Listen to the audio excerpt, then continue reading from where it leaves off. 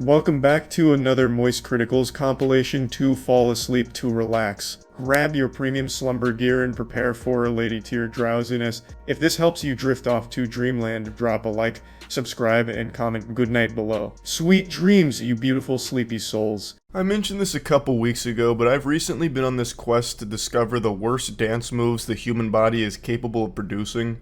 And I've been doing a combination of researching already established horrible maneuvers, and also cooking up my own. Now, the reason I look up some moves is to draw inspiration from them, so things like the classic Mickey Mouse Clubhouse, hot dog type dance, things like that. But those aren't really the moves that I'm proud of. The moves that I find great joy in are the moves that I myself create. I want to find the ultimate move that is so bad it's like the brown note, where you hear it and you shit. My move is you'd see it and you'd puke. It needs to be something that's so incomprehensibly fucking atrocious that it's like an SCP, where a single glance at me busting out this technique is enough to induce illness. So I've been making great strides in this department, at least I like to feel as though I have. I'll take you in the workshop real quick to show you a prototype that I've been crafting. So it's a combination move. So it starts with something I call the Babadook, and then it transitions into that move Taylor Swift does in the Delicate music video. So you get a wide stance hitting with this. You can even start to gallop with it if you want. And I think that one goes kind of hard. I've only used that once in public. I thought it was pretty solid, but the point of this video isn't just to showcase some bad moves I've been working on. It's to already admit defeat, because I think JoJo Siwa has created the worst possible moves so far, and I'm going to have to work extremely hard to somehow beat what she came up with.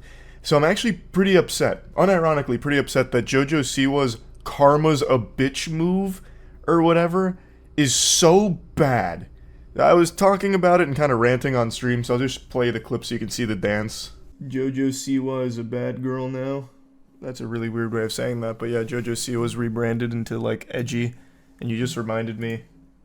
I saw a clip of her that someone made, which is a montage of her signature dance move for Karma's a Bitch, and it made me so jealous that I didn't think of this dance move first. It is one of the most revolting dance moves I've ever seen. I need to show you guys this. As you all know, I've been on a quest to find the ultimate worst dance moves the human body is capable of producing, but unfortunately I think JoJo Siwa beat me. I don't know if I'll be able to make something as bad as this. And I'm actually pretty upset. Like, unironically, it makes me pretty upset, because I can't just take this from her. I don't want to get DMCA'd, so I can't turn on the music. But it, like, looks like an emote that you'd spam in RuneScape or something at, you know, fucking, like, Falador. It's so awful. And I didn't think of it. Hey man, she's a professional dancer. Well, I know, and that's how she was able to come up with this, no doubt. She took everything she learned about dancing and threw it out the window.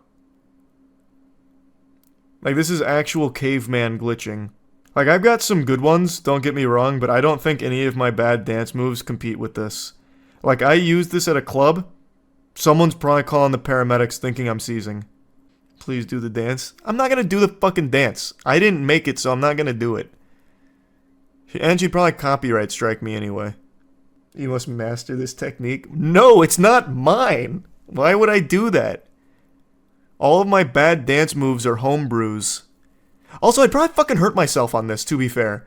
Like, the way she throws her head like that, there's no way that's good for her neck. Bro thinks he created shuffling. That's not a bad dance move! Wait, what are you guys saying? Shuffling is a good dance move that I've been mastering. My bad dance move, like the where's my hug at?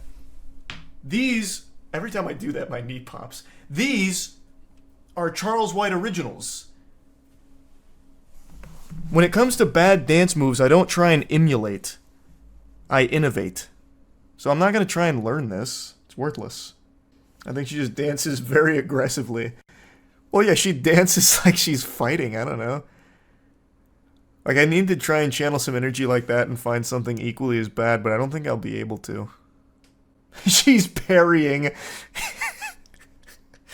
True. If you want an amazing dance, there's Elaine's dance from Seinfeld. What was Elaine's dance? I don't remember that one. No. This one's too self-aware bad. I need dance moves that are just shitty enough that it's convincing to people that think I'm trying to dance. This one's too clear. Like, the closest I get with bad dance moves to being, like, self-aware bad is I do this one sometimes at the club. Which is kind of like the old man boogie. So I'll do this one sometimes. But I wouldn't do something that obvious. Yeah, it's kind of like a pseudo jitterbug that I'll break out. The life alert shuffle. yeah, that's the one. You do the club penguin dance? If not, you should practice it and show us one day. I don't do the club penguin dance, but I do the Habbo Hotel sometimes.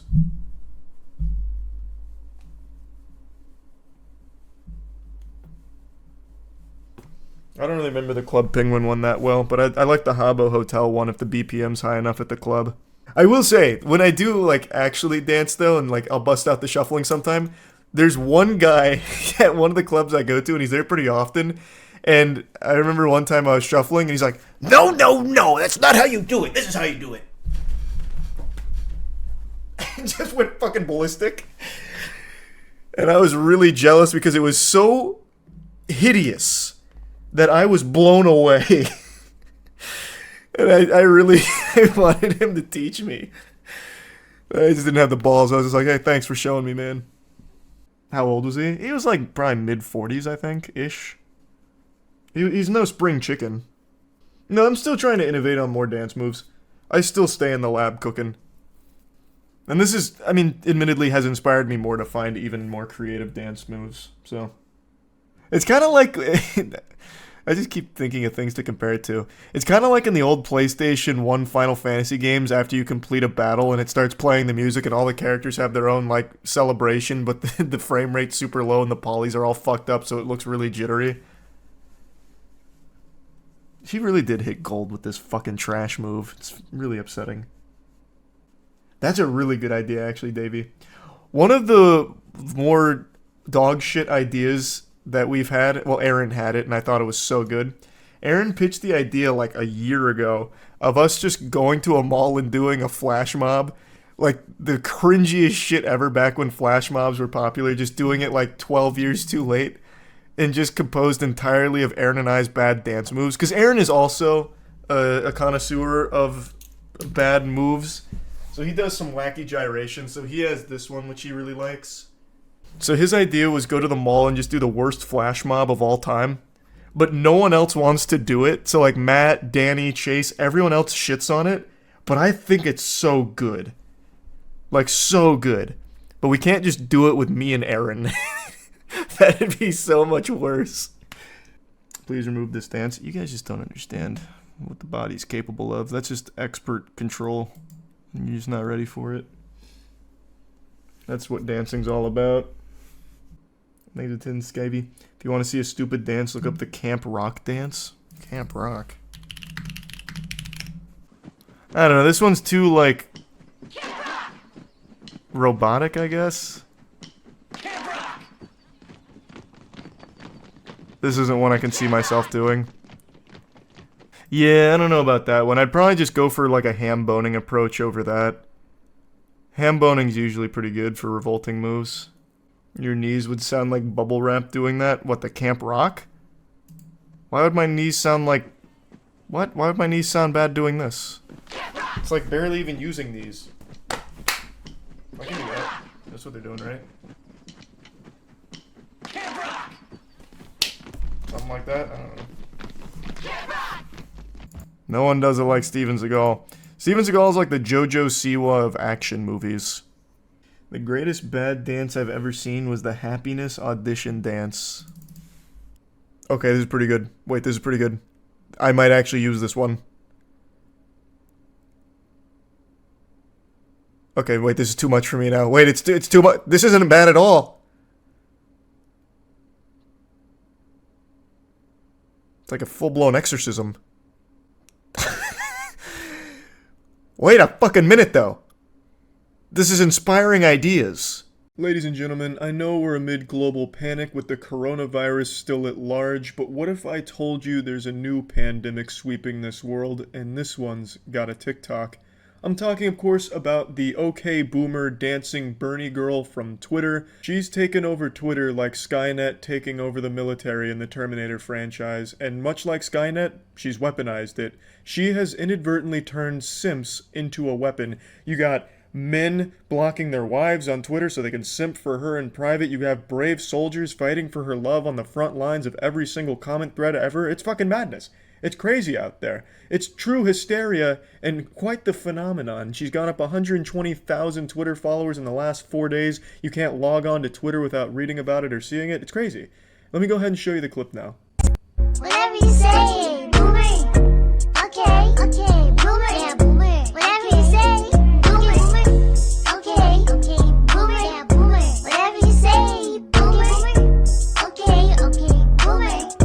I don't know what Kids Bop album the song is from, but it's quite the jam. Now you'll notice she's wearing a Bernie shirt with a hashtag Bernie thing. I don't like to get political, don't know fuck all about politics, not gonna pretend like I do, but in this case, it wasn't about politics, it's about politics. The Twitter audience only cared about obsessing over the girl, nothing political. I mean, maybe Bernie cared. I mean, maybe Bernie went to her Twitch streams and dropped a fat 50 gift subs. I don't really know there. But on Twitter, they only cared about the girl, not the politics behind it or anything like that. Congratulations to her, though. Her name is Sneako. She blew up because of this, so good work for her. I don't know about the song. I mean, the song's kind of fucking weird. It just sounds like Tommy Pickles and the gang getting together to do karaoke. I don't really like the song.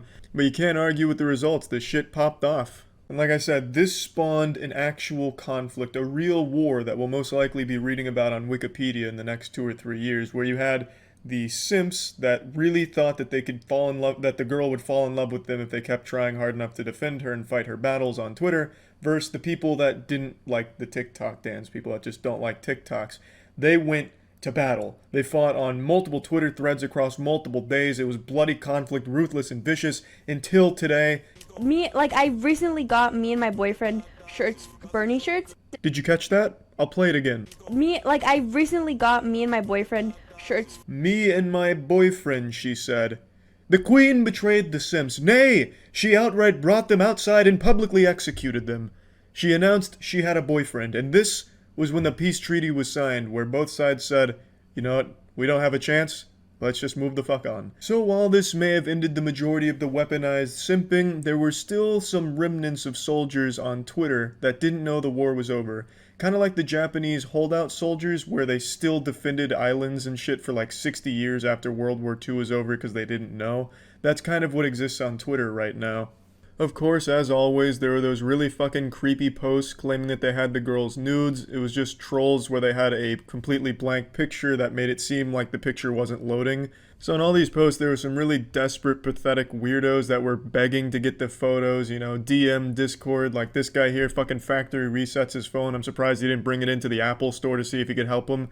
It's some really sad shit, but there was a lot of this going on as well. Really, it's been a wild time on Twitter with this simp war that's both started and ended within a week, and I just wanted to bring it to your attention in case you haven't been on Twitter, just to bring you up to speed. And if you haven't been on Twitter, congratulations, that shit's a real swamp, a big old fucking cesspool, but I did find this to be pretty entertaining stuff.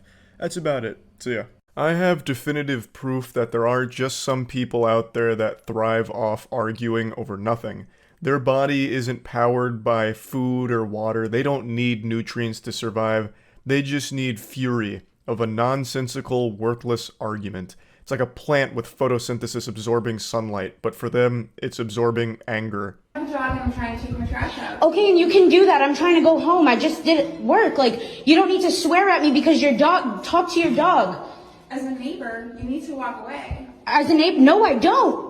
You should be able to control your dog. Exit the door. And I'm literally right here. You're being weird. You need to exit the door. Apparently right before filming, that woman's dog had like lunged at the lady filming or something like that. I don't think it was like aggressive or anything, but then the dog owner had a big ol' fucking conniption about the whole situation, and then it led to this. You can go now. I have a lot going on here. You need to be normal. You need to be normal. You literally just told me to back the fuck up. I'm going to my home. I have a dog. Okay, and that's not how you speak to people. You could literally have said... talking to me. No. I'm going gonna send this to the office because this is ridiculous. I live here. I am literally trying to You can go. Is he attacking you? Or Did I say he was? You acted like he was gonna attack me. I said hi to him. He ran up on I me. have 2 hands, buddy. I love that she tried to play the I'm a woman card on a woman who's filming her. I don't know what the thought process was there. It's probably just one of her default tactics here, one of her ace in the hole type of maneuvers or anime finishing move with the I'm a woman, and it just clearly doesn't work in this situation. I can't fully even grasp what the fuck the problem is. The woman filming is doing nothing to impede the other lady's movement here. It's not like she's posted up like a bouncer to Lacrosse House asking who she knows and forbidding her from getting off the elevator or anything.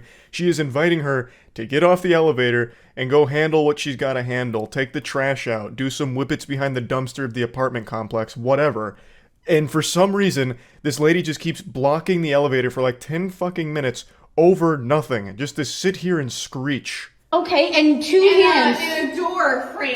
Okay, I you can need get you there. to understand Yes, that. and you started hollering at me and screaming at me, and now I I'm got a broken recording. foot. I got a broken Okay, foot. that's between you and your broken foot, ma'am. Yeah, and then the Okay. office already knows that. Okay, so you don't need to cuss at me. already Okay, can you paid please for- go? I'm trying to go home. You want me to go with the broken foot? You dumbass. There's stairs over there. She tries to throw a pity party, but nobody shows up. Starts complaining about her broken foot in the wambulance with a side of French fries. She's already come down here with her goofy little broken foot, so clearly she's fine walking on it and has no issue standing on it for a long time blocking this elevator.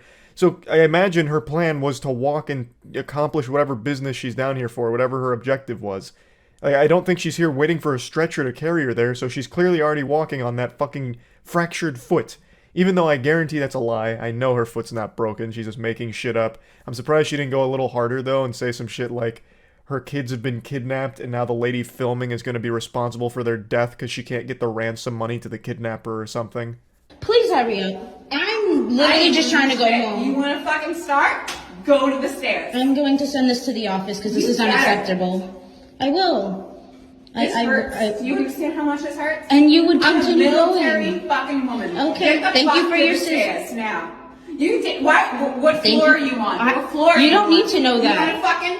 I swear to God, we'll do this. Okay. I'm a single ass woman who That's- provides for herself, and I Okay. would like to respect you, but you She's just diarrheaing every single... Hello there. You upset about that woman as well? I know. She's just vomiting out all of these useless platitudes. I'm a single-ass woman who provides for herself. What does that have to do with you blocking the elevator? Nothing.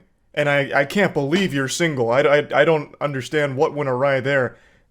I can't believe every man in the city isn't pursuing this absolute angel. That's weird. I also highly doubt that she actually did serve in the military. That just seems like yet another lie. So fucking stolen valor on top of that, most likely.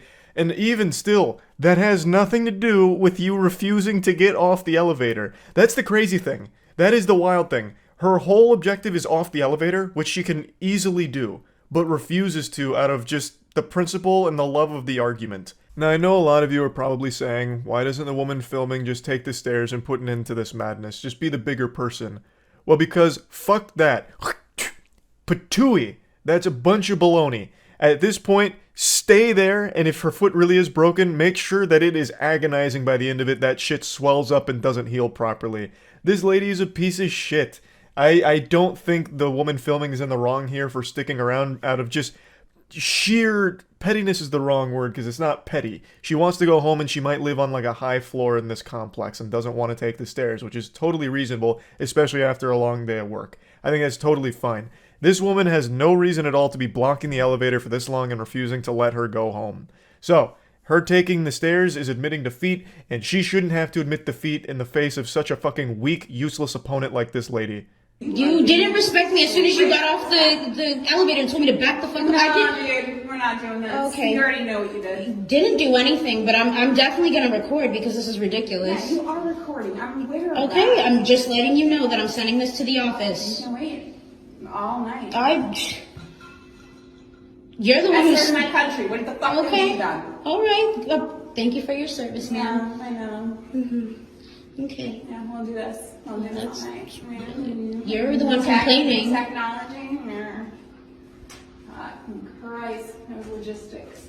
Her brain's really starting to malfunction now. That double core brain cell really starting to fall short here with a bit of a hiccup. She just starts humbugging technology. You and your technology, meh. Just mad that technology exists now because she's being filmed like Sasquatch. She's just getting real upset. Oh, you bitch! How could you fucking film me? I know you're filming, you bitch. Technology. Ugh. Also, I don't want to overlook that little zinger she slid in there about her service to the country. So she says, like, I served our country. What the fuck have you done? And it is eerily similar to an iconic speech from a legend from that viral trumpet fight video from a few years ago. You know the one I'm talking about, where like that goblin guy comes up and gets really upset because someone is playing the trumpet poorly. So he walks up to him and he's like, why are you disrupting the peace with this filth, this trash? I played the trumpet for 80 years. Who the fuck are you? I was first chair Los Angeles Philharmonics back when we still only had black and white television. Who the fuck are you? I played the trumpet on the night of Abraham Lincoln's assassination. Who the fuck are you? You know who I'm talking about.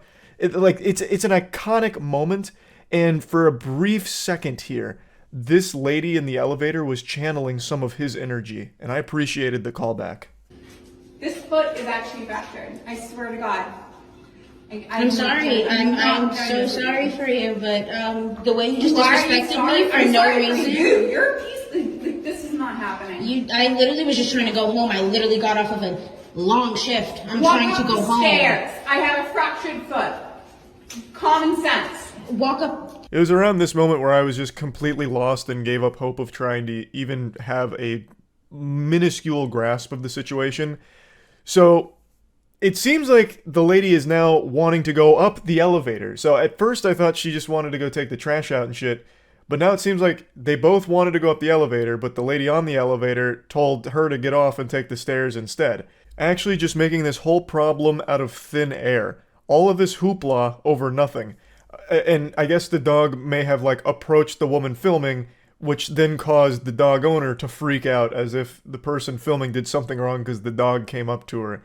Like, that's now my understanding of it, though I think that could still be totally incorrect because none of this makes sense. The plot here is totally fucking lost. It's all nonsensical. I also like how she keeps going on about her broken foot, saying that it's common sense that someone with a fractured foot wants to use the elevator, so you should use the stairs.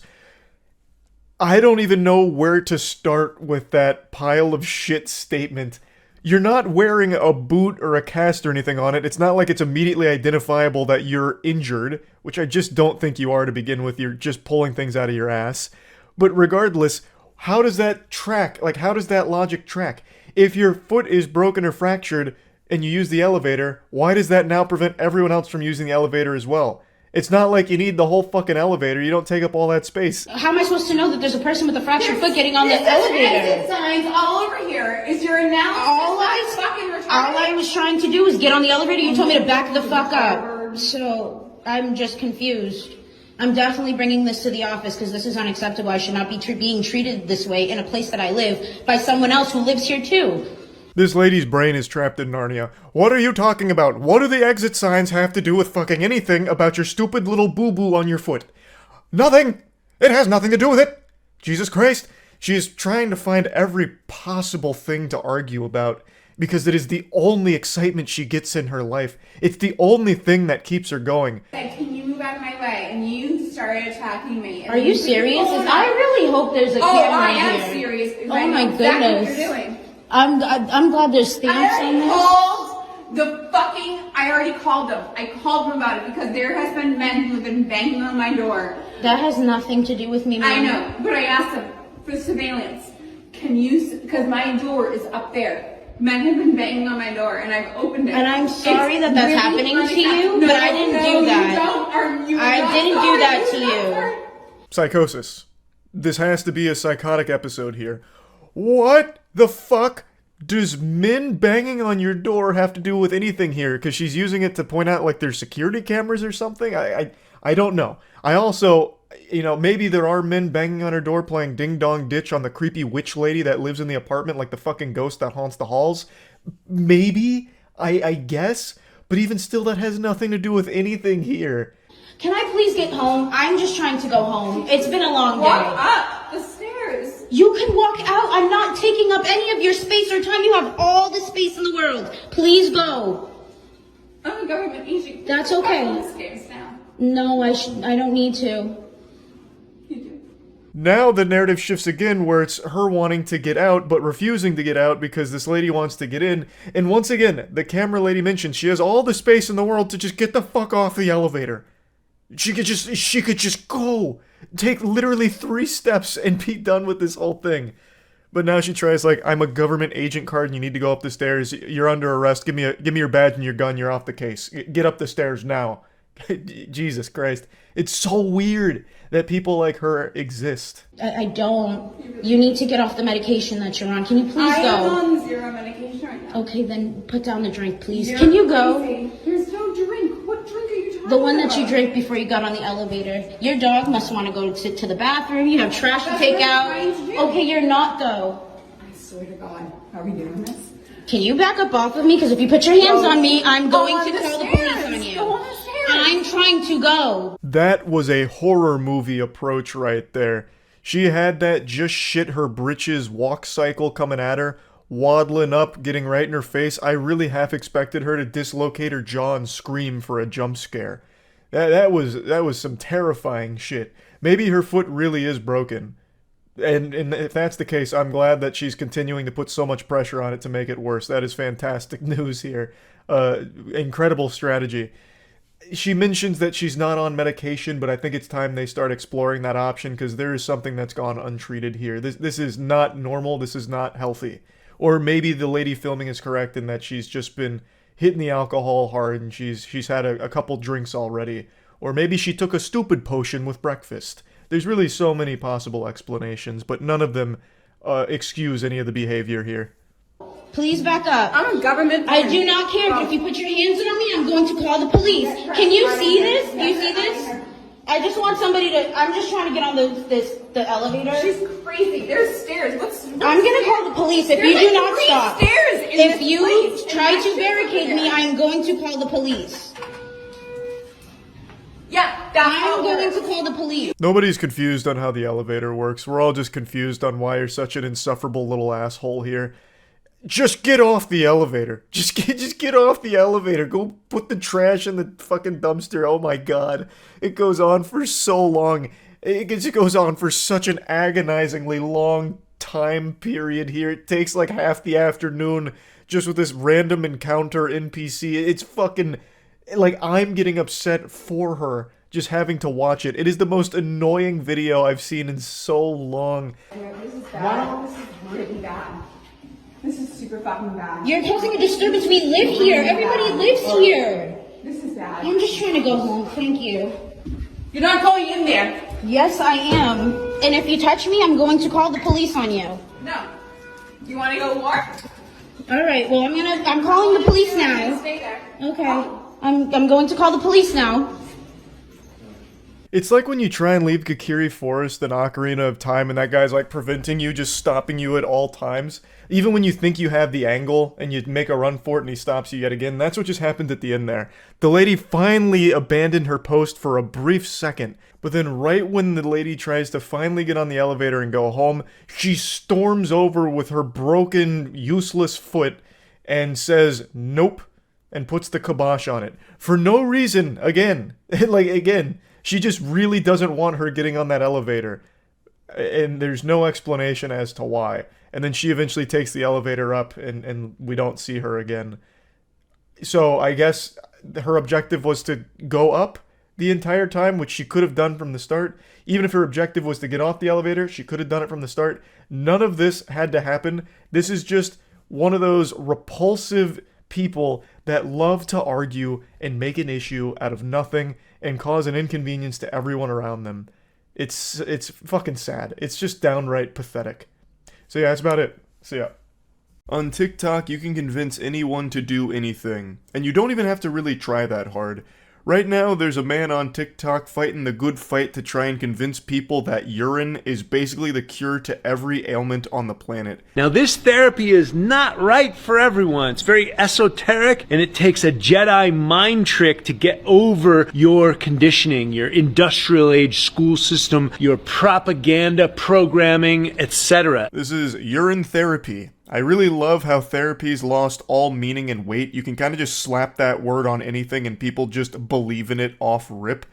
I wouldn't be surprised if they start preaching about deep fried therapy on TikTok, where you go and jump into a deep fat fryer in order to give yourself like a golden crispy body armor, and it's supposed to like open your pores and make you immune to bullets or something ridiculous. But the evil programming that he's talking about here, that you have to Jedi mind trick Men in Black neuralizer out of your brain, is the common sense knowledge most people have to not drink piss, and certainly not use urine as a sunscreen, and definitely not using pee-pee as an anti-balding agent.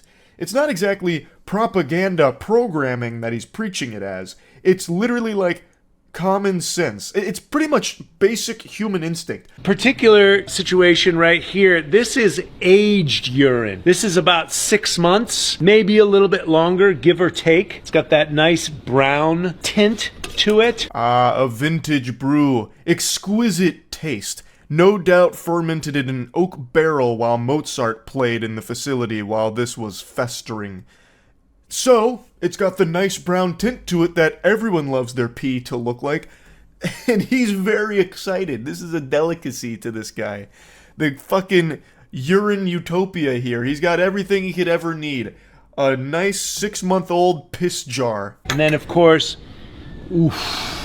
Gnarly. Smells like ammonia. I don't always drink this, but the research that I've shown is it's good for parasites, it's good for your gut microbiome. It's gnarly, so it's going to have that element of power. I don't always drink this, but when I do, I end up projectile vomiting in my toilet, and that's proof to me that it's detoxing my body and deparasiting me, obviously. The research I've read, none of which I cite and none of which actually exists with any real merit to it, all says that drinking piss is 2 thumbs way up. So I do it. Daily. I can't help but giggle at that belief that if something is so turbo shitty, it must actually be good for you. This is so gnarly, thus it has that element of power to it. No, goofball, you're drinking piss. The only power that has is to leave stains in a gas station toilet seat. That's it. It's not doing anything for you. Just because it's gross and gnarly doesn't mean that it's somehow carrying these, secret benefits underneath all the garbage. That's not how that works at all. And he keeps talking about it being like an ancient therapy. I will never understand why people want to go back to the ancient ways. People barely made it to adulthood back 5,000 years ago. Most people were dropping dead by 12 years old. It's not like the ancient civilizations had it figured out. Like, their techniques were the best ones. People live longer now and healthier now than they ever were back then. So I don't know why all of a sudden we're putting so much stock in the ancient ways. So typically I use it topically. It's excellent for energy in the sun, boosts my testosterone. I just feel it in my muscles. It really gives me a lot of clarity and energy. But I have it open and we're talking about it, so of course we can drink a little bit and see what happens. The first thing that we get is it's very gnarly smelling. However, once it goes on your skin and you get some sunlight on it, I like to ride my bike. A great swig indeed. The exquisite flavor of pee. Scrumptious piss. Now, to be fair, it's probably not that much worse than just drinking a Miller Lite. But the thing is, at least Miller Lite's not preaching all of these ridiculous health benefits that he's about to drone on about, all of which are a bunch of fucking hooey. And then he starts lecturing about how he uses his 6-month-old piss as a lotion, like basically a sunscreen, and how it helps make his muscles feel better and he gets a pump out of it and all kinds of just nonsense gobbledygook. Put it on my body, either lay out here at the pool or put it on my body and go out for a ride in my bike, even when it's 110, 115 degrees out here. I mean, I know how powerful this is for me. It's not the greatest tasting delicacy on the planet, but it's kind of like eating oysters or uni, sea urchin. I know it's good for me. It's loaded with minerals. It's not good for you. Like, that's something that's reserved for a life or death situation where you need piss to survive. This isn't something that you just wake up and do as part of your daily morning routine. That is so outrageous.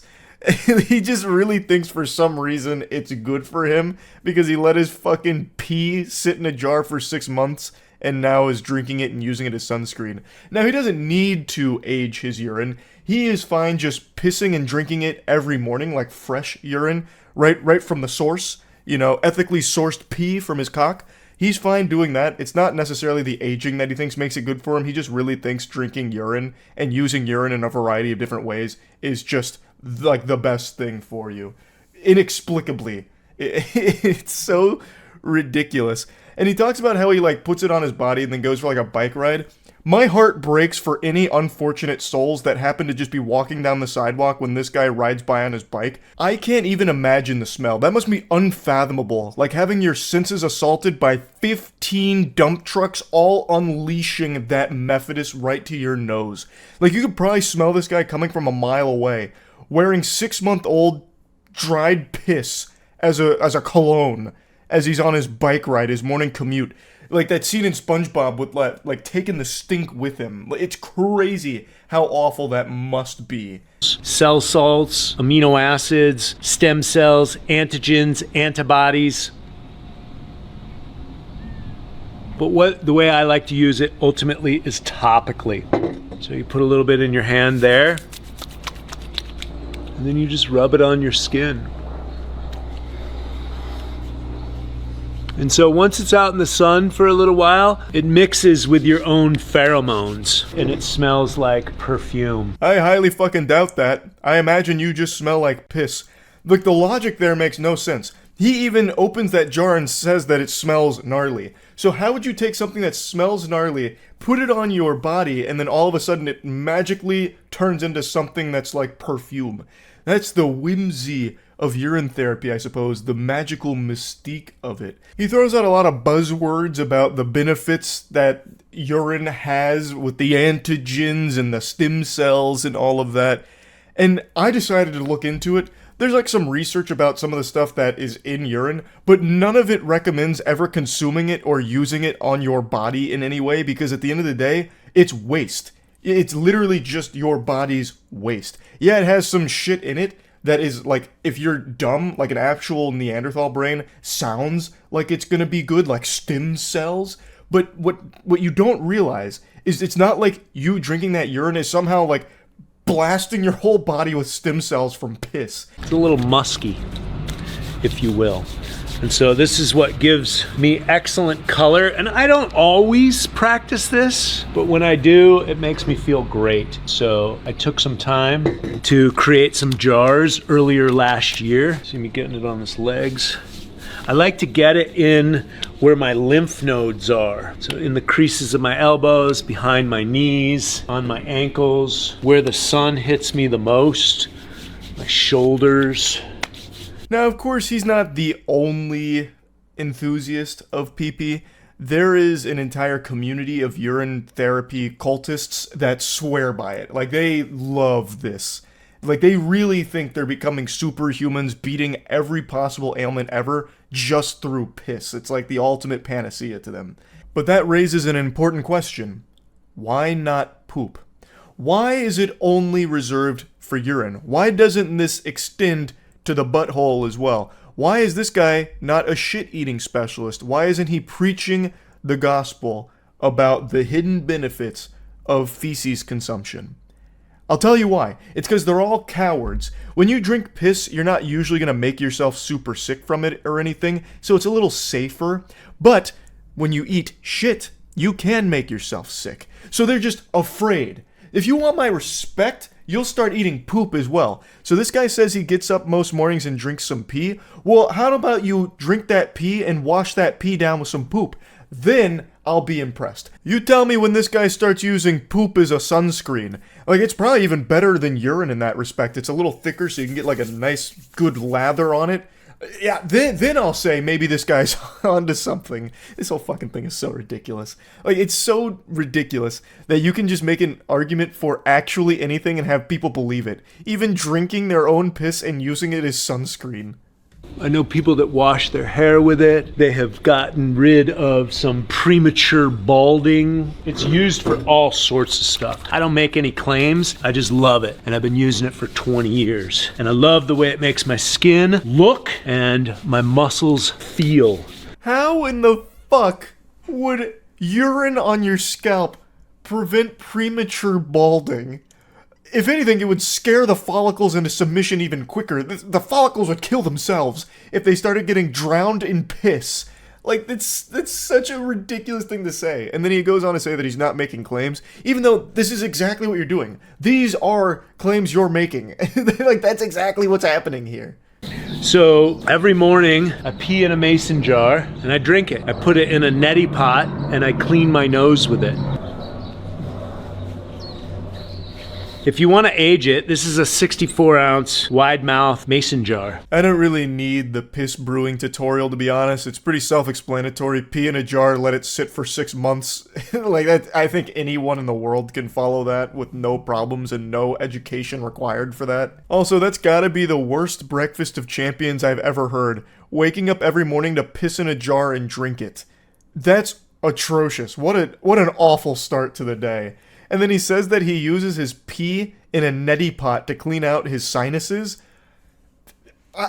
That's galaxy brain. Brother, this isn't a therapy, you've got a fetish. For tight muscles, pain, not making any claims whatsoever. I just experienced this and it feels amazing in the sun. You pretty much get the idea. That's the whole pitch here on urine therapy.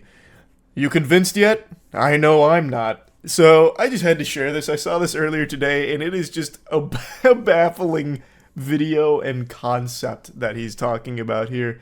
I had to talk about it. That's about it. See ya. Hello, and welcome back to Weirdos in the Wild. The best way to start your morning is with a big frown on your face, so get ready to wear that with pride.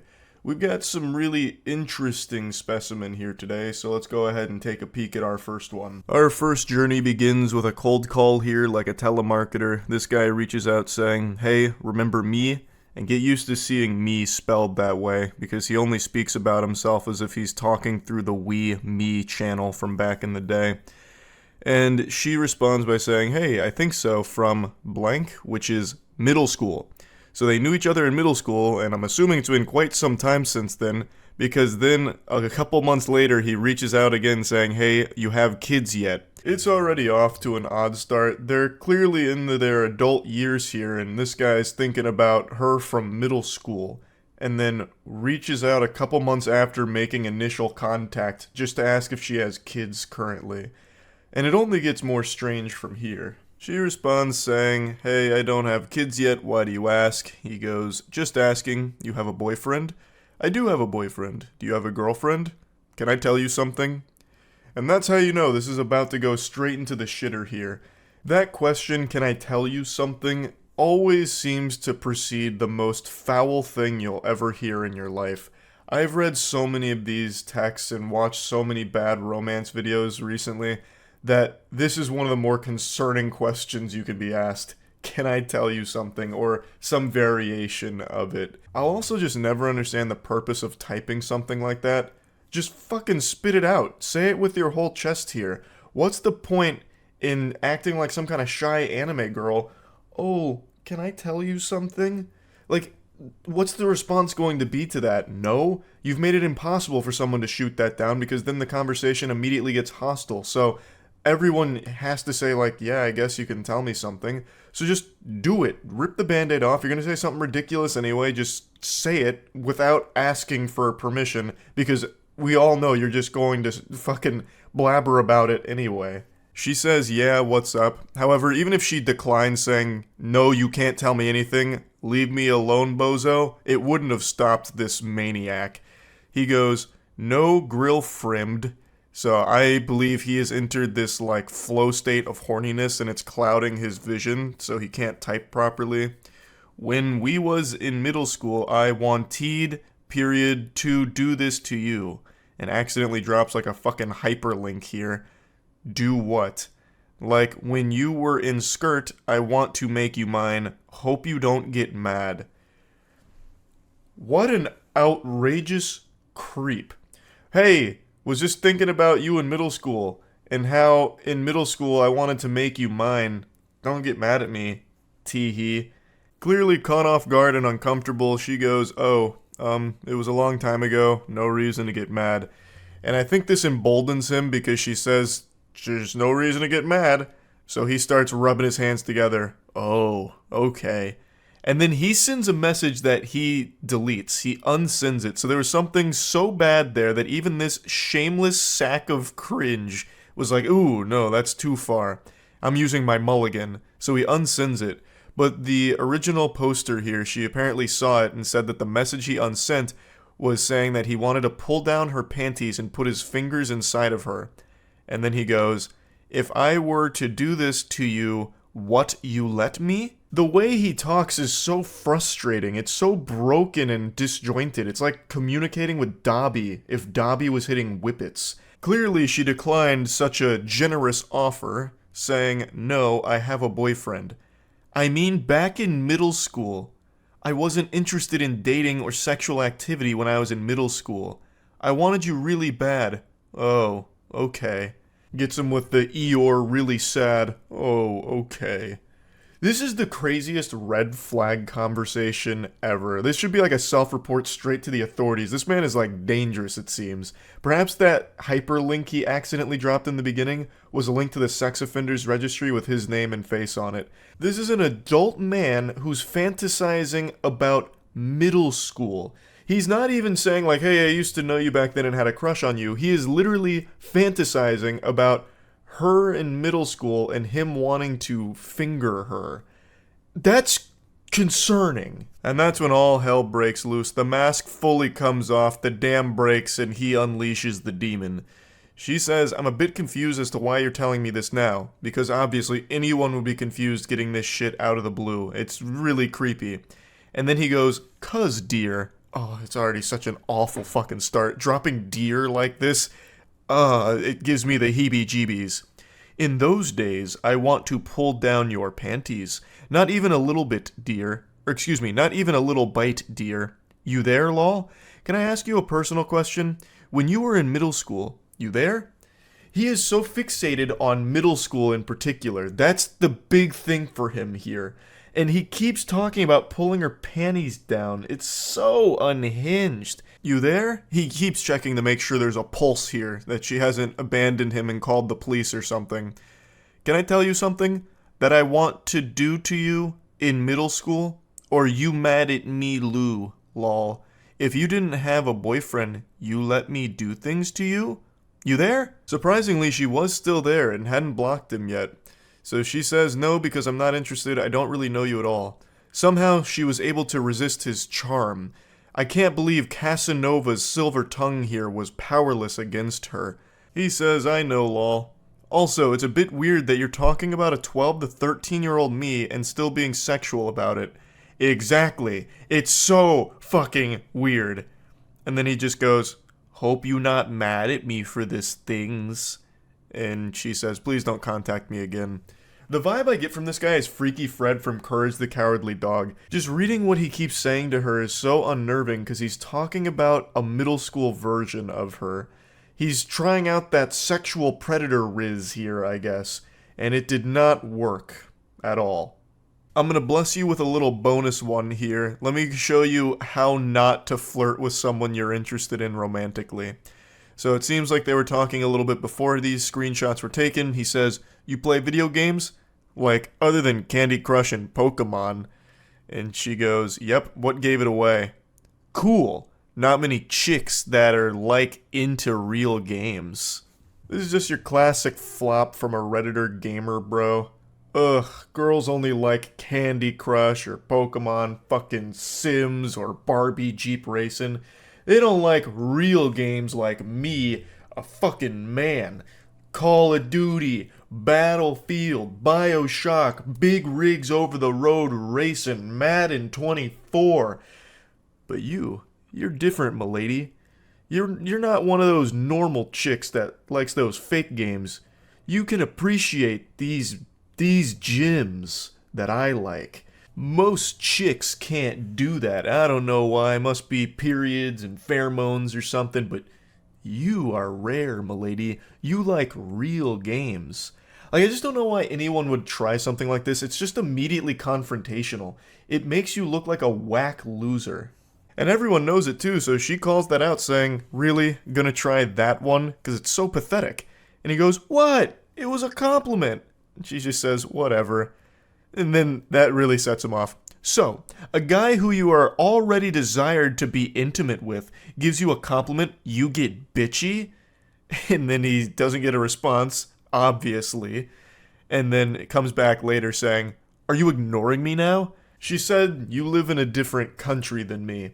But the fact that he immediately just gets this out of control, like, "What? It was a compliment. What? Most girls are stupid. Girls go to Jupiter to get more stupider. You didn't go to Jupiter. You stayed here with me, playing real games. Why are you getting so bitchy about it? I was being nice to you. Oh my goodness, nice guys never win. And now you're ignoring me? Oh God." He also just types like a Redditor, like his response being, "Why?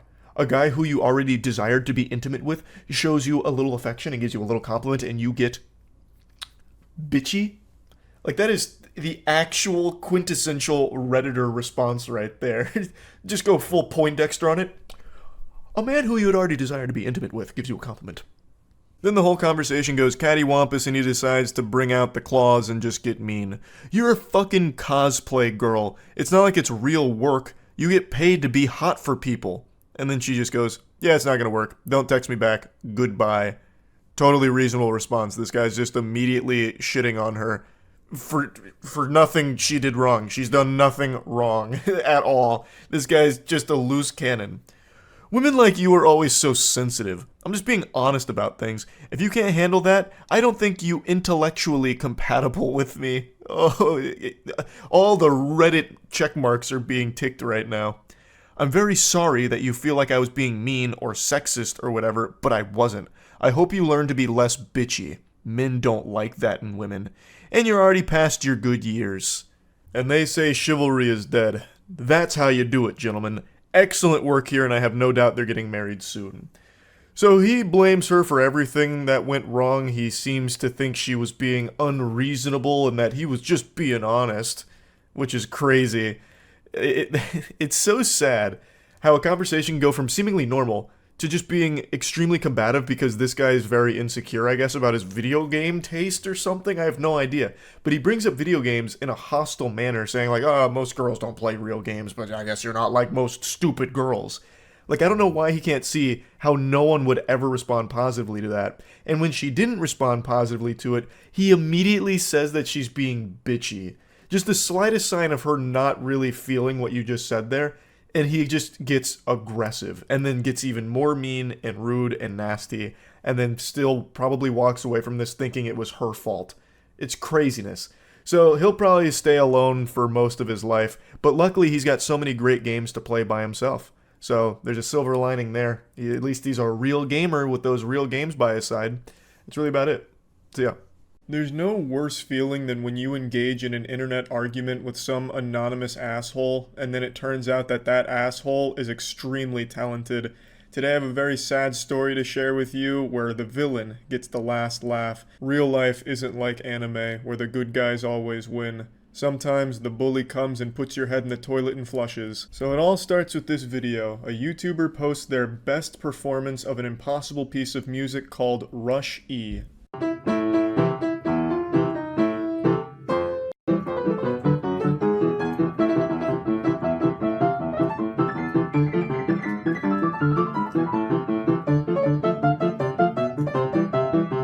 Now, obviously, I'm a fucking Neanderthal when it comes to piano. I don't know anything about any major pieces except from, like, your big ones like Mozart and Bach. So I had never heard of Rush E before, so I did a little research. Rush E was actually a song created as a meme that is quite literally impossible for any human being to play. And I don't mean that as like it's extremely difficult, I mean it is genuinely impossible. You would need 15 fucking arms, and even then you would struggle. Let me go ahead and show you where it started, the genesis of Rush E. being actually perform this song as written here, it would probably end the world on the spot, or bring about the heat death of the entire universe. It would signal Armageddon. It is quite literally an impossible piece of music that was made to be a joke. However, some piano players on YouTube tried their best to kind of change it around a little bit, mess with the arrangement in order to make it almost possible to play on the piano, which is the video I just showed you there, which is giving a very spirited attempt at making it happen. And I thought it was very good. Of course, I'm not a piano expert by any means, but most people that watched it also agreed that it was extremely impressive what he was able to do. And this spawned an argument in the YouTube comments. YouTube comments are the cesspool of the internet. It is absolutely fucking deplorable down there very often. But in this comment section, it was overwhelmingly positive. But just like everywhere on the internet, there has to be that douchebag that comes in and shits on everyone's fun. Just ruins the entire positive atmosphere of everything. They drop their pants and goatsy themselves and just makes everyone feel worse. Their presence making everything more negative. Keep in mind, this piece is literally impossible to play. You saw it. It looked like a Toho bullet hell game. But that didn't stop some enlightened Redditor from demanding perfection. It actually comes from this comment, which is a very nice comment from a guy named Just a Guy Who Likes Hentai. He says, "How can you dislike this? I don't see anyone else actually playing this." You know, that's just a very wholesome thing. Like, you know, this is so good, I can't imagine someone not liking it. It's just being nice, you know? Obviously, there's going to be people that don't like it, but it's just a very encouraging comment. But it summoned a demon. A piano-playing demon named Fanshin. Fanshin replies to that comment saying, "Probably because it was mediocre, no offense." Yeah, no offense, buddy, but you just fucking suck and you should be embarrassed that you posted this video. It actually made me physically ill. I puked and was so offended by your awful mediocre playing that I broke up with my own girlfriend in protest. This isn't constructive criticism. I saw a lot of people defending this saying he was just offering criticism or answering the question. No, he's just being an asshole. There's nothing constructive about this. You just saying that it's not good without saying like where they could improve isn't really constructive criticism. It's just you being a douchebag. And obviously he wasn't genuinely answering the question in the comments of how can anyone dislike this, because it wasn't a real question. It was just an encouraging statement. It's like when you get told a story like, "Can you believe my parents got divorced?" And then your friend responds with, "Yeah, I can, because your parents are fucking selfish sluts." It's like, well, I wasn't actually asking you if you can believe it, you know? It's not like a real question. It was just a supportive comment. So there's really no justifying being a douchebag here other than just being a dick. So then the guy responds saying, "Was it? I'd like to see you try. So come on, give us an awe-inspiring performance." Spoiler alert, he would soon regret issuing this challenge. Fanshin responds, "Oh boy, you will embarrass yourself. I'll show you what a good performance of this piece sounds like." To which the hentai fan says, "Then do it, stop talking, and do it." Now, 10 times out of 10 on the internet, when some anonymous asshole makes statements like this, you don't expect them to follow through on it. And even less often, you will expect them to be good at anything. But this is the exception. This is the anomaly. This is probably the first time in history someone has actually followed through on a statement like this and actually been good at it. Fanshin responds saying, "Maybe you can pay me, then I'll be motivated, LMFAO. He's pretty arrogant and pompous," to which Hentai responds, "So being known as a jealous, contrarian liar until you post your own rendition isn't a good enough motivation for you? Sorry, but that's all you're gonna get." And then Fanshin again, he's twirling that cartoonishly evil mustache and says, "Haha, sure, why not? Fun summer project. Maybe I'll get more views." And then other people kind of come in here and tell him to shut up. They don't really like his negative attitude. The comment section starts to gain a little bit of infamy, so more people come in with the popcorn to watch from the sidelines. You can see the war has erupted. Now we're watching the commenters fight. Another challenge was issued saying upload something by Scott, that guy, other than MLR or Entertainer. Again, I'm not familiar with piano pieces, so I don't even know what that challenge is. I'm assuming it's difficult. And then eventually Fanshin comes back and says, "Wouldn't have the confidence to upload a performance that I'm not pleased with, but yes, props to the guy for attempting it. It's just this could have been played with much more accuracy had he spent more time polishing, which is something I will show. It's pretty much learned a tempo, but I'm striving for consistency and clarity." So he finally gives like almost a constructive criticism there. And then he gives his rendition of this piece. And unfortunately, it fucking slaps.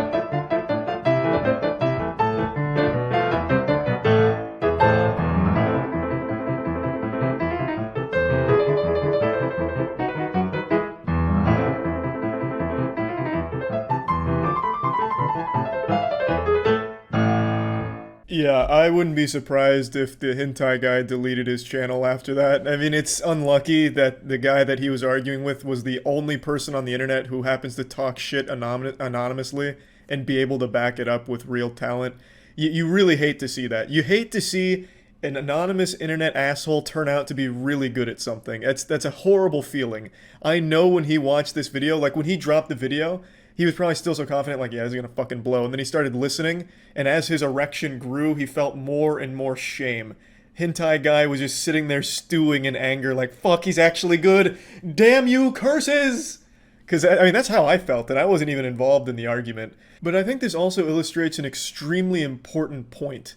No matter how talented you are, it can be overshadowed by a shitty attitude. A lot of the comments here, and even in the Reddit thread, were just kind of saying the same meme of pretty mediocre, no offense. Like, not even respecting his very clear talent, because they don't like him. If you're insufferable and unlikable, people aren't going to respect your skill. And I think that's... Now, granted, it's not everyone, because the video is still overwhelmingly liked, but it could have been a truly positive experience had he just gone about it in a much better way. Like, you know, this wasn't the best rendition of the song, but I do appreciate the effort that went into it, and in fact, it inspired me to want to learn it myself. And then he drops this video, and then, you know, that's a lot better, I think, and you'd have more people on your side, as opposed to just people brushing off your extreme level of talent here because you were an asshole in the comments to someone that was just proud of their own rendition of the piece.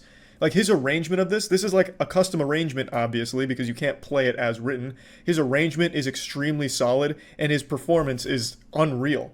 Like, absolutely unreal. And to have that just thrown to the side because he was super unlikable is a real shame, I think. So, I mean, this was a pretty wild experience because I've never seen this before. Like I said, 10 times out of 10, when you're arguing with someone on the internet anonymously, that person behind the keyboard's usually a coward that doesn't really have a lot going for them. But in this really rare instance, that anonymous guy was a fucking piano prodigy. So yeah, I just wanted to share this with you all. That's about it. See ya. Internet drama is a lot like a Pokemon. It can always evolve, and that's exactly what we've seen today. A very spicy piece of drama recently just entered into its metamorphosis stage, and now it's about to pop out of the larva and become a beautiful butterfly. And unfortunately, this butterfly is coming with bad news. It seems like we may have all been lied to, fed a fib, played for a fool, schmeckledorfed. It's in regards to the Bayonetta 3 situation. I recently made a video covering all of the drama with Bayonetta 3, and within 24 hours of posting this video, the entire situation got flipped on its ass with a stunning plot twist the likes of which George R.R. Martin could only dream of writing, and it's left me out in the rain, cold, scared, and wondering where everything went wrong. For those that aren't caught up to speed with this latest drama lore, I'll give you the quick breakdown. Helena Taylor is the voice actress behind Bayonetta, an iconic character, and she made a series of posts on Twitter that all went viral, the first of which being a video that has nearly 10 million views, stating that the reason she's not voicing Bayonetta in the new game coming up is because they were only offering her $4,000 for the whole game. Obviously, $4,000 for a role this size in a AAA game of this caliber is pretty low. You could probably make $4,000 quicker and easier just pretending to be a girl in RuneScape, so she called it an insulting offer, and everyone on the internet agreed, because obviously this is a pretty shitty deal. So she turned down the role and walked away and said that it's because they were only offering her that $4,000 for the whole game. She then urged fans to boycott Bayonetta 3 and instead spend that money on charities instead. Now, Nintendo does what Nintendo does best. They ignored this whole situation. I think they're still trying to figure out how email works, so they probably never even saw this to begin with.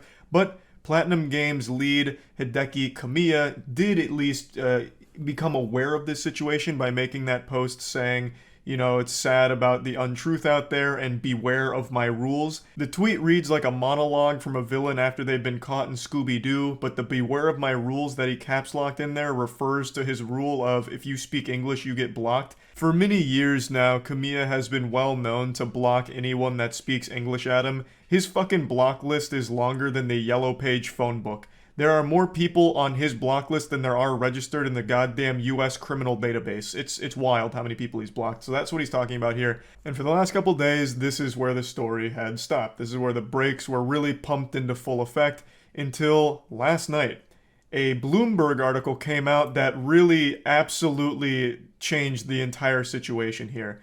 Bloomberg, more like Boomberg, because this shit was a bomb. The report comes from two people who were familiar with the negotiations, and the documentation was reviewed by Bloomberg and confirmed to be genuine. So according to them, Platinum Games really wanted to get Helena Taylor back in voicing Bayonetta. According to the documents, they didn't offer her $4,000 for the entire game. They offered her up to $4,000 per session for 5 sessions of 4 hours each. So about $1,000 per hour, which is very different than the claims Helena Taylor was leading us to believe. So in response to the initial offer here of the $4,000 per session, Taylor allegedly asked for a 6-figure sum as well as residuals on the game, which Platinum declined, and then after those negotiations fell through, she walked away and they took auditions for a new voice actress for Bayonetta. According to professional voice actors, that $4,000 per session rate that Helena Taylor was being offered is above the norm. Now, I do think it's important to mention that there's still plenty of room here for a debate on whether or not voice acting talent is paid reasonably. As I understand it, it's actually been a long-running thing for a while that voice actors get fucked in the face when it comes to what they're paid for their work, at least in comparison to other mediums, and I didn't realize how big this problem was. Even just recently, the Jujutsu Kaisen 0 dub actors came out and revealed that they were only getting paid $150 each for their roles, and these were huge roles. Like, that is outrageous. And I've seen plenty of actual fucking stupid brain takes from Twitter assholes who love to take their pants off and wiggle their little wiener around saying, voice acting's so easy, they shouldn't even be paid at all. They're paid in exposure more than anything. They should be grateful to even be in the game to begin with. It's an honor. I don't know why they're even asking for pay. $1,000 is too much for how easy the job is. And I think it's pretty clear how dumb that shit is. Voice acting is a legitimate talent that takes years to perfect, and it's a very important part of media, especially games. If you have shitty voice acting, the character is going to become a laughable joke and the narrative is going to fall flat on its face. We've seen it a million times before, and we'll see it a million more into the future. Voice acting is integral to these stories, and if you don't think so, then please just play the games on mute from now on. Put your money where your mouth is. I'd like to see how much you really connect with a game when it's just completely fucking muted throughout all of its cutscenes and shit. It is a big component, so I'm really tired of that dumb take. But Helena Taylor here, if all of this is true, which it seems like it is the worst person to try and spark this kind of debate because she's just completely framed this wrongly by lying and manipulating everyone. She also did respond with an email saying that it's all an absolute lie and said Platinum was trying to save their ass and the game. She said she stood by everything she said in the video. I would like to put this whole bloody franchise behind me, quite frankly. Get on with my life in theater, she wrote. So this is an absolute dog shit response from Helena Taylor here. I don't even know where to begin. I guess we'll start with the obvious one. If this is all a lie, it should be extremely easy for her to prove that they're lying because she's already broken the NDA. You know, she's already wiped her whole ass with the NDA. You might as well just show the contract they offered you, the negotiation documents they offered you that would confirm your side of $4,000 for the whole game. You should be able to easily produce that, considering you've already broken the NDA, so there's no reason not to prove that you're being truthful here. This should be an easy slam dunk if this is all a lie. But then she goes on to say that she wants to put this entire bloody franchise behind her and move on. You started this. You were the instigator. What do you mean? It's not like this just came out of nowhere and threw you into this whirlwind of chaos. You were the one that came here and made this whole hoopla. So I really don't understand why she's trying to portray herself as the victim here now. Like, in the first place, she was viewed as a victim of a very shitty negotiation on behalf of Platinum Games and Nintendo. But now, after this information comes forward, her response should be, this is a lie and here's my proof, as opposed to, it's a lie and I just want to move on. I just want to wash my hands of this. Now they're being childish. Now they're playing dirty in the pig pen and I just won't have any of that. I'm moving on. Like, that's not how you do this. You've ruined your own career now. If all of this from their side is the accurate one, your entire career as a voice actress is kaput. You've completely lied about what happened here and fabricated the story and even called on a boycott of the property, trying to directly hurt them financially off of a completely manufactured story. Again, this isn't directly from Platinum Games nor Nintendo, so I still think it should be taken with a grain of salt. But the fact that this came from two people in the negotiations with Helena Taylor, as well as confirmed by Bloomberg, as well as corroborated by a few other sources inside the industry, it's very strong evidence here against Helena Taylor's claims. I'd like to believe that Helena Taylor didn't lie about this whole thing and is going to come out of nowhere with this ace card like Yu-Gi-Moto pulling out the Dark Magician at the last second, but I'm very skeptical now because of this email that was released in the report as well. But we'll have to wait and see. If she lied about all of this, I think that is beyond scummy. What a fucked up, messy situation. I really don't even understand what the end goal would have been for her in this case. All it's done is ruin her career as a voice actress, as well as maybe even just in theater to begin with, because if anyone looks up Helena Taylor now, they're going to find this massive scandal, if it's proven that she lied about all of it. So this was legitimately just a career ender. She just checkmated her whole acting livelihood. And I just don't even understand why. If, of course, it all is confirmed. So anyway, I just wanted to talk about it because this was kind of a wild development, and that's about it. So yeah. It's baffling how common it is for people to live stream their most embarrassing moments on purpose.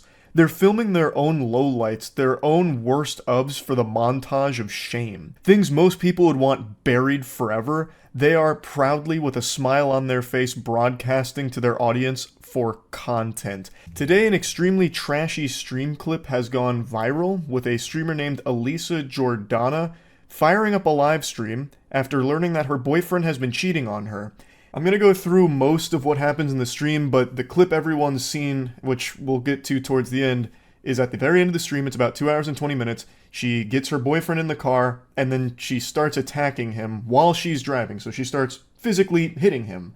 And then she hits him very hard in the nose, like a full-blown strike to the nose, like a fucking monk's palm strike to his nose. It was quite a wallop. Like if she was playing that boxing bag game that you see at bars where it measures your punch and it like grades your force up to 999, she probably would have scored like a 700 with that strike. So it definitely could have caused some damage. She threatens to kill him, and then she continues to escalate it. She grabs on his ear and starts pulling on it, and then he starts fighting back. So he starts fighting her. He starts yanking on her hair, telling her to stop the car. And she does stop the car. He continues yanking and pulling on her. She gets out of the car. He gets out of the car, chases her down, and then he gets back in the car and turns the stream off. Without a doubt, one of the worst live streams I can think of in recent memory. It's hard to watch. It's awful. It's crimes. Like you're watching crimes unfold.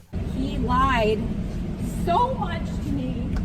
He lied so much to me. And he lied and he told her I'm just like a streamer and it was just an investment. And like the whole time he was talking to me, he was talking to her. The whole time. Gadzooks, what in the fuck would possibly possess you to want to start a live stream after learning something so heavy? That makes no sense. How poisoned must your brain be to possibly come up with an idea like this? Learning that your boyfriend has been cheating on you and then immediately turning it into a stream for content? That's incomprehensible. I don't understand why people want to broadcast every single waking moment of their lives to a bunch of strangers online, a ton of goobers who are just going to sit back tossing popcorn down their gullet because it's just entertainment to them, even though it's your life that's being ruined in real time. Why do that? Fucking Jack Bauer couldn't torture me enough to force me to go live after learning something like this. He could put all the jumper cables he wants on my nipples and scrotum. I still wouldn't do it because it's a horrible thing to want to put out there. I couldn't even imagine just firing up the stream. Hey guys, this one's going to be a little bit different than usual. Turns out she's getting piped by another man right now. They're steaming ham as we speak. Oh, thanks for the $6. Charlie's girl is slobbering on my meat. Ha ha ha. And sending her money on Venmo. Yeah, but why are you surprised? I'm not surprised, Brandon. I'm not surprised. Actually, I'll go to Tanger's Outlets right here. I just don't get why you would cry over him, dude. Like, you already got money. You already supposedly got money from him. I did, but he still was very bad, Brandon. Yeah, so what do you think would happen if you're going to marry him, this and that? I'm not marrying him, Brandon. I'm obviously not marrying him. Yeah, but I'm saying if you She then goes for this joyride, or lack thereof joy, and it's the most distracted driving I've ever seen. No exaggeration. She doesn't even pretend to be paying attention to the road. She is glued to her phone or reading the chat, I believe, because she does get donations. She has text-to-speech enabled, so she is getting donations throughout this stream. And she is always looking at something other than the road. That is extremely dangerous, not only to herself, but all of the people on the road around her.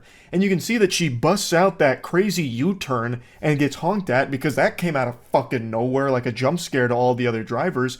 This is just, it's unhinged. This is, again, unacceptable. It's illegal. You can't be driving like this.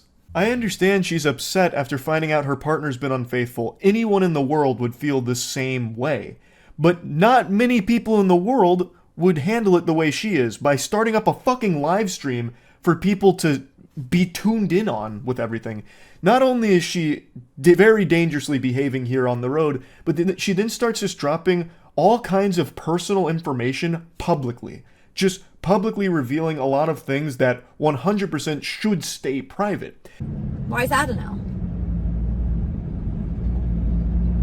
I'm gonna go to Tanker's Outlet actually with his card right now. All right, let's do that. Tanker's Outlet. Let's go on a shopping spree. Hope you find your way home. 48 JSK. Not that much money left.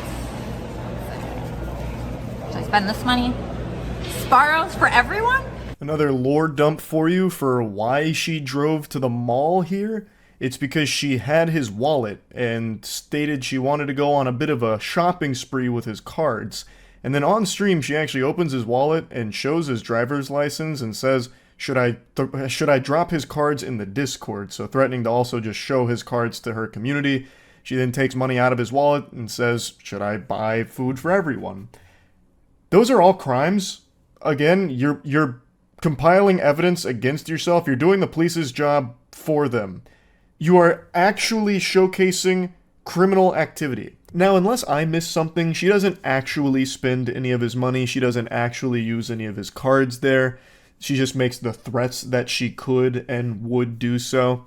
She does, however, actually open his wallet, and you can see his driver's license clearly because she's bouncing it around like something out of the Disney Channel. So you can see that, but I don't think you can make out any of his other cards. But regardless, this whole thing should have never been put online. I don't know why she made the decision to start streaming this. Again, she does have text-to-speech donations enabled, so it's possible that this is all just to get some, like, money from people that are sympathizing with her because she's going through something horrible. Getting cheated on sucks. But the way she's handling it is fucking awful. She's distracted driving, dangerously putting other people's lives at risk on the road, threatening to commit some criminal actions live.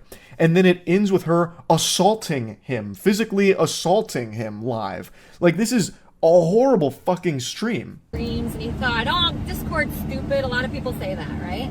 So all of Scora's private information, as well Sarah's phone number, Sarah's address, her full name, her Venmo account, transactions, are all James the donated $5.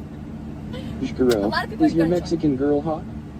It sounds as though Elisa has fully doxed the guy and the girl here, posting all of their private information in her Discord, which is illegal.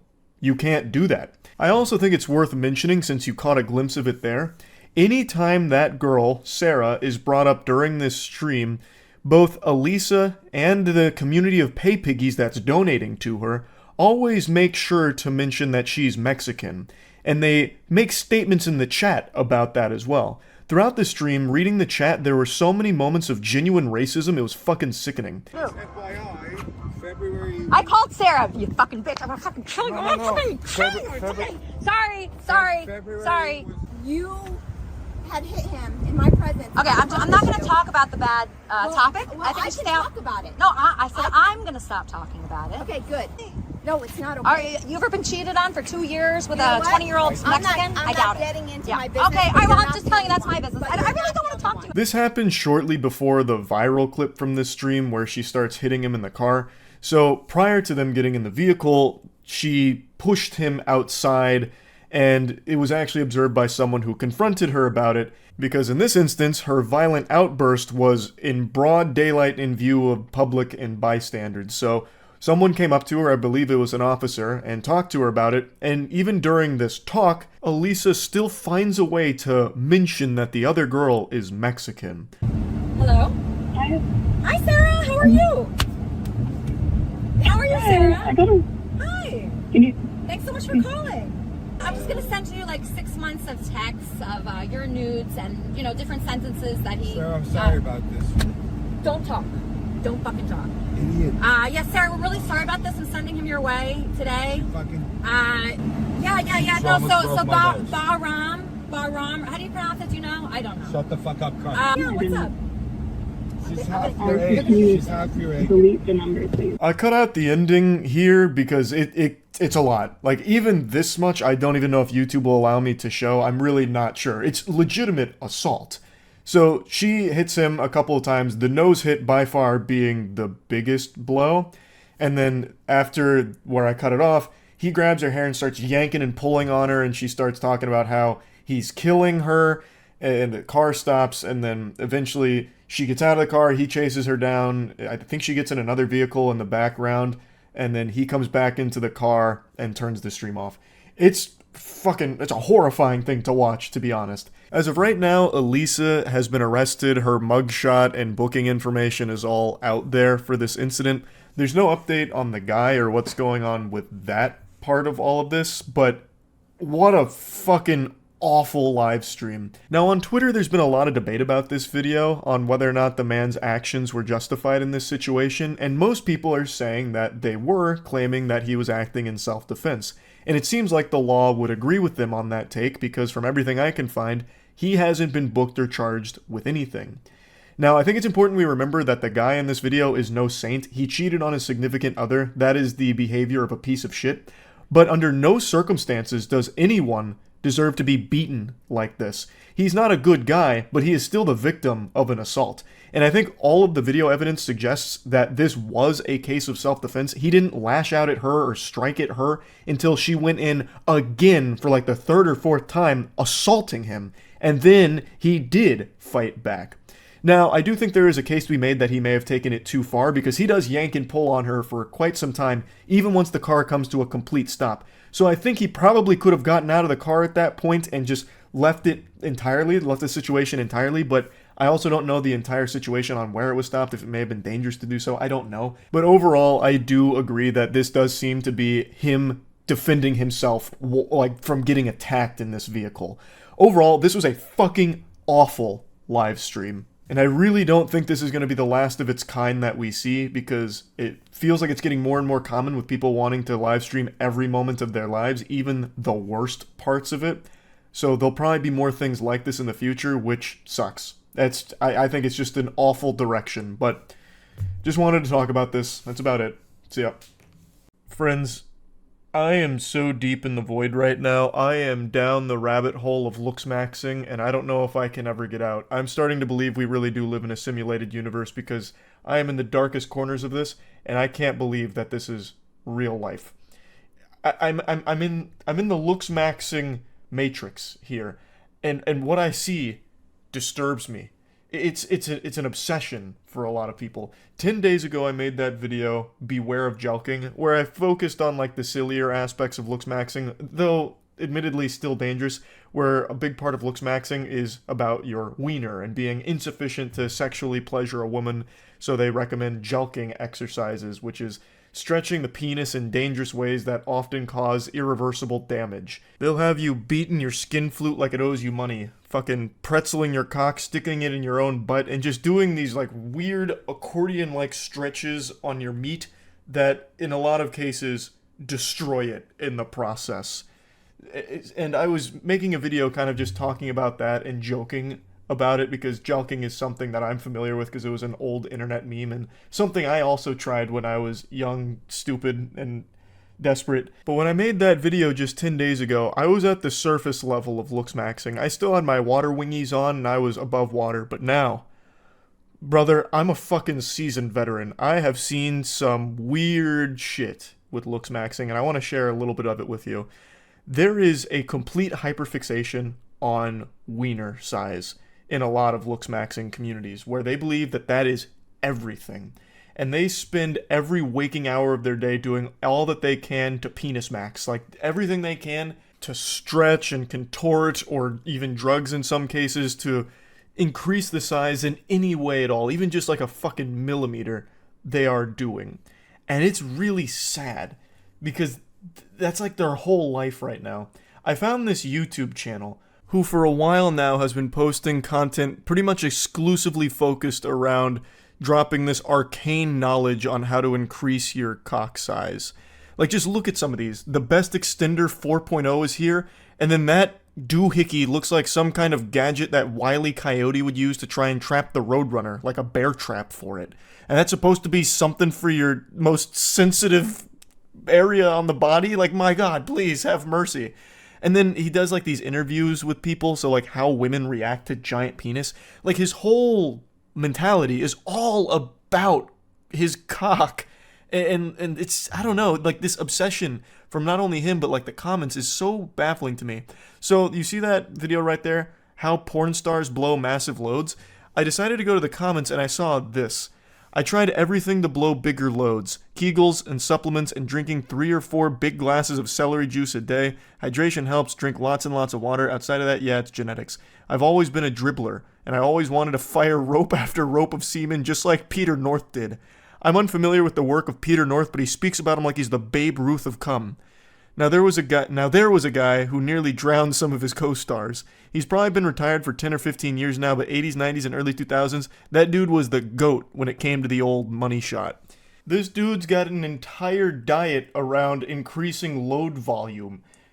Why? It's not that important. I mean, I guess it's a cool thing to be able to do if you're fucking dumping DNA by the gallon, like, I guess? But it's really not important enough to start buying supplements for it, drinking 4 glasses of celery juice a day. This man's training like Rocky Balboa, but for cum. Like, brother, it's not that big of a deal. And neither is having an average size willy. Like, if your Johnson isn't pushing 8 inches, it's not the end of the world like a lot of these Looksmaxxing gurus are trying to scare you into thinking it is. It's not like you're going to be, you know, forced into a life of solitude and, you know, virginity because you have a 5-inch penis or whatever. Like, that's not the case. You need to play with the cards you're dealt. Like, and buying into, like, supplements and the extender medieval torture device, all that kind of shit, it's highly unnecessary. Penis extender that I can use throughout the day without it interrupting any part of my day. I wanted something that I can simply wear and forget about it. I didn't want to feel it too much. I didn't want it to bother me. Unfortunately, there hasn't been anything like this on the market. And if you're following me for long enough, you realize that I tried so many different ways to rig my own device from using different materials together. However, since now I have the resources and I have the connections to be able to manufacture such device, I present to you the new best all-day stretcher right here. Now, if you want to stretch and make your penis bigger in the most comfortable way, this is it. I guarantee you there's not going to be anything more comfortable than this. Holy shit, a whatchamahoosit designed to stretch your penis all day, just trying to fight for a couple millimeters? That is not a battle worth fighting. That is a war worth losing right there. Trying to claw a couple millimeters away from destiny, like trying to defy fate, it's not worth the agony and it's not worth the money for it either. It's just not that important. It really isn't. Though I can't help but giggle at the idea where you wear that strapped to your leg and connected to your schlong and just keep it on all day, constantly stretching. Throughout the video, he talks about how much force it can exert, like 3 to 5 pounds worth of force, depending on how much slack is in the cord. That's a lot. Like, you're gonna probably hurt yourself over time. No doubt in my mind about that. Also, when it's all day, does that mean you also take it, like, to work with you? So, like, you're just walking around the office in your long pants trying to conceal it? They don't know I'm stretch maxing. Or you're walking through Walmart just going to pick up some item, and the whole time your cock is just being tugged on by the stretching device? Like, that's yucky. I hate to think about that. It's this fixation that people are being kind of pushed into with things like Looksmaxxing becoming so popular, where every single possible insecurity that anyone can ever have is being focused on and highlighted and put on this pedestal where it needs to be fixed. And the only way to fix it is through buying these things or watching these videos and supporting this person who's giving away this information, when that is just not the case. It's leading to people just making themselves miserable all the time. Like I said in the last video, there's a couple of positive things about Looksmaxxing on like a very basic level, such as telling people that it's good to brush your teeth, it's good to take a shower, it's good to like fix your hair or dress nice. That's all very positive general advice. That's basically just being a parent to people, to be honest. Like that's not this level. This is where it gets dangerous, and it's really done by bad actors that are peddling shit to you to make money off of your insecurity that they are only exacerbating. It's just a horrible practice of keeping people miserable and always feeling insufficient, so that way they're responsive and more susceptible to buying this kind of garbage or subscribing to the people that just keep feeding into this belief. And it, like I said in the last one, it must be really confusing growing up in this kind of landscape right now, because it's so prevalent, where you're getting told that, you know, getting laid is extremely important, and in order to get laid, you need to have a 6-figure income, you gotta have hunter eyes. If you don't have hunter eyes, well, hope you enjoy no pussy for the rest of your life. You don't have a chance. Just all kinds of awful things. I could sit here and play 1,000 Looksmaxxing videos and shit on them, but at the end of the day, I actually just feel bad for the people who are constantly being fed that. Just being told all the reasons why they're ugly, and the only ways to fix it are by following these guides or buying these courses or these products. That's just fucking miserable. And then what inevitably happens is you brainwash other people into following this path, and it becomes like a cult, a Looksmaxxing cult, where they've bought in and they will never come to terms with the reality that they've been scammed, pretty much. Or they just never realize that the things they have been peddled about, like how important, you know, the cantle tilt is or whatever, really don't matter that much at all. You don't need to be mewing 24 hours a day, mewing in your sleep, in order to get the perfect chiseled jawline, in order to lead a happy, successful life and have a significant other. It's unnecessary, and a lot of times, in pretty much every case, it's a bunch of baloney, a bunch of hooey to begin with. So, it's just that's the reality of it. I was shocked in all of my Looksmaxxing deep dives I've done over the last 10 days to see how many people defend it. That was the weirdest part to me, and I really think it's because they've just bought into it and then feel trapped, like they have to keep supporting it, otherwise it was all for nothing. But yeah, I just had to rant about Looksmaxxing a little bit. I've spent too long in the rabbit hole to not talk about it a little further past the jelking video. So yeah, that's really about it. So yeah. Okay. Let's start with the Island Boys. The only thing that I know about the Island Boys, outside of course, their chart topper, is they used to do cameos for the US military where they try and recruit people. So people would pay them from the US military to like shout them out and try and get kids to join the military. And then there was Sergeant Vasquez, who paid the Island Boys to appeal to his upper management about not kicking him out. So that was pretty cool. The Island Boys were instantly judged as two talentless bozos who had covered themselves in tattoos. True. And as a result, people began to follow them for their stupidity as opposed to their talent. And I think they're entertaining, and I follow them because they're entertaining. Yeah. I love to see the stupid shit that they say. Now, the difference between the Island Boys and someone like 6ix9ine is that while 6ix9ine also got famous in part by his over-the-top ridiculous appearance, he actually has a decent portfolio of music. His music usually did really well on the 6ix9ine, charts. but only in the beginning. He then becomes well known, people check out his music, and then some... A bit curious, has there been an example of someone who started as like a punching bag and then got famous for it and never fell off? Because think of all of your most popular memes and most popular like lol cows. It only works for like maybe a couple months. It never lasts forever. Oh, actually, that was a really bad baby. Yeah, that started as Dr. Phil, people making fun of her. And she's had an extremely successful career as a result. You're right. Anyone else, though? I don't know why people keep saying Justin Bieber. His career was music. Shitty music, for the most part, sure. but people like the music. Nobody ever liked the Island Boys music. They only ever made fun of them. So that doesn't really count. People that literally only existed to be made fun of and then had a successful career as people to just keep making fun of. That's what the Island Boys were. It's not like they had... Like, a lot of people got their start as a joke, but also contributed something that people might actually like music or whatever. They haven't done that. Joji. What are you talking about? Joji was an extremely popular YouTuber. I think the only actual example is actually going to be Bad Baby. Think about a hater. A hater is watching you sometimes more than a person that loves you. Yeah, and if they're hating on me, it's just because they really love me. Because I see the haters check up on me more. Didn't they also, like, lose their mind here and get variation of upset? It's people kind of hold against you as a grudge is that Is like, it so your medical? image is crazy and you're sort of famous, but maybe the music isn't necessarily the reason why you guys are so known. Right. One of the Island Boys would go on to state that the other reason they had so many haters was because of jealousy. Just hating on me or whatever. That's just always a form the of one. Jealousy, either that because I'm not really doing nothing. Which is just another... Everyone always says that. Like, when someone's getting a ton of, like, backlash, the immediate thing they fall back on is jealousy. It reminds me of shit people or parents would tell their kids in middle school if they were just getting bullied. It's like, yeah, they're jealous. I was like, nah, maybe your kid's a loser. Like, I don't know.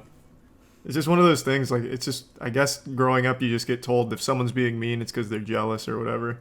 I worked my ass off. It's not even just the Island Boys. It's the fact that we went through so many obstacles, it was just bound to happen. Now, it'd be a cheap shot to say that there was no hard work. I'm sure the Island Boys had to have... No, you can say that with confidence. That mega viral video. There was no hard as mentioned work. In the singing. And this is one of the... In the singing? Only ones that are talented in the singing. And this is one of the strangest parts about...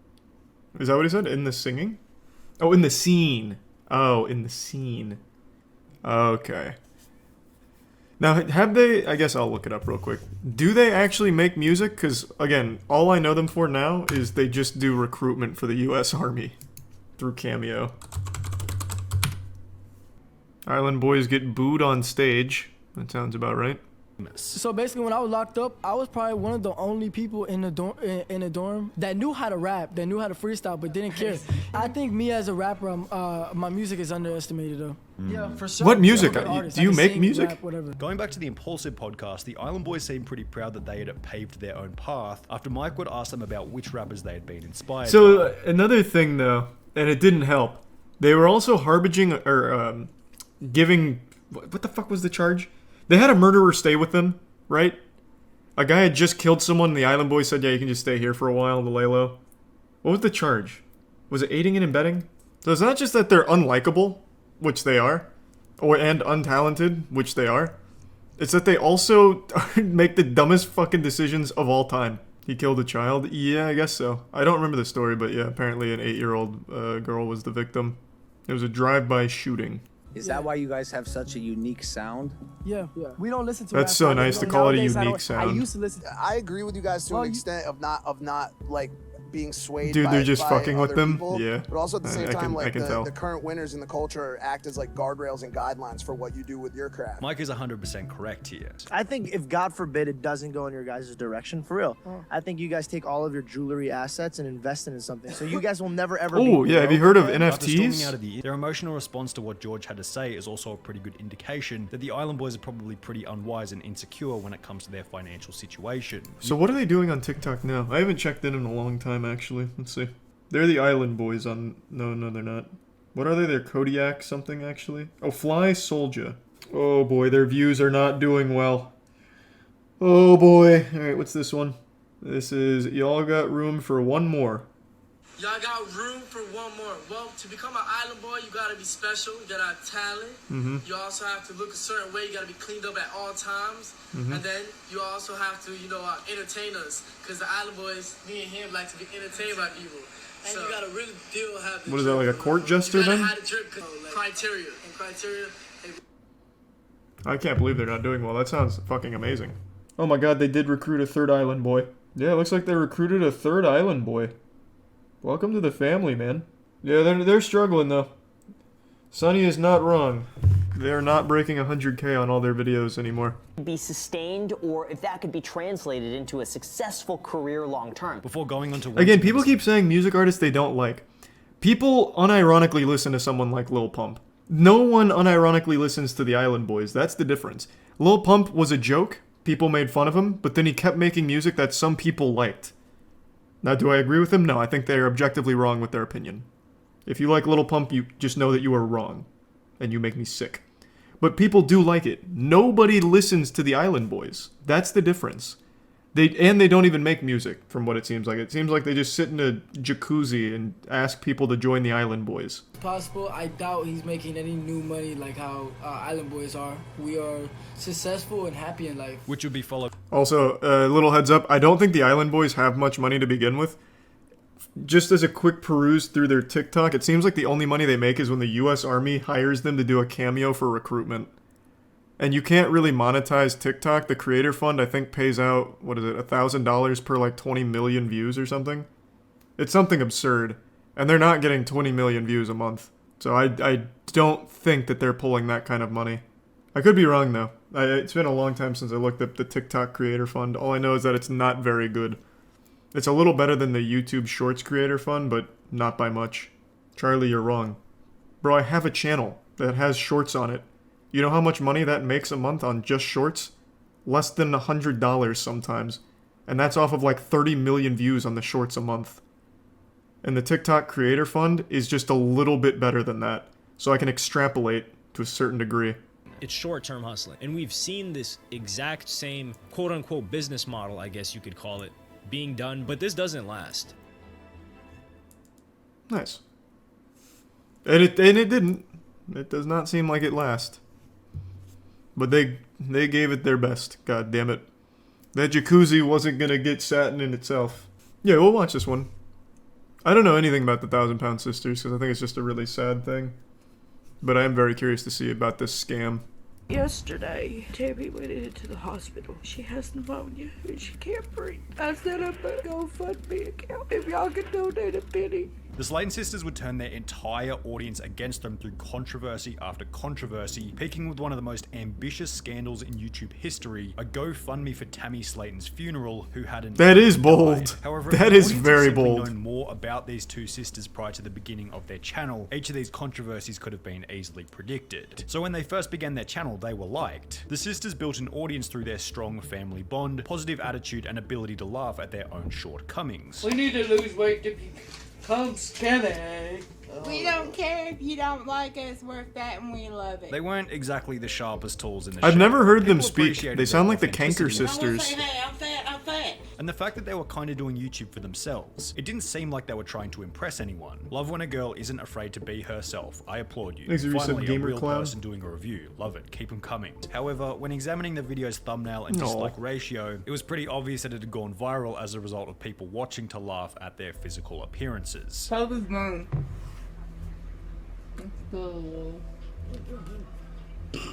Yeah, see, that's the thing I think is really sad about the whole situation, and especially the TLC show. It's literally just so people can point and laugh at them.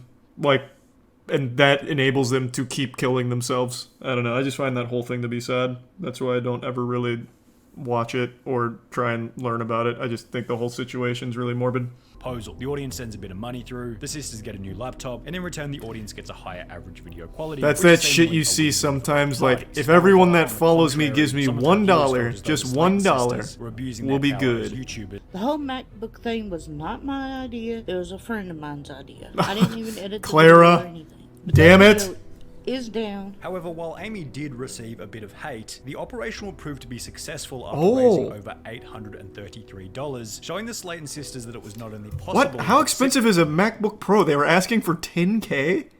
Bro, what does that shit go for? What? The other problem the Slayton sisters encountered after growing an audience was that they could now be held accountable for the stories that they shared throughout their videos. Think about a situation in which she had adopted a German Shepherd rescue dog before leaving it in a camper van on a hot summer's day. Now, Amy would state that The camper has AC in it, and we only put him in there for like 30 minutes. And who are y'all to judge me? However, when Amy would then reveal that the dog had gone crazy inside and smashed the air conditioning unit just to get out, her audience assumed that maybe the AC wasn't on and that the dog was Yeah, going it probably crazy wasn't because on. It had been overheating inside. This theory would be supported further after Jesus Amy revealed that the Christ. dog had bit. However, with the bite mark being so severe and Amy taking the dog to the pound, whilst using the wording that the dog was no longer with her, the audience assumed that Amy had taken the dog to the pound to have it put down, resulting in Jesus. the popular opinion Well, that Amy was fuck a her. horrible abuser. I can't Jesus imagine this Christ. woman owning a German Shepherd. Shepherds need tons of activity both physically and mentally. She couldn't even take care of herself, let alone I such see why a lot of strong people and do not like intelligent them. breed. This sentiment will become even worse when, at a later date, Well, Tammy now would I feel upload a video absolutely no talking sympathy about for the her. celebration of her birthday at a gaming arcade, mentioning in passing that she felt sorry for their other dog, Littlebit, who had been left in the hot car whilst they were inside playing games. Oh my I feel god. bad for a little bit because she sat outside in the hot car while we were having fun. But I did, while we were at getting something to eat, I did get a little bit some ice water. So I thought about her, at least. Amy said I was going to get her some water. Wow. What a selfish, disgusting bunch of people these three are. Poor What an little dog. absolute I'm piece of surprised shit. Littlebit is still. Amy would find herself in yet another controversy after going on a date with a 19-year-old autistic kid at a local McDonald's. Y'all know that I had the worst night ever Friday, and it was a horrible night. It started off good. We met each other. Well, it wasn't the first time we met. Don't think that. I'm not that type of person. As mentioned, in the beginning the date seemed to have been going well, What to the the extent that Amy fuck? and her date decided For. So I was giving him a hickey, and he Oh. was like, quit biting me, and I'm like, I'm not biting you. Oh, this is worse than Amy Schumer talking about her vagina. Oh my god. Oh.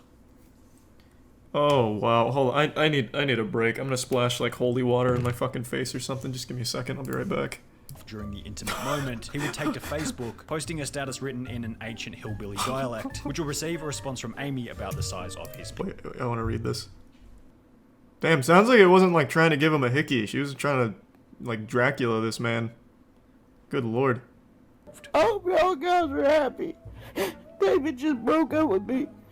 Nice. Because everybody was harassing him. Now y'all see why I don't tell people who I'm dating. Because y'all bully and harassing.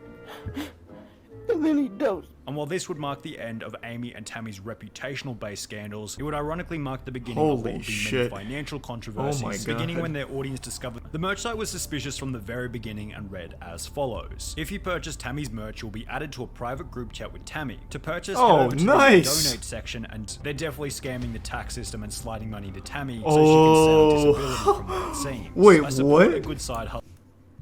What? Bro, that's kind of big brain for Tammy. That's very interesting.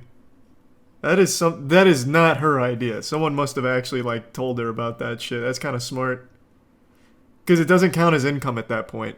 This feels like a way to scam the IRS somehow. I didn't sell anything. Yeah, exactly. It got worse when fans would come to realize that the sisters hadn't been paying the artists who had completed the designs for the merch. However, this still doesn't make it the most notorious controversy in the Slayton sisters' history, bringing us to the infamous funeral scam. This is what we got It the began when cliff notes Tammy, on who was earlier. The heavier of the two sisters fell over in the bathroom before waking up the following day without the ability to breathe. Told me I had pneumonia and I was gonna have to stay in the hospital. Whilst in the hospital, Tammy's condition would worsen, leading her to pass out for 3.5 weeks whilst on life support, during which Amy would begin the GoFundMe. And this Now, was all to Amy's fake? credit, it probably was pretty scary having your overweight, unhealthy sister Oh, on life so support all of that for happened, she 3 just didn't weeks. die. However, to begin planning Her coffin is gonna cost them more because they have to triple the size of the coffin. whilst mentioning that Tammy was on a medical card, however, the amount of money it provided would not be enough. Is that a real thing? I mean, I guess it has to be, right?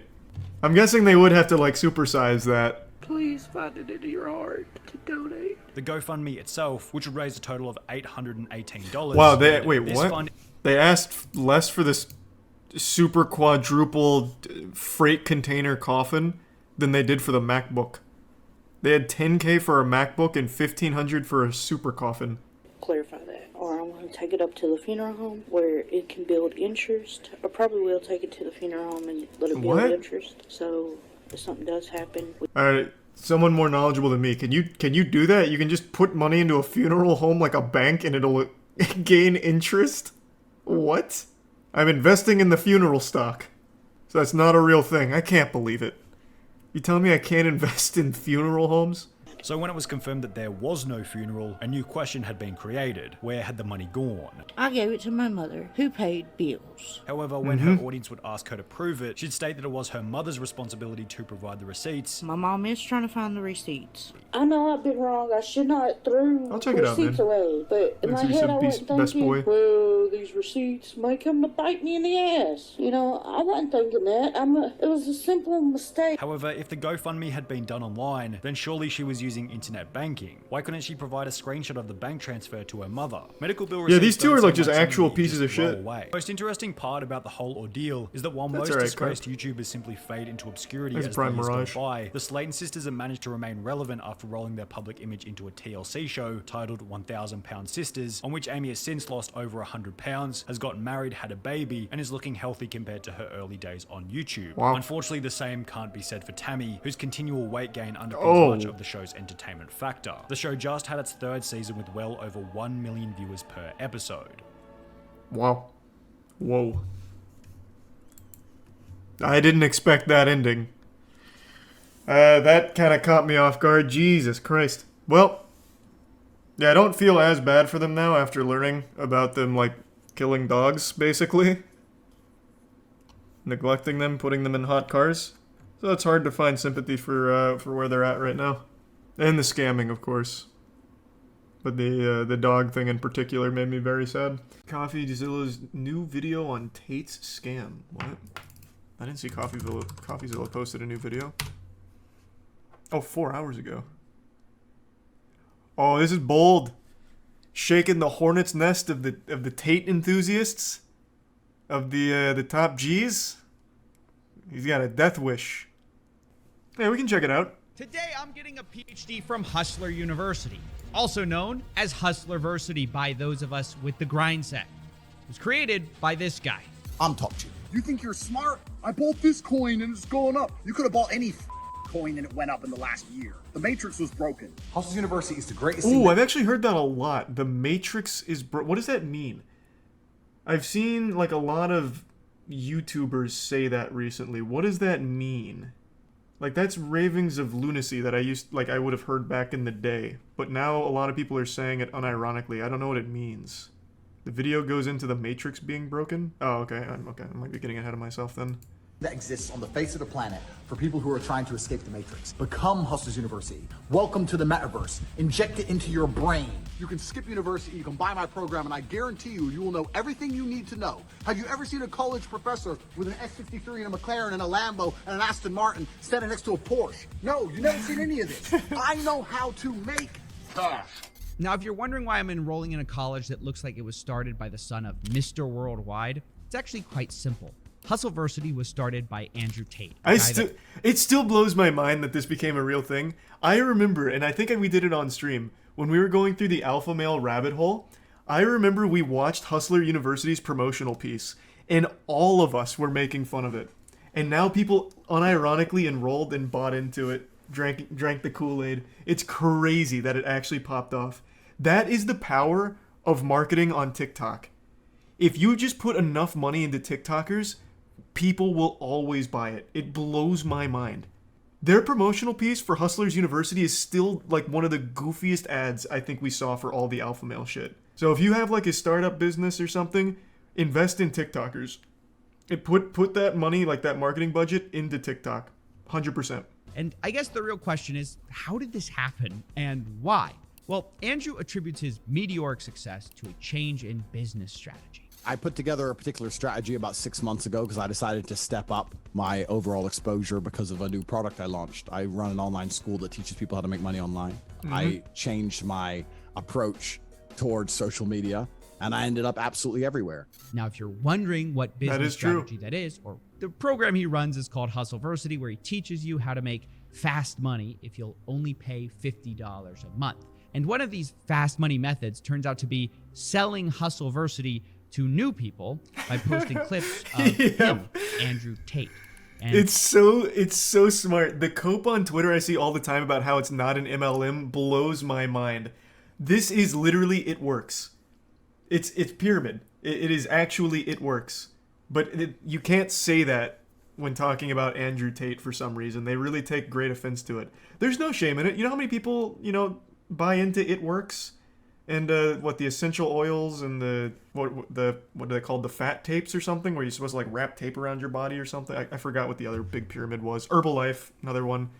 I don't know why they won't just be like, yeah, I bought into an MLM. Like, just own it. Like, I mean, just fucking own it. You're basically promoting him now, I guess. And that's the problem with Andrew Tate. No matter what you say or what you do, people are going to believe it and get into it every single time. But this is just too interesting not to. I haven't actually seen someone dive deep into Hustlers University past just making fun of it. CoffeeZilla dissects things that he talks about really well. So I'm super curious to see everything that he learned. So yeah, on this one, I'm just going to accept that there's going to be a few people in chat that for some reason buy into Hustlers University. Is what it is, man. I really want to see the analysis from CoffeeZilla on this. Andrew Tate is the one true savior that will save you from poverty. He's basically Morpheus from the Matrix, and that's not even me calling him that. He calls himself that. I get called Morpheus a lot. We are living inside of the Matrix, and I am Morpheus. He says he wants to wake you from your mental prisons, all by selling you a program that sounds like what high school dropouts used to put as their education status on Facebook. Attended the School of Hard Knocks and graduated Hustleversity with a PhD. Wait, you're a doctor? No, that's the pimping hose degree, which is something, by the way, I didn't make up. It's a course that Andrew Tate himself sells. But I don't think you want to take advice from someone who's in the middle of a human investigation. And that's not even to mention accusations of beating women. Or him allegedly those accusations could happen to anyone. Was, quote, Andrew does have one undeniable skill that seems to be responsible for most or all of his success so far. He's just really entertaining. I hate everyone equally. I've said that since the get-go. He is the most entertaining clown you can find in the alpha male space. And that's why it's probably worked so well. Between TikTok promotion, the MLM stuff, and just him being so enjoyable to laugh at, it's popped them off. Wild. Do you think the guys paying for this think it's a joke? I think there's a good balance of people who pay for it, like ironically, like, haha, I'm part of Hustlers University, and people who actually believe it. And I think the believers probably outweigh the former, which is sad, but it is what it is. It's the same for every other alpha male we ever looked at. You remember the guy who's a self-admitted cuck? Oh, fuck. It's only been a couple months. It's the big guy. He sells the course on, like, so your wife doesn't want to fuck you? That's okay. No, I'm talking about alpha males, bro. Is it Jack Murphy? It might be Jack Murphy. Oh, yeah, Jack Murphy, right? This he's literally a cuck. But he's also an alpha male. So he's teaching you how to be an alpha male while also being a cuck. It's this guy, right? A lot of these guys kind of all look the same, like bald and a beard. Is it this guy? Don't come at me and call me sexist or racist or any of these things. I hate everyone. I don't care if you're black, white, straight, gay, man, and woman. I hate you anyway. I do know how to administer CPR. However, I will not administer CPR unless you're a hot female. If you're some fat dude and you just had a heart attack and I don't really know you. Is that a lady billing you and you back and rearrange your bones? Why is it being massaging me for a full hour straight, bro? I have a lot of muscle. It's painful to carry it around. It's a 2-hour massage. People are starting to realize that the only real currency is attention. Clout. Like, the worst thing that's going to happen to you is not that you go to jail. The worst thing that's going to happen to you is you become irrelevant. Yep. And this is what separates Andrew Tate from a lot of the fake gurus I've covered in the past. Jones and Tate operate sort of on this playbook where entertainment is king. They say a bunch of outlandish statements that builds attention, and then once they're the crazy guy, all they have to do is say a few basic things that everyone agrees with, and then their audience suddenly thinks they're a genius. I mean, everyone... That works for everything, by the way, not just people. This is the same thing with QAnon.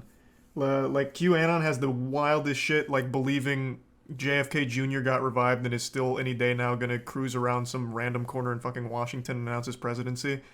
The reason they have so many people is, well, I guess the big reason is everyone wants to believe something that makes them feel special. But another thing is they also then put in some things that are true. Like, there's a lot of pedophiles in Hollywood. It's like, oh, well, it turns out there are a lot of pedophiles in Hollywood. I guess QAnon's right about everything else. It just becomes like a gateway. So you sprinkle in like little truths for the lunacy, and then you get people to buy into it. So it's not, it works for more than just like individuals. Everyone knows who Q is, right? Fuck man, I've heard so many different reports on who Q is. I couldn't tell you. Is it one of like the Clintons or something? I don't remember.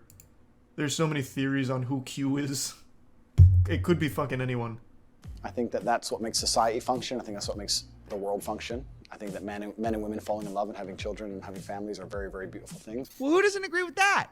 And he'll talk to like men's issues. He'll talk about how lonely men are. Yeah, sad Most men are absolutely and utterly invisible. I was just about to fucking say that. I paused too late. Yeah, the whole most men not being invisible, you're not invisible, men feel invisible, this and that. That's everywhere. That's a really big platform for alpha males right now. I see that shit all the time. I think, what channel was it? Is it Sneako? Sneako's been big on, like, all men feel invisible now. Like, that shit is all over the place. So, like, all of them kind of regurgitate the same points because it's really effective. This is the truth about masculinity, right? It's very easy for women to sit here and complain about the top 2% of men because I dealt with this guy, he's arrogant, blah, blah, blah, blah. Most men don't even fucking exist. They send 10,000 DMs and never even get read, let alone replied to. And so this makes it so that the many people who are trying to say, Andrew's just crazy, they don't see the full con that he's running because the crazy is only half of the game. Because eventually people hear the other half, the basic stuff that's obvious, and go, well, he's that's just tough totally love. Crazy. Yeah. And people just eventually kind of go down the Tate rabbit hole where they think, you know, maybe I can leave the Matrix and get girls, jets, and Bugattis. Maybe I just need to become financially free. How do I do it? Who's looking out? Hustler University. That's where Hustleversity enters the picture. So we can see why Hustleversity is on the one hand so popular, despite being so bad. Because otherwise, this whole video is anticlimactic and confusing. Because when I first joined Hustleversity, I thought it's got to be different, right? To have this many people paying every month. Yeah, it's marketing. He did a good job have of it. Things that you just can't learn for free, right? Wrong. Once again, I'm disappointed. He assigns a so-called professor to each skill, and all of this takes place inside of Discord servers. And Wait, so what? in these chat rooms where your instructors have a fraction of the charisma. You're paying $50 a month for a fucking Discord. No. I had no idea. I thought it was going to be like actual courses, like a masterclass or something. Even Ninja put more effort into his fucking tutorials. You're paying $50 a month for a Discord. Holy shit, that's worse than being a Discord mod. That's literally being, you are paying to be an actual, like, shit stain on a piece of toilet paper. Oh my god. That's a lot worse than I thought. $50 a month for a Discord channel. That is pay piggy stuff. That is like actual pay piggy stuff. At the very least, you should at least hold Tate to a higher standard. Like, hey man, instead of just a Discord server, why can't we have, like, you know, a more professional curriculum? Like everywhere else. Tate. Well, there's a difference between being desperate and being manipulated. Well, oh no, there's absolutely not. He's manipulating desperate guys. There's different tiers of desperation. There's self-aware desperate people and people who get brainwashed because they're desperate, I would say. Like, you have to be on a different, like, wavelength to fall for a $50 Discord. Well, $50 a month Discord. Like, not every desperate guy is going to be, you know, scratching at the neck to be part of the Hustler University Discord. I mean, think about it. You've been told you're going to escape the Matrix. You're going to take the red pill. And then you go to What Discord. You end up doing in this course is sort of learning how to run an Amazon side hustle for Jeff Bezos. Like, no offense, you're not breaking the Matrix. You work for the richest guy in the world. Like, imagine Morpheus gives Neo the red pill and says, hey, have you ever day traded before? It doesn't stop there either. Like they have this cash quadrant of time and cash where you're either time poor or cash poor, time rich, cash poor, cash rich, time poor. You get the idea. And what they define cash rich as is very telling. They define it as having $5,000, which by that definition, guys, what? I'm proud to say I'm cash rich. Now, guys. Wait, like in total? That is so different from the pitch. I imagine most dudes who buy into this have to have $5,000 total. It's $50 a month. That is such an expensive item. This makes no sense.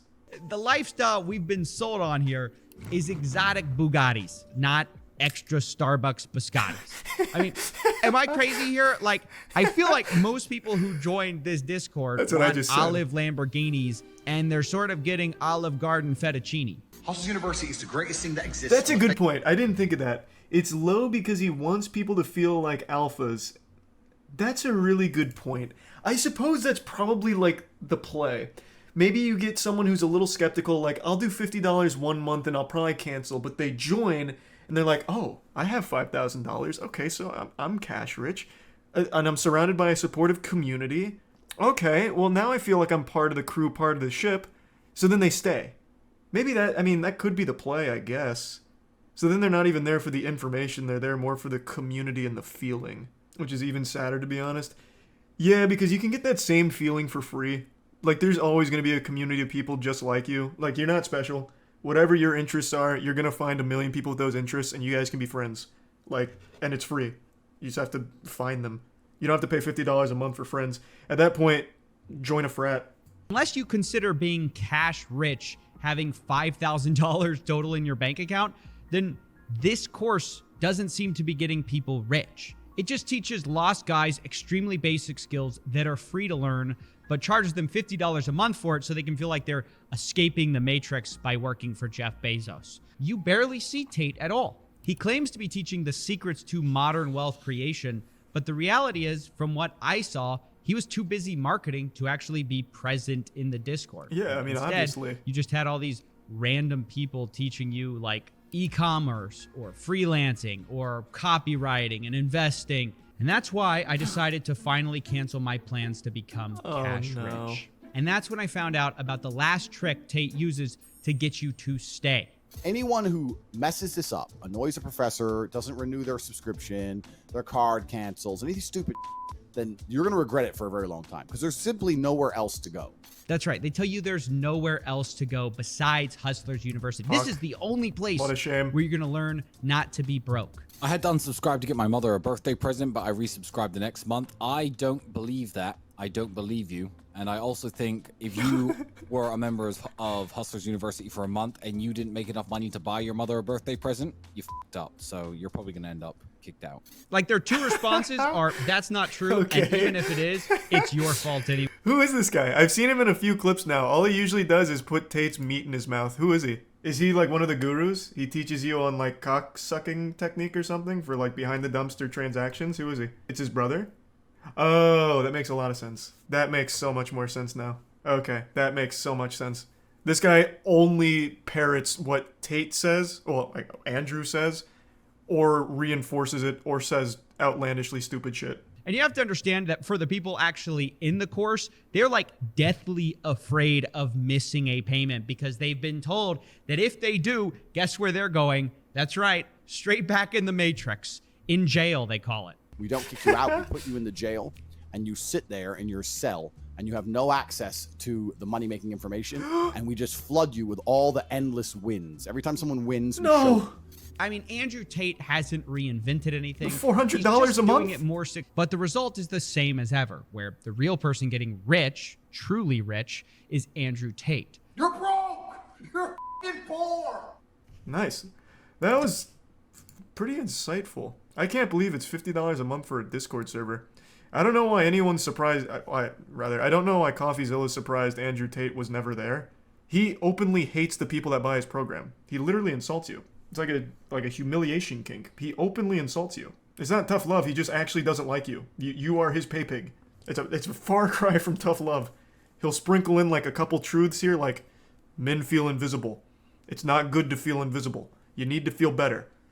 You can feel better by taking care of yourself first and foremost. It's like, it's kind of true. And it's like $50 a month. And I'll show you how to do some drop shipping, I guess. Oh yeah, I know, the 110,000 students, it's big. No, it's fucking big. Andrew Tate makes $66 million a year from this shit if everyone pays $50 a month.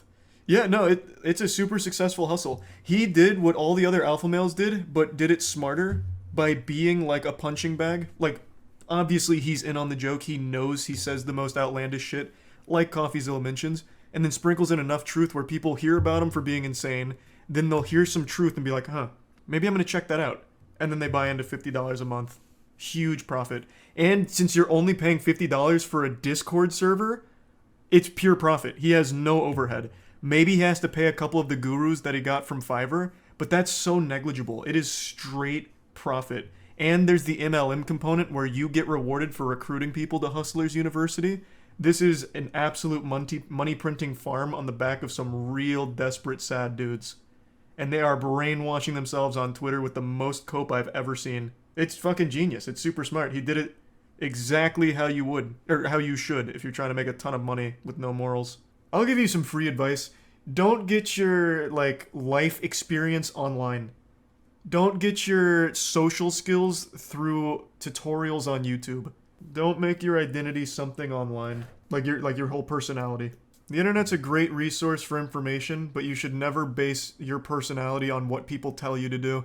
That's the mistake I made in college. When I went in college in my freshman year, I got all of my, like, social advice from Reddit. And you know what happened in my freshman year of college? I dressed, well, my dress wasn't, like, the biggest problem, but it was pretty bad. I dressed like a fucking anime character, and I acted like a mysterious anime character. I didn't talk to anyone because I was convinced that being mysterious and not being, like, super open was a cool thing. But instead I scared everyone away from me. I was completely lonely and fucking miserable. There are just things you can't be taught by people online or communities online.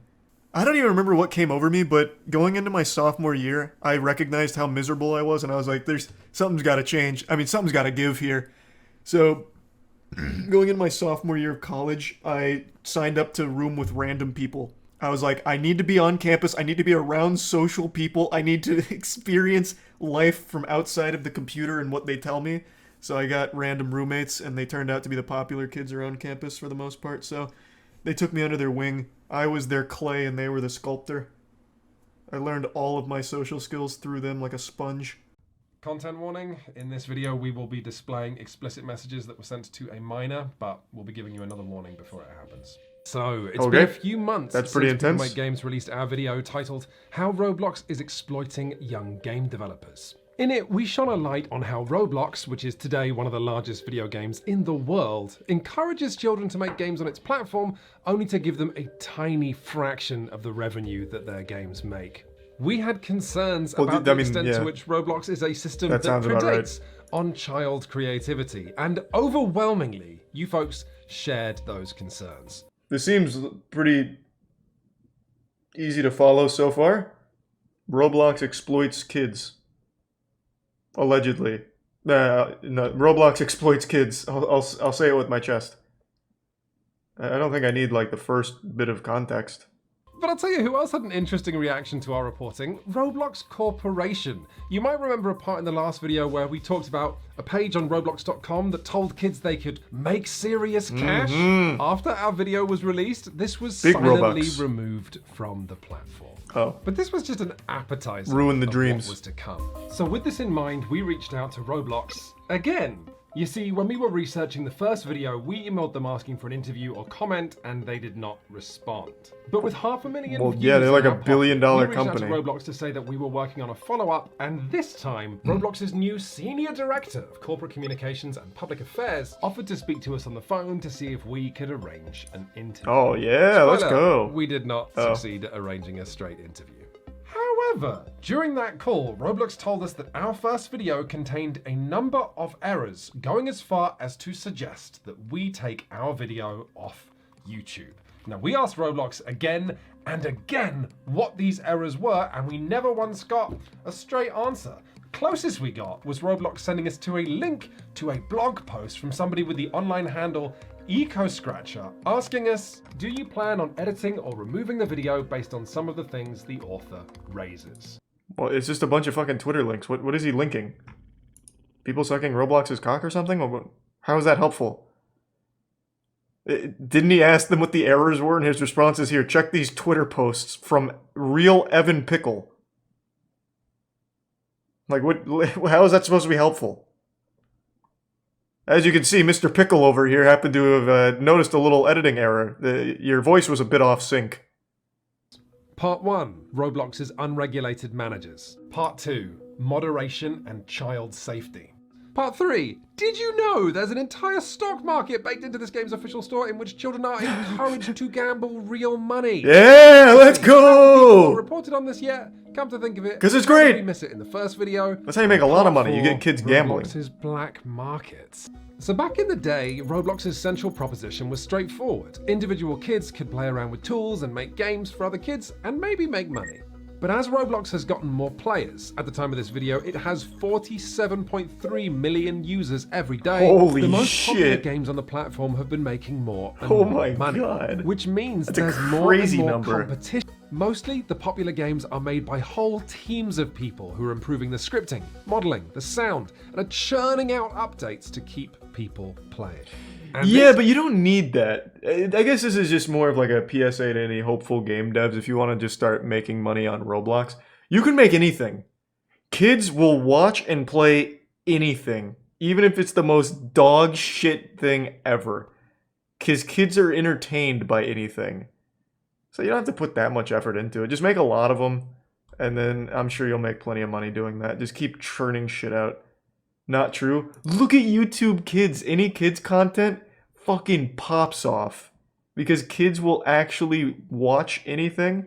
And look at games. Like, go on Steam, new releases, and no matter how awful the game is, you'll at least see some reviews from some very clearly young players. It's just, you will literally always have an audience if you cater it towards kids. Because kids will actually play or watch anything. Today, more and more people who want to take their Roblox development career seriously develop marketable skills like animation or programming for Roblox, and then leave the platform to sell their skills in a totally unregulated cluster of virtual communities, mostly Discord servers. Signing contracts, or worse, having no contract at all with bosses who might have no experience in management and might be a child themselves. And Roblox does not... I like that, like, thought process. Like, this underground syndicate of developers, they've gone rogue. And it's just a bunch of fucking kids in suits exploiting each other for their Robux. It is crazy, though. I feel like it'd be better if kids weren't creating games for kids. I feel like it'd be better if it was teams doing it. Because at least then you'd know as a parent, it's at least something of decent quality. Like, if I had a kid, last thing I want him doing is wasting his fucking time playing something that my dumb neighbor's kid made. I want him playing something good. Fucking Psychonauts or some shit. Will they pay my child fairly? I don't know. Will they mistreat my child? I don't know. Is it safe for my child to do this? Oh, absolutely. But if something does happen to my child, there's simply no way to be sure. Will you be taking action against those responsible? No. I'll tell you who does take action. I'm sorry to keep interrupting. This actually is a pretty interesting topic. There is a community of people who take action against Roblox bad actors.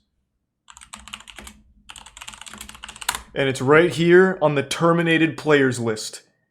This is where the Roblox villains live. Forever in infamy, on the wall of shame. We have some of the most heinous players in all of Roblox history, including Greg9 and Greg1999112son. And if you go down far enough, you'll find the most dastardly of them all. Wait, where is he? Hold on, I gotta get to the X's. Hold on. Why is he not on here? Where's Sonic the Hedgehog? XX Sonic the Hedgehog? He escaped. That's probably what it was. Oh, I got his name wrong. The X's came after. Sonic the fucking Hedgehog. This guy terrorized the streets of Roblox for far too long. Not even the CIA was enough to stop him in his prime. He had to be taken down by other kids in the server. Until one day he just left peacefully. They weren't locked in there with him. He was locked in there with them at the end of it all. God rest his soul. He actually commented on my Roblox video. He actually still goes by this name on his YouTube channel. So, it's a bit disingenuous to say Roblox doesn't do anything when there's bad actors in their community. Because, I mean, look at this. This counts as something. Jim Wool is... Yeah, I haven't seen Jim Wool on these lists yet, but he's probably just too new. He's like the most recent raid boss. In fact, talking about what your boss did to you on the official Roblox developer forums falls under the category of harassment. And since there's no plan... Let me read these real quick. Yeah, if you're mistreated by your boss, don't tell Roblox about it. You yourself get banned. Rightfully so. Fucking snitch. Statements. So we Ooh, emailed. hold on a second. Hey, Connor. The structure of Roblox is so strange to me because I had an offer of like 20k from a Roblox game developer to have them make games for me to stream. But it was somewhat sketchy and I wasn't sure how involved Roblox themselves were. 20k to stream some Roblox games and you didn't do it, Connor? You deserve to be on the fucking controversial players list on the fucking Roblox wiki. What a deal! You get to play Roblox and get 20k? Are you insane? Unbelievable. But yeah, obviously Roblox is themselves isn't involved. It's just some like weird, crusty dudes that develop pretty mediocre experiences. But god damn it, that's what makes Roblox Roblox. Why do people keep saying check Roblox stock? It's a rough day. That's a rough day for Roblox fans everywhere. Oh, that's a rough 5 day. Oh, that's just a bad month for Roblox fans everywhere. But it's a good year. We're looking good on the year though. So you know, win some, you lose some. When talking about problems with Roblox's moderation, it is hard to know where to start. The side of the moderation that makes the best headlines are the games that simply should not be there. Like this Wired article on the fascist role-playing games, or this Rolling Stone article on the trolls who are always coming up with new ways to hide sex games Oh god! on Roblox. To hear Roblox's players tell it, the moderation is infuriating because it simply works when it's not supposed to and doesn't work when it is supposed to. With automated filters offering unfair temporary bans for using words like fat, gay, and pill, while still leaving enough scammers on the platform that the BBC chose to issue a warning. Hold on, I want to read that. Oh, so it's kind of like the zero tolerance thing. RuneScape kind of has the same thing. If you get scammed, it's basically go fuck yourself. And it's really not like the worst policy in the world to have because it would be so highly exploited otherwise. So I guess like the best thing they could do is have like some kind of, I don't know, like Scrub McGruff crime dog teach you how to avoid scams. Like I don't really know what you're supposed to do. It's just people getting scammed. And if you like come in there to try and like hold their hand like, okay, you got scammed, we'll give you your shit back, then there's going to be a million other people who pretend they got scammed and it's going to be a whole mess. There's really just not a good solution to that. So I understand Roblox's policy there. After this channel's last video on Roblox, a number of concerned parties got in touch with us to see if we could force Roblox to act regarding a Roblox developer with a few nicknames, including Dr. Rofatnik and Jaden Shedletsky. The infamous Rofatnik? Sarah. No! Real name. I've trusted him for years. Doc in a Discord server, Doc was 24 and he knew that Sarah was 12. Not Dr. When I Rofatnik. first met him, he had mentioned his Roblox fan game, and I was like, hey, I like Roblox too. He was making a Roblox Sonic fan game. Oh, that sounds about right. Oh, God. So I asked him about it. God. Next thing I know, I get like 5 pings, and he sends me a bunch of gifs of it. Of course He's he sending me was. progress of it already. He was the one who started taking the inappropriate jokes in the DMs first.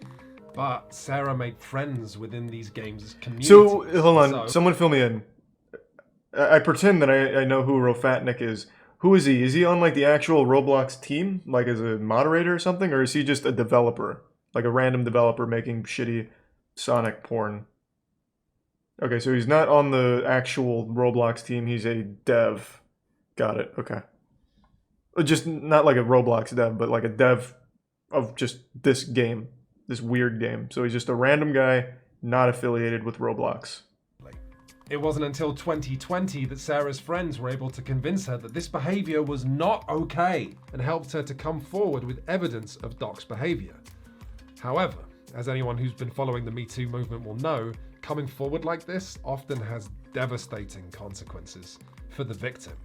You turned right around and tried ruining his life for attention, and I was like, what the are you talking about? Jesus. Doc released a video denying the allegations, going as far as including this audio of the developer still working under him, defending his character. The DMs that were exchanged between Jaden and the victims were not okay, but Jaden is by no means a pedophile. He understands the clear dividing line between jokes and serious harmful actions against others. No fucking way. Yes, this guy clearly understands jokes, such as, I'd fuck you so hard. I mean, that's a knee slapper. I pretty much tell that one to all my cousins and stuff at Thanksgiving, too. I mean, it's just a good joke, I guess, right? I mean, again, this is Dr. Rofatnik. I mean, that guy's one of the greats. He understands comedy. It is a bit silly to try and, like, assassinate his character like that. So let me start by apologizing for the things I've said. I know I shouldn't have said those things regardless of the context. Moving forward, I will not have this behavior. While I will not defend myself for the things I said explicitly, I will protect myself from the blatant attempt at character assassination. For as distasteful as the comments I made are, they weren't genuine. I feel like I'm listening to a man at Debate Club.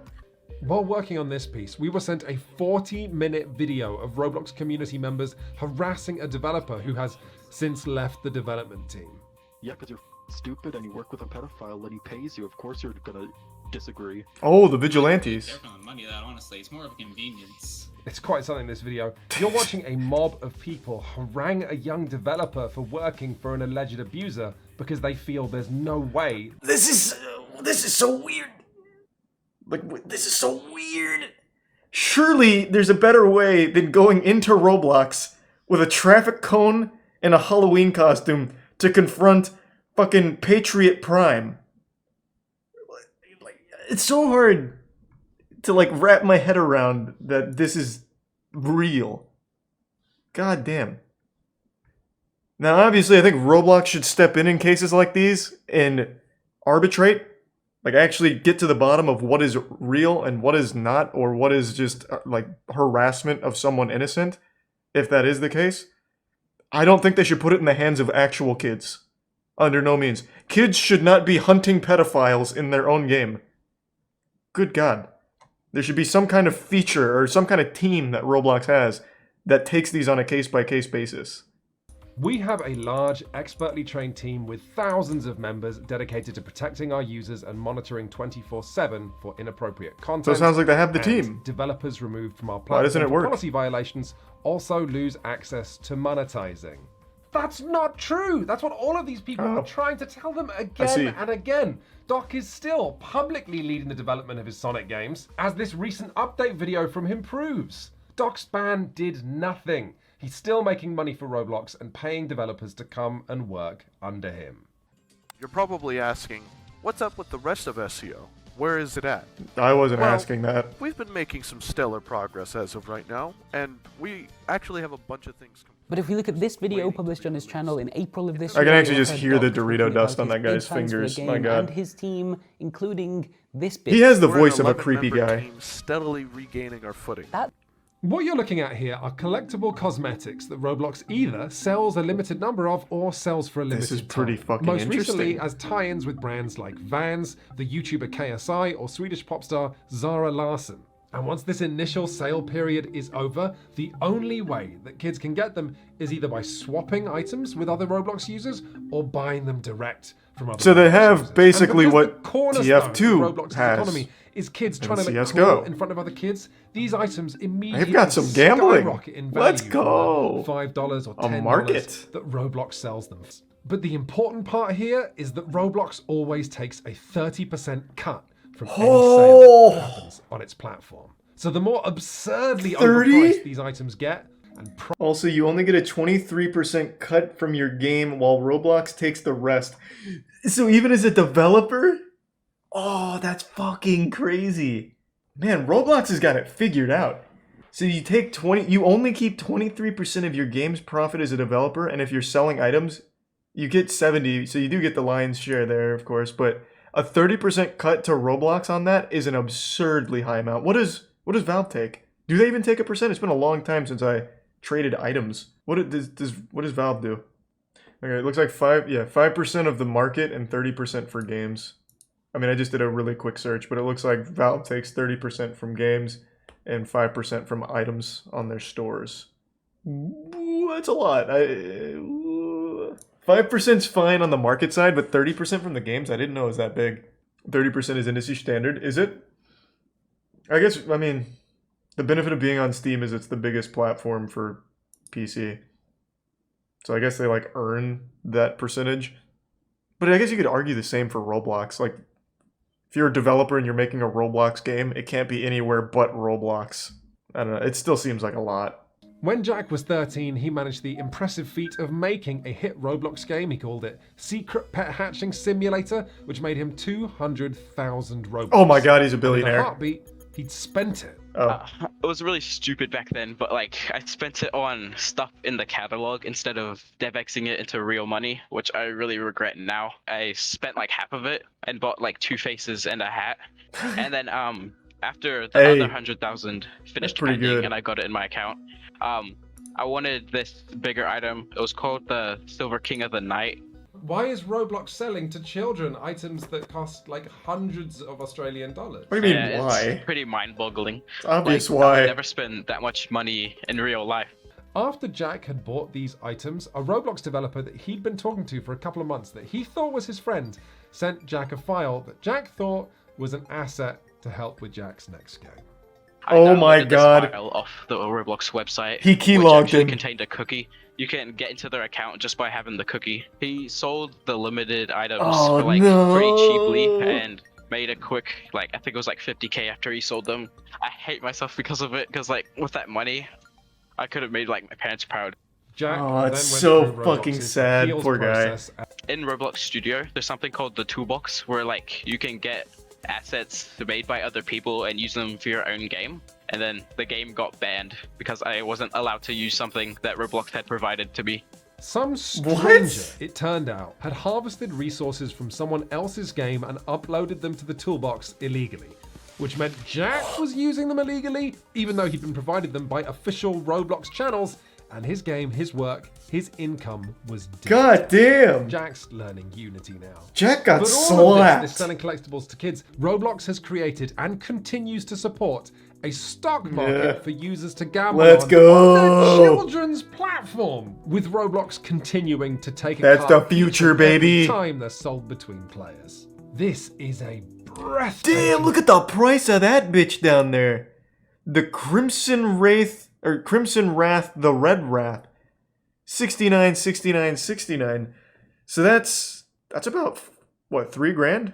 Roughly 3 grand? Dude, oh, the white sparkle, of course it's a fedora. The white sparkle, this is probably one of Doc RoboFat Man, what was his name? RoboFatnik?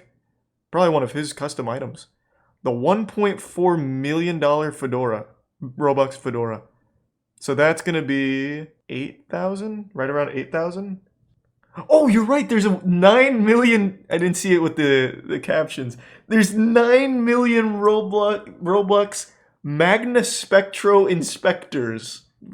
What the fuck is this? Little Dexter's Lab goggles? Whoever owns this owns Roblox right now. Hold on, I want to take a peek at those bad boys. Let me go to the Roblox stocks. It's a limited face accessory. It was published in the Avatar shop by Roblox in 2010. It could have been purchased for 500 Robux and only 66 were sold. No! Imagine one man has all 66. He'll be the next Warren Buffett, the ultimate Roblox investor. Can I see the owners? Is it like an NFT? Can I see who owns all of these? Is this it? This is it? Oh my god, I can actually see who has them.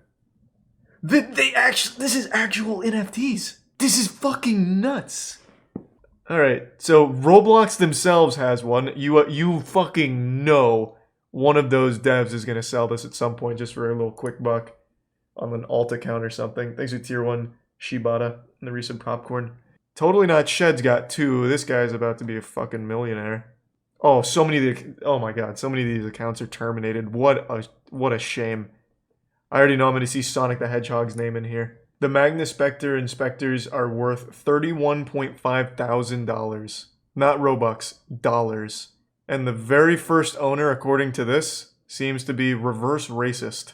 Man, those Magna Spectre Inspector gadgets or whatever the fuck, they went to a loving household. Totally Not Shed's got 2. I don't know what he's waiting for. I can't imagine there's a better time to sell. The hype here on Roblox is reached, I think, its peak. I can't imagine it gets more popular. Now it's only down from here. Totally Not Shed. I'll advise you on how to navigate this. I'll take like I'll do what Roblox does. I'll take like a 23% commission, and I'll help you sell those. Let's get this cooking, Shed. Because right now you're squatting on gold. There is no reason to hold any longer. Diamond hands is a curse, not a blessing. No warning anywhere on this page about how much you might lose, and no upper limit of how much you can spend. Oh, of Whether course you have not. We want them $100, spending a few ton. thousand, or a few tens of thousands. There are items here for you. What the fuck is that? 618 million Robux? That's $10 billion! What? What was it? The red banana of what? Red bandana of SQL injection. Of course, yeah, Roblox obviously has one. Oh my god, they must be so mad that their accounts are terminated with one of these on it. Oh my god, they have to be fucking fuming. This has to be the most oh my god, they've all been purged. This might be a conspiracy. Maybe it's so expensive Roblox bans these accounts because it's too powerful. It's $2 million USD. 618 million Robux. I don't want to do the calculations in my head, but it's definitely over $1 million. Oh my god. And some of these kids have it. Why won't you sell it? If someone's gonna buy this, Lib, you've gotta dump it now. That is life-changing money. And you, Luke, don't think I don't see you down here, you fucking idiot. Try and dump it. ASAP. This has to be the most expensive item in Roblox. Let me see. I don't know who's gonna fucking buy it, but you've gotta try. You've gotta fucking try. If you have this, you have to try. Look at NFTs. Who is buying pictures of fucking Chakra the Invincible smoking a cigarette, right? But you have people bidding $100,000 on it. This is a new item. This is only 3 years old. Oh, it was given exclusively to Ultra Goat. Oh. So that, alright, I see. So this is kind of like Tyler the Great Warrior in Yu-Gi-Oh! It was a card that Konami made for a kid that was struggling with a disease, and it is listed as one of the most valuable cards ever. So it's kind of like that for Roblox. I see. Okay. Yo, what is up, guys? It's your boy Kevy here. Just show me how much it sold for. You'll never see him coming. So as you guys can see, Ultrago is no longer the owner of this item. He actually traded the one-of-one copy, his special hat, to UC Unknown. He gave a Sub-Arctic Commando, Classic Fedora, Ultra Commando, and in return he received the Dominus Infernus. He traded an item valued at $3 million real-world dollars for in-game items. Fuck, that's sad. Oh god. Oh, that's sad. Yeah, I mean, this all ties back to this. It is a horrible idea to let kids have something that valuable. Oh, fuck, that's sad. That is actual life-changing money. Again, you might not sell it for $3 million, but you will sell it to one of these crazed fucking collectors for at least a big chunk. In a game like Roblox, to have a one-of-one in a fucking thriving market, apparently, you would have made a ton. Oh god, that's sad. But hats off to this guy who just gave up a, what is this? An Easter egg with an arrow pointing out of it? Whatever the fuck this is, I don't know what it is. Hats off to him for trading this for the Ultra Commando. Hey, that guy, he's going places. This is the art of the deal right here. I hope his parents never see what that item was worth. Oh man, alright, back to the... We got real sidetracked. We got way off course. This has been wild. And a click, and my money's gone. There is a reason that societies do not allow children to gamble. I see it now. To have a firm understanding of now money, I get it. Of risk, of addiction. Most adults I know don't have a firm understanding of all three because gambling and investing are both seen as adult Are you telling me that there's a Roblox slot streamers? Kids want to act like adults. Oh my Roblox should be warning. This is amazing. Collectibles. He's recent JRM in London. As anyone who has tried pirating anything ever will know, illegal websites are not safe places for kids to end up. There's malware, credit card phishing, scams, hidden fees. These websites will make kids watch videos or fill out forms, to say nothing of the fact that kids have to get legally creative when it comes to how to put their money. Imagine the into IRS just throws Now, all it these is kids no in the way surprising slammer. that these websites exist. What is surprising is how Oh, I see you many of visited them Roblox there are, Black and how Market. the most popular ones have been up and Why didn't you pay your tax on for it? years. We were told that we weren't being objective, while this company refused to even admit the existence of the collectibles stock market that they created, of the underground black market website that they allowed to exist. They didn't say anything to us about this questionable reality of kids working underneath other kids. So that's interesting. What does Roblox say about the stock market? Because it's inarguable. It is a stock market they've created in their items and their collectibles. What do they say about it? Thanks to the Resub Mountains. Nothing? Not a damn... How is there so much hoopla about loot boxes in games, but no one talks about that? I didn't realize that was a thing. I feel like that would be a much bigger topic of discussion, especially since most kids use their parents' credit card to buy those items. I feel like most of them are aware of it. Why isn't it like an issue? I didn't realize it was this thing. That's exactly why. Well, it's because I don't play Roblox. If I was a parent and my money was being siphoned into fucking hats on the Roblox store, I'd notice it. These kids don't have their own money to spend, obviously. Well, I guess maybe they do, since they're working for developers on Roblox. So I guess maybe that's possible. I don't really know. I just feel like Roblox being the most profitable game, one of the most profitable games in the world right now, most people would have immediately put that stock market in their crosshairs. But I haven't heard shit. I had no clue. It's user curated, so technically people don't freak out because it's not Roblox directly. But Roblox takes, what was it, 30%? 30% of a sale? So they are directly involved in it. Like, they make a lot of money off it. This was a really good video. I think they did a great job with the whole thing. So I saw this in the chat. I have a different opinion. I think in-game stock market is good because it teaches kids about the economy. Yeah, but it shouldn't come at the expense of, like, real money. If you want to teach kids about the stock market, give them not real assets. Sure, teaching kids about the stock market is great. But not when it's... like, we just watched a kid who had a one-of-one item valued at $3 million give it away for in-game items. That's not really teaching them anything valuable. That's something that they'd look back on in the future and be like, oh my god. Like, you can teach kids these things without it coming at the expense of actual money and their well-being. God, now I want to own all those fucking Roblox items. I'll be the kingpin. You want your Dominus... Fuck, was it the Dominus impossibly hot hat? What the fuck? What? Oh my god, I don't remember any of these stupid names. Well, you have to go through me for your parents' money. Today's been a big day for Kick Degeneracy. They broadcast 2 crimes live in the span of 12 hours. That's a new record, baby. Give it up for Kick. Huge round of applause. They're really busting new ground here. Usually it's only 1 crime per day. That's the quota, but they said, you know, hold my Johnson. We can do better. July 4th's right around the corner. Let's celebrate the only way we know how. With crime. It's nothing new for the platform. That's kind of become Kick's entire brand identity. It's basically like this quarantine zone for unhinged weirdos that the Joker would have recruited for his gang out of Arkham Asylum. And they basically set it up like zoo exhibits where edgy middle schoolers can go in and flick boogers at the glass as they laugh at the fucking clowns on the other side, getting themselves hurt for a couple of extra viewers. Anyway, I'm only going to focus on one of the crimes from today for this video. I might make a follow-up for the other one. But for now, let's focus on this baffling display of lunacy.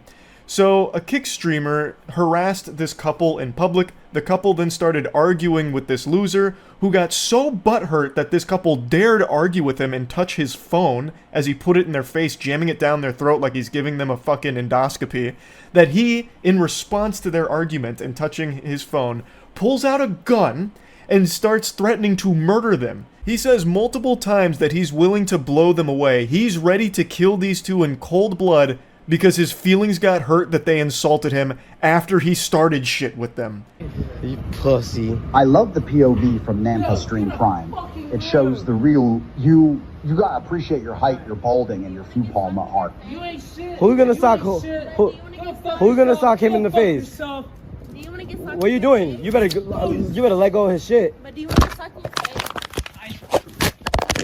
Turbo Douchebag has his chat on screen, and I had to censor it because they just keep saying some awful shit and putting links to things that I have no idea what they are, but I'm not taking any chances with it.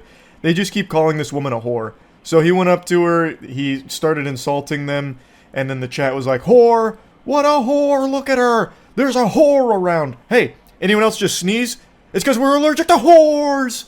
That's like his whole chat. Great community he's fostered here, and that sounds about par for the course for this kind of content. If you can even call it content, all it is this guy trying to turn himself into a human punching bag, but he's so fucking sensitive he can't even play that role well, he can't even be the heel. So the second someone challenges him, like here with the woman, like insulting him and then like slapping his phone, he snaps and brings out a gun. Oh yeah, I got burnt, bitch. Shoot her. Shoot her. Yeah, she's in there grabbing my phone. Oh, you want problems? You want problems too? You want problem? You want problem? You just grabbed my phone. You just grabbed my phone. You don't touch my shit. Don't touch my shit. Don't touch my shit. Don't grab my shit. I'll promise you I'll shoot the shit.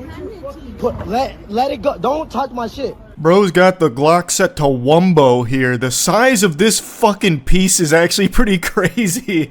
Maybe it's just like the angle of the camera here, but that shit looks like a Roblox gun. What an incredibly stupid thing to bring a gun out for, especially considering he started this. I don't know how he would never expect someone to slap his phone when he's actually putting it directly in their face. He is basically the one that's instigating a physical confrontation, not only by being an insufferable douchebag that's harassing random people, but he is getting as close to their face as he possibly can, like trying to put their skin under a microscope. Like, I have no doubt if you looked at his footage, it'd probably look like Ant-Man when he was shrinking to get to the quantum realm. Like, he is so close to them. And the natural human instinct in a situation like that is to swat that garbage away. Like, I don't know how he wouldn't expect that. I promise you. Why would you grab the shit on my phone? You don't understand what trouble you're getting yourself into. What trouble? Let go of my shit. I promise you I'll blow you away. I promise you I'll blow you away. We're gonna leave. I promise you. You about to get blasted. Alright. What? Leave, don't boss dinner. She touched us first. She touched us first. He even goes as far as to say that she touched us first, as if he had nothing to do with how this whole thing started. It's her fault. She's crazy. Someone help. Crazy lady. She hit my phone. So I'm going to kill her. And it's justified. I feel threatened. She hit my phone, so I'm gonna start shooting. Alright. It is 100% his fault, and he is 100% a bitch for this. To pull out a gun on two people that you've just harassed and are now willing to kill because they dared argue with you and touch your phone that you were shoving in their face, you are such a piece of shit. Alright, I could. It's public. It's public. Put your fucking Alright, yeah. Fuck out of here. He fucking sprayed, dude. He fucking sprayed. He sprayed all Get of out us. of here. Alright. Fuck out of here. I'm a fucking... You stupid. Now you can hear the other guys say, "You sprayed everyone." So I'm thinking what happened here based on the rest of the clip and also the events preceding it. One of the people on this goober squad, the fucking goof troop here, actually maced the couple. The Charmin Ultrasoft squad not only brought out a gun, but then also maced the couple because they dared argue back after being harassed by this loser, and then slap his phone. That is craziness. To me, this seems like these streamers are using this content as a convenient excuse to try and get a rise out of people and then assault them. So they bring mace, they bring a gun, I bet they also have fucking taser too, maybe brass knuckles, like what else did they bring here? A fucking golf club to go Last of Us 2 on someone? It really feels like they just want to hurt people and they're using these pranks as a vessel to maybe have some way of doing it and trying to argue that it was self-defense, like, oh, they just reacted really bad to our prank, so we had to shoot them, or we had to mace them. It's unhinged. It's absolute insanity. No, you guys are, my face is burning. Dude, my fucking eyes are I don't know what you guys are doing. Come on, let's go. Fuck out of here. Like, What is that extra? Hit the away. All way. Hey, listen, hey, yo, just right now. Your bitch started shit. I don't record, you dumbass. Just go. If you don't. The delusion with the statement this guy just said was like hearing the brown note. I almost shit my pants. It is so unbelievably, unfathomably delusional. My body just had like an actual reaction to hearing it. He said that they started it, the couple, and that he's recording it, dumbass. Brother, this is incriminating for you guys. You have recorded your own crimes here. You're doing the police's job for them. This is not going to make that couple look bad or look in the wrong. It's you guys. You don't talk to me. You got problems too. You want problems? For what I need? What's up? You want problems? Yelp blaster. I'll blow you away.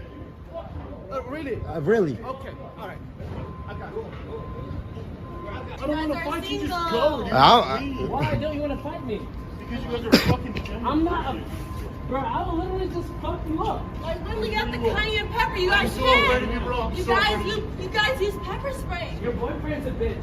Your boyfriend's a bitch, says the guy that just pepper sprayed them. He panicked because they dared insult him and argue back, so he went into his fucking toy box to pull out every little gadget and gizmo and doohickey he could find. A gun, pepper spray, it's crazy. They got crazy as fuck for no reason, LMAO. Bro, why she grabbed this shit? She got me pissed. Yeah, me too. That was how I took her hostage and fuck her in front of him. You need water? Act like nothing's wrong. Bro, I'm fucking dead. Bro's Glock is fat as fuck. Shit ass tweaking. Huh? Y'all did initiate the confrontation. Why? What we put it on her bed? No, what? No, stop. No, I don't want problem. I'm relaxing, sir. Sir, I'm just recording. He didn't do nothing. Sir. You know you just recorded everything, right? So you saying to the officers that he didn't do anything is immediately disprovable by just checking the VOD that you filmed, you absolute bumbling moron. Holy shit. So one of the guys he threatened to shoot went and got some nearby officers here, who then took matters into their own hands to arrest them for literally waving guns around and pepper spraying people. Control 60 by give us a red Cromwell. Sir, I'm relaxed. Hey, you go. Turn around. You don't have to stop that. Fuck the cops. Don't hurt me, please. Don't hurt me. On your stomach. Yeah. This is such a fitting conclusion here. He starts whining and screaming, "Don't hurt me," after he just pepper sprayed and threatened to shoot an innocent couple over an altercation he started for his dog shit stream. You couldn't write a more fitting, poetic ending to this stream, and it happened so quick after the event. I mean, that's absolute cinema. Don't reach. I'm not reaching, bro. Relax. Put your hands back. Put your hands back. I didn't do anything. Sir, Fuck all these cops. You're not fucking listening. I am, sir. I'm sorry. Actually amazing how they keep saying that they didn't do anything, they're innocent, when all you have to do is rewind the stream 30 seconds to see him have a gun in his hand, threatening to blow them away. Actually just threatening to murder people, and they also ended up pepper spraying innocent people as well. All from shit they themselves started. And the chat was going on about how corrupt the cops were and all of that, when that's a bunch of hooey. They had just been told that there is a fucking lunatic that's waving a gun around threatening to murder people and also just pepper sprayed a bunch of people. Like, the cops are responding to that. That is a dangerous person. That's a threat. And they handled it pretty well, all things considered. I can't see exactly what happened, which led to the takedown, but from the angle, it seems like he tried to, like, run up the escalator, so then he, like, grabbed him and took him down, but I can't quite tell. But regardless, this guy has a gun that he's clearly not afraid to just bring out and threaten to kill people with. So, I think they responded pretty well, all things considered. And this is absolutely deserved from the streamers here, and I hope they spend a long time in prison. I have no idea if they will, but they absolutely should because they are not safe to be in society. So yeah, I just had to talk about this. Just more huge kick degeneracy here with this broadcast crime, and I mean, who knows, it could have turned into him actually shooting people on stream. And that is scary. That is horrifying. But yeah, anyway, that's about it. See ya. At the end of 2022, the Liver King was one of the biggest names in the fitness industry. But at the beginning of the year, a mere 8 months ago, it all came crumbling down thanks to one video from More Plates, More Dates, where he exposed that Liver King's entire online presence was based upon a lie. Liver King had always preached the primal lifestyle, known for eating a bunch of wacky foods and raw meats. Like, he has more testicles in his videos than Riley Reid's entire filmography. His big thing was eating all of these testicles and slurping down tons of liver, gluttonously consuming an endless supply of exotic meats, and all the while preaching that it's ancestral living. And he'd lead his followers to believe that if they purchase his supplements and his supplies and eat like him, they could look like him. And obviously, a lot of people fell hook, line, and sinker for that scam because he has a very impressive physique. He looks like an anime character straight out of Baki the Grappler. The goofball's got muscles on his body that haven't even been invented yet. And his veins are just bulging out of his skin. It looks like they're transporting diesel throughout his body. And he would keep telling them, like, if you work hard, you buy my shit, you eat like me, you live like me, following the ancestral tenets, you can be like me, look like me. And it was all completely a lie. It turns out he was juiced to the gills. He was on tons and tons of performance-enhancing products, and More Plates, More Dates brought that to the public eye. Eventually, it forced Liver King himself to just admit that he lied about all of it. He lied. His body isn't the result of following the ancestral tenets or glorbing down on animal testicle for every meal. It's the result of steroids. So, I saw a video floating around on Twitter today, one of his more recent posts, and he's looking extremely rough. So I just wanted to do a little checkup on where Liver King is 8 months post-exposing. In the modern world, we like to have our bowl of cereal, don't we? This is a primal version of your bowl of cereal. I got my testicles in farm-fresh milk from Liver King Ranch. Yeah, it's business as usual. He's doing the exact same stuff as he was prior to having all of the steroid usage come to light. But it looks like he's aged 20 years in the last 8 months. It looks like he's one testicle sandwich away from actually exploding. In every TikTok I've seen of him, his body is bright red. It looks like Arnold's face in the movie Total Recall when he takes his helmet off in space and his eyes pop out of his skull, like right before blowing up. That's what Liver King's body looks like. It looks like it is struggling to stay in one piece. Also, a lot of people on Twitter pointed this out, and it's a really good point. It is still so silly how he keeps calling his diet primal living, eating like our ancestors, when this is the furthest thing from primal eating.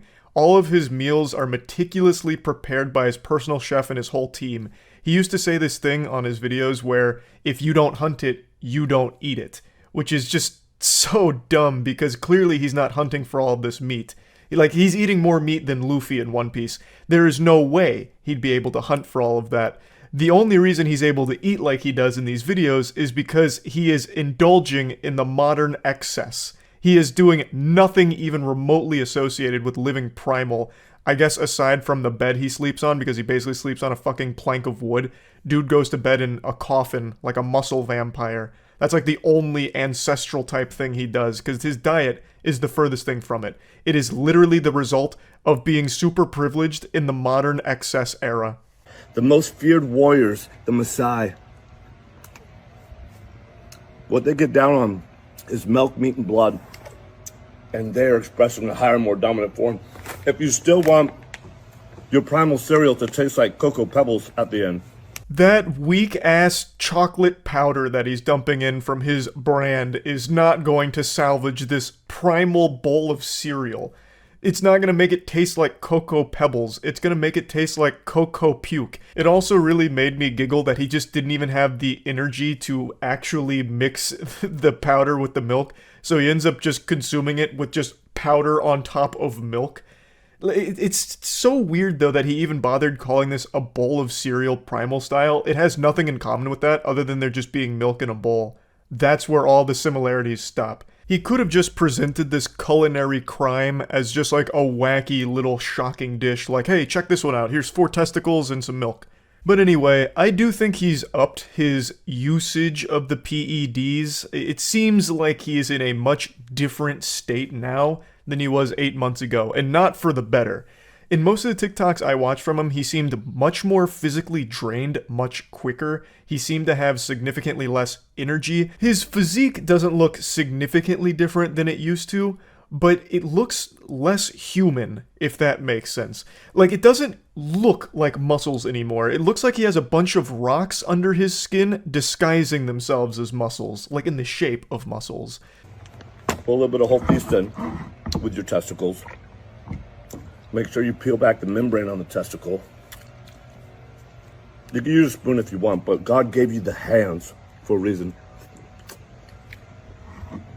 I honestly feel pretty bad to a certain extent here. Like, it feels like his muscles have gained their own sentience at this point from so many steroids that they now have a mind of their own, and they're working the Liver King like a puppet. They're in his brain pulling levers like that alien in Men in Black 1, so they're forcing him to keep, you know, staying on the gear, never letting him stop. And it's just kind of sad. Because to me, this screams that he's trapped doing this forever because it's his livelihood, it's his financial security, and the livelihood of his entire family. So he needs to keep amping up the extreme meals that he's eating. So he's eating chicken heads and peeling the tongue out of frogs in one of his other TikToks, most recent ones. Like, he just has to keep amping that up so people keep watching, and then he has to keep injecting and stay on all the gear so that way his physique stays the same so people keep watching. And I feel really awful for his audience that is still buying his products in the hopes that they can look even remotely similar to how he does. They can't. Hop off the hopium. No matter how closely you follow his ancestral tenets and no matter how many of his products you buy, you will not have a body that looks like his unless you also get on all of the gear he's using in the same amounts of it. That is the only way. His body is not naturally achievable.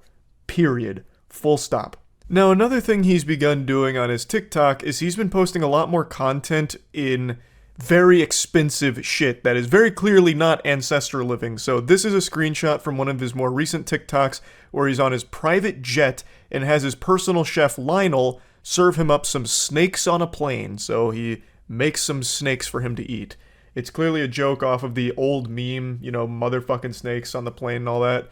So he's very tardy to the party on that meme. That one died like a decade ago. But what's really interesting here is that he's unashamedly showing that he doesn't actually even follow his own ancestral living lifestyle advice, really. Like, being on a private jet is the furthest possible thing from primal living. And some of his audience even called him out, saying, you know, our private jet's primal. And I guess, you know, it's his world, we're just eating testicles in it, so he just comes up with some arbitrary excuse on why it's totally fine. So he says, a true primal left the comfort of the cave for adventure and a better life. Flying private falls squarely in the better life department.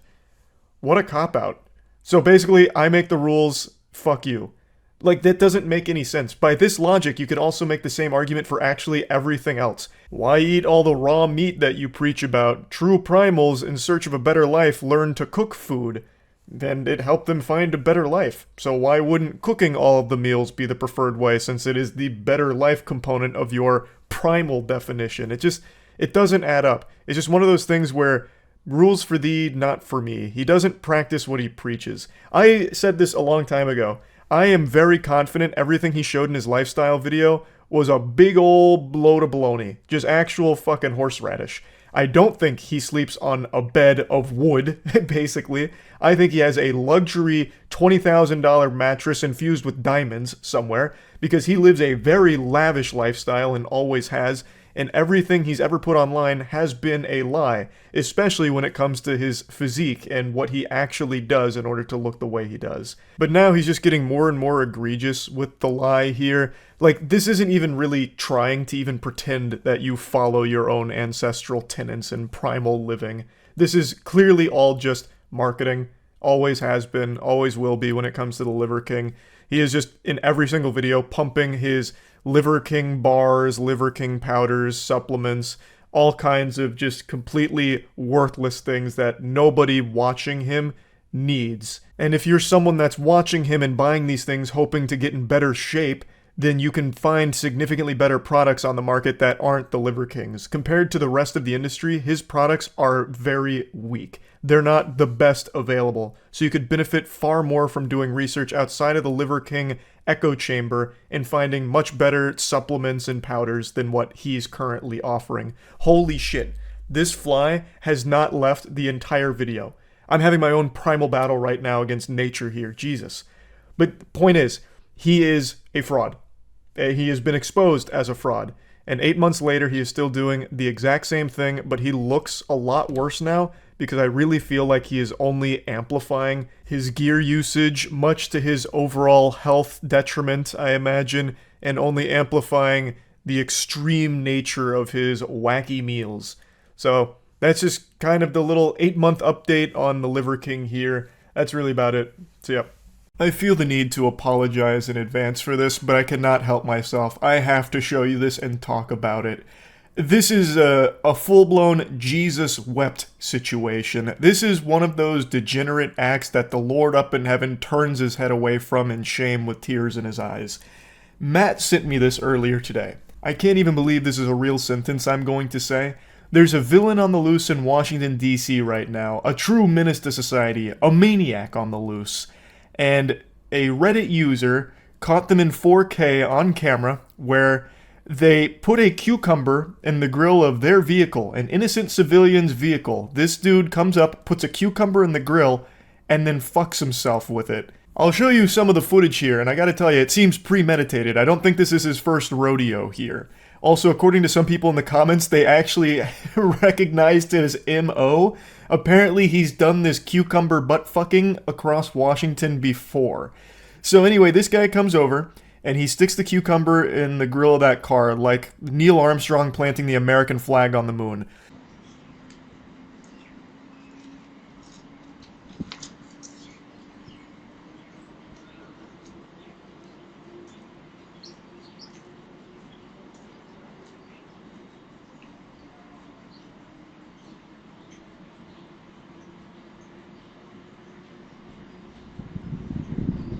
He also appears to be a master magician because that sleight of hand was impressive. I didn't even see the cucumber in his hand at any point until he reached the vehicle. It's like he just spawned it in, just conjured the cucumber out of thin air. So he makes sure that it's firmly planted in there like Excalibur into the stone. And also, the Reddit user gave a brief explanation for why there's like a hole in that fence. According to the lore, 3 kids crashed a stolen car into their fence last week, which created this hole, which the Cucumber Crusader used to get access to the vehicle.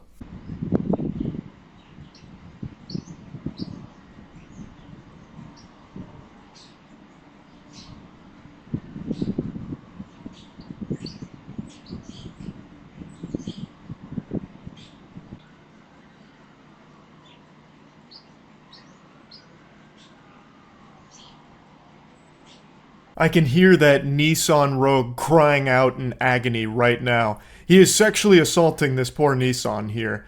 In broad daylight, too. Like, he looks around once just to check if anyone's watching, and then just goes for it. It wasn't exactly the most thorough sweep of the area, but who knows, maybe he's on a 3 cucumber ass streak, so he's got a UAV online, so he knew it was clear. He knew the coast was clear. So he just starts bouncing on it for a while, and then a car comes by. But he had like a spidey sense that was tingling, so before the car turned the corner, he must have heard it, I suppose. So he stops riding the cucumber. So he gets off the mechanical bull here and waits for the car to pass.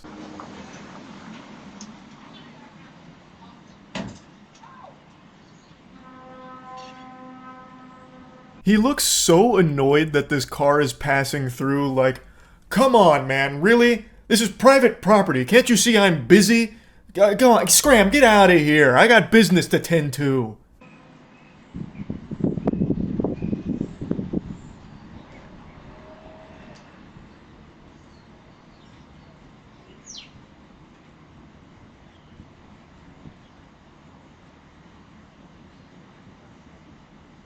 He pops the cucumber out of the car, at least most of it, according to the Reddit post. 2/3 or so was left in the grill of the car. That is a big-ass cucumber. Emphasis on ass cucumber. Like, that shit is the size of Kevin from SpongeBob. And also, it doesn't seem like he lubricated it either. At no point does he, like, spit on it or anything. He just raw dogs the cucumber on the grill of this Nissan. I don't know how he didn't tear his entire butthole off by taking a cucumber dry up the pooper. That is craziness. So anyway, though, he's all disappointed now that his session was interrupted, so he takes his trusty steed, walks back over to his lunchbox, puts out his cigarette, and then we go into phase 2 of the boss battle. He drops his trousers again, and this time he just starts shoving the cucumber in his ass while he's like somewhat bent over. I can't show you any footage of that one, obviously, but you know, he doesn't even need the cars anymore. He's done with props. He cracks his knuckles and says, "Fine, I'll do it myself."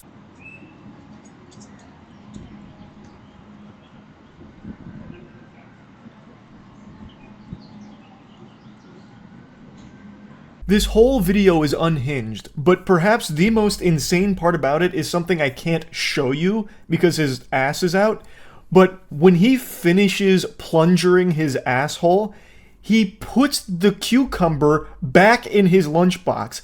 Dude just drops a stinky poo-cumber into his lunchbox and then walks away with it. It's like an ambiguous open ending to Inception here, where you, the viewer, get to decide what he did with it next. In my headcanon, he just goes and eats it. Like, I feel like he probably ate that ass pickle. But it's also equally possible that, you know, he takes his sidekick to another car, and the cycle repeats itself again with him ass blasting himself on the hood of another person's vehicle. By far, the most degenerate thing I've seen this year. I think I can safely say that. Now, this story has somewhat blown up, at least in Washington. It's been picked up by quite a few outlets. And the location where this act happened is right next to a school. And I mean right next to a school. Like, you could actually shoot a spitball and probably hit it from the place where this guy stuck a cucumber in his butt. This area is apparently used by students pretty often. Like, they walk down that alley to get to school. A lot of people go down this area. It's a high traffic zone. And this dude did that there. It is so fucking gross. This whole thing is so disgusting. But yeah, I just had to talk about this a little bit. If you live in the Washington, D.C. area, sleep in fear. Maybe, you know, like, booby trap the grill of your car just in case he happens to roll through and your car piques his interest. You know, maybe like some barbed wire a little bit on the front of the grill or something. I'm not really sure how to stop it, but good luck out there. As of right now, he's still at large. So, yeah, that's really about it. See ya. Hey, guess who's got COVID again? This is number 4. I'm like Patrick Mahomes, but instead of 4 Super Bowl appearances, I've got 4 COVIDs under my belt. Yeehaw. So, I've been spending the last day or so watching Warhammer 40k lore videos. I've even purchased quite a few minis. I've been looking around online for like professional painters and sculptors for even more. I'm deep. And this morning, I was perusing 40k content again, but I actually got recommended a video that had nothing to do with 40k. It was news coverage of some asshole rolling up in his truck and stealing some kid's entire lemonade stand. And it turns out this isn't the only time it's happened. There's actually been 2 cases of this in the last month. Though the previous one was stealing the money from a lemonade stand in front of the kids, this guy just came up and stole the entire kit and caboodle here. This boy is heartbroken. He can't believe what just happened. Someone has taken his lemonade stand. The youngster has been selling lemonade for more than a year at an intersection near his home outside San Diego. That kid is grinding, selling lemonade for a year. He's got himself a full-time job after school. Multiplication tables in the morning, business in the afternoon. Like, I remember when lemonade stands were popular when I was growing up, you'd do it for like a summer, maybe at most. That's very impressive from this kid here. His lemonade stand has lasted significantly longer than Concord. It happened when Liam walked away from the lemonade stand for just a few minutes to get cups. That's when a gray pickup truck drives by, reverses, and heads back to the lemonade stand. First, the table goes into the back of the pickup. The driver throws away Liam's sign and then loads in the chairs. Just as he drives off, Liam returns and sees his lemonade stand disappearing into the distance. I don't think even the Grinch would stoop this low. There is no way this degenerate asshole didn't know that that belonged to somebody else. There is a sign there, presumably about the lemonade on the, like at the stand. And he picks up the sign and throws it to the side before putting in the chair and table. He knew, he just didn't care. He was in such desperate need of a plastic table and plastic chairs, he was fucking frothing at the mouth just seeing his opportunity to steal it. I'm willing to bet this guy didn't actually care about the table or chairs, he just did this because he had an opportunity to do it. So he did it for the love of the sport and the thrill of just stealing someone's shit. Like, he's gonna go home, he's gonna jerk off to an old Sears catalog, and he's gonna pass out, and he's not even going to do anything with that chair or table. I already know that. You can hear his plaintive wail. Liam's mom, Carrie, and dad, Leonard, say there could be an innocent explanation. My initial thought was, maybe he thought it was free because a lot of people, they leave things up by the road. I was hoping it was a misunderstanding. I think it's very wholesome that she'd have this perspective of trying to immediately give someone the benefit of the doubt and seeing the good in someone, like, oh, this could all just be a misunderstanding. Sometimes people leave like furniture on the side of the road that's just up for grabs. Maybe that's what he thought here. But that fails to take into account the sign that he picks up, looks at, and then throws to the side before putting the shit in his truck and driving off. I don't think this is a case of confusion where he just thought, someone was playing Sims and left some furniture out and about that he could pick up and take home without issue. There was a sign there. There was a sign that this guy, maybe he's illiterate, maybe he couldn't read. That's very possible by taking just one glance at that guy. But even still, there is a sign there. And he looked at it and threw it to the side before putting it in there. Now, I'm no crack shot detective here. I wouldn't exactly be the one to, solve the Jack the Ripper mystery or anything. But looking at all the clues here, when he looked at that sign, he then looked around to see if anyone was nearby watching him. That's something that someone who knows they're up to no good does, checking to make sure the coast is clear before loading up his truck with these items. I think he did this knowing full well it belonged to somebody, and he just didn't have anyone around to tell him no or stop him, so he went hog wild with it. Because he's a piece of shit. The incident has echoes of that case in Virginia where a driver swiped the money jar from kids selling lemonade right in front of their house. Now this. This episode had a crazy cliffhanger where it revealed this isn't the only lemonade theft in the last month. So I had to learn more about this guy who just ran up and took the money jar from some kids in their lemonade stand. That is also unhinged behavior. Follow up now on a story that's been trending all day about the man who stole from two kids running a lemonade stand in Chesapeake. The video is leaving a sour taste in people's mouths. This guy, smiling as he approaches a kid's lemonade stand, snatches the money jar and takes off. Like taking candy from a baby. He makes it look easy. This is an Ocean's 11 style operation executed to perfection by this man. Rolls up, parks, gets out, acts friendly for like 2 seconds, and then takes the money from the kids before waddling back to his car. Gone in 30 seconds. You never even knew he was there. What a degenerate scumbag. So in total, he made off with 40 doubloons. He stole $40 from these kids who were selling lemonade, and I already know that was the most exciting thing that's ever happened in his life. This does not seem to be a desperate person. Like, this is just someone who stole for the sake of stealing. Here's the surveillance video. The car slowly approaches, and the man comes out of the car. Rebecca, who's 10, told me she started to pour him lemonade, and he quickly grabs a jar with their money and takes off. We already got $40. It was seeming pretty good. And then the guy came. He acted really nice. I wonder how long he planned this out for, or if it was just something that he just decided in the moment. I bet this dude marinated on this idea for days, like, those kids are selling lemonade. I could probably steal from them. I must plan it out thoroughly, though. So anyway, he rolls up, he pretends to be nice for a couple of seconds, the kids start pouring him lemonade, and he steals the money, and then, I don't know, like, pencil dives his way back to his car. I don't know, like, he's clearly not an athlete. His hands are like stiffly by his side as he walks back to the car, and then he fucking spins those tires. Like, he hits that gas, he throws that bitch into fucking fourth gear, and he takes off. Like, he probably thought he was in an action movie with all of that excitement that he was feeling from that heist. They'd probably engage the nitrous oxide boosters as well to escape the cops. Think he got a 5-star wanted level from it all. Interestingly enough, the guy in the video actually confessed to officers that he was the one behind the theft. It was a 19-year-old, which really surprised me because the guy in the video looked to be pushing 40. I definitely thought it was a guy on the older side of things, but it has been positively identified as a 19-year-old named Esteban, and he's facing misdemeanor charge for it. And the happy ending continues because the two kids ended up getting like $6,000 from community support because they felt so bad that these kids just got like blatantly robbed in front of their face.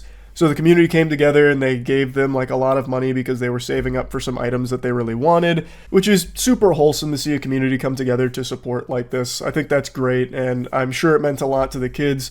The guy turning himself in, I think, is also a great thing as well. So yeah, overall, the story has a happy ending. The first one though, with the guy just stealing the entire lemonade stand, he's still at large, so you know, be careful if you got lemonade stands out in public. This guy might just swoop through and snatch them all up. But yeah, at least this one had a nice resolution. I'm just surprised at how common lemonade stand related crimes appear to be. That's really about it. So yeah. When you hear the word evil right now, you most likely picture someone who time skips in Animal Crossing. That seems to be the unforgivable sin on the internet at the moment, but I want to show you something truly deplorable and evil. There's a YouTuber that has made an entire career out of torturing and eating animals alive for their mukbang videos. First of all, mukbangs suck fuck. Sitting on your balls is less painful than watching a full mukbang video. They're absolutely terrible. And she takes it to the next level by making it something diabolical. I can already see in the comment section some of those tough guys, oh, what are you, some kind of pussy vegan? What, you can't handle watching some animals get killed and eaten? I have hit a fucking deer with my truck on the way home, got out, put a bullet in its skull, and then ate it when I got home. You vegan pussy. I get it, you're a real tough guy, for sure. I'm not a vegan and you don't need to be to find the shit she does cruel and just downright ridiculous and just disgusting. Her name is So Young, and what she does on her channel is she buys sea creatures alive and then kills them in the slowest, most inhumane ways possible because she likes to watch them squirm around and put Facebook royalty-free music behind it as a joke. For example, with a squid in particular, she cuts the hood off and then sets the body down, and the body's still alive, the squid is still technically alive, and it's moving around trying to get the fuck away. She'll pour sauce on it and put some goofy music and make some stupid fucking jokes about it. It's terrible stuff. She treats it like it's a Nick Jr. cartoon, where she's making these like goofy sounds and goofy YouTuber faces like, that's kind of fucking garbage. That's what she does as the creatures are clinging to the last ounce of life they have. And sometimes she doesn't bother to kill the creatures, like for octopus, she'll just eat them alive straight up. Now, I know there's a lot of people that argue, you know, are sea creatures even alive? You know, some of them don't have nervous systems, this and that. And yeah, there's a debate to be had there, I suppose, but the creatures she chooses to eat alive are the ones that are well documented in being very much aware and alive. For example, the octopus. Octopus are among the most intelligent creatures we have on the planet. They're up there with dolphins. They have a fully complex nervous system, brain. They have as many neurons as dogs do, and they process pain and information in much the same way a dog does. They're able to remember that kind of information as well. So how does she treat an octopus? Well, by devouring it alive as it tries its best to run the fuck away.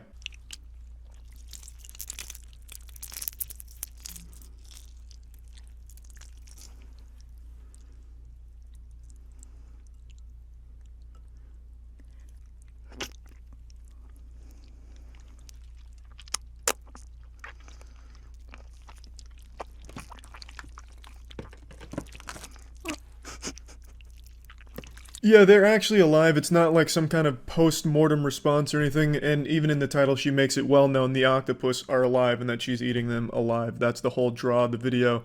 If you watch her channel, you watch this content and support it, you suck. You, like, objectively, you're a piece of shit and you have shitty taste. I guarantee I could find 1,000 scientific reports to corroborate that. It's a fact. You suck. And she is absolutely terrible. I don't even know how this content is allowed on YouTube. This absolutely falls under animal cruelty, by all definitions. Yes, again, there is a debate to be had about all sea creatures being equal in terms of what they can experience, what they can feel, and all that. I get it. But the creatures she chooses are the smartest fucking creatures in the sea. I'm honestly expecting sometime this week she'll release a eating dolphin alive video where she starts at the fucking butthole of the dolphin and just eats up. It's some deplorable shit. What's she gonna do when she runs out of sea creatures to eat alive? Probably resort to cannibalism. I have no idea what's next for the channel. It is absolutely baffling to me. Eating an octopus alive is like eating a fucking dog alive. They're on the same level. She's basically just eating a sea hentai dog.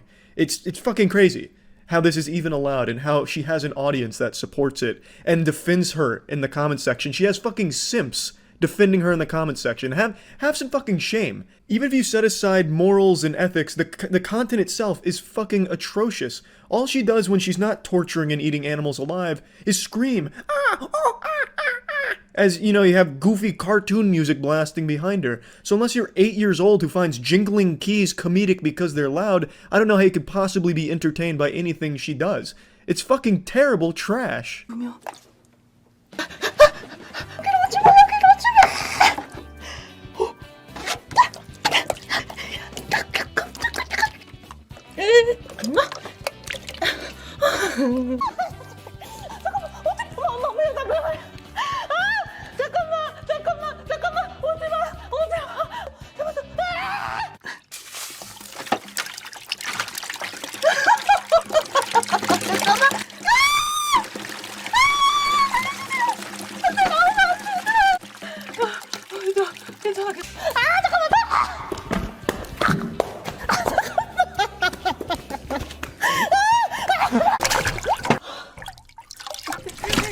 I think it's pretty clear she makes these videos aimed at a younger demographic. Children, you know, with all this goofy screaming and Facebook sound effect kind of shit. I don't think her target demographic is adults. Which makes it even more fucked up to just be coming on here and executing these creatures on camera for kids to laugh at. Even when she does muster enough human decency to at least kill the food she's about to eat, she always makes sure that it puts on a little show for her. Like she's the puppeteer and it's the marionette. She'll take the sea creature out of the water, throw it on the floor, and just let it flop around, as you saw with the shark right there. She does that for every single creature she eats. I have not found a single video where she doesn't torture it before she eats it. And yes, again, sometimes she does actually kill them, but a lot of times she just eats them alive. 구독, 좋아요 눌러주세요. 자, 엄마야. 자, 먹어볼게요. 잠깐. 야!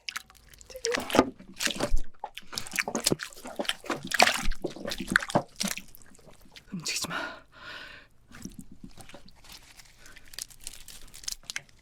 맛있겠다. Yep, she just twists their fucking heads off while they're alive. It's like a Mortal Kombat fatality. How are you supposed to humanely prepare prawns? What's the right way? Well, unsurprisingly, you take a sharp knife and you go from head to tail. It's instant. And there's none of the old neck snapping and head ripping off decapitation kind of shit that she prefers to do. Let's see how she handles a squid. 가만히 있어.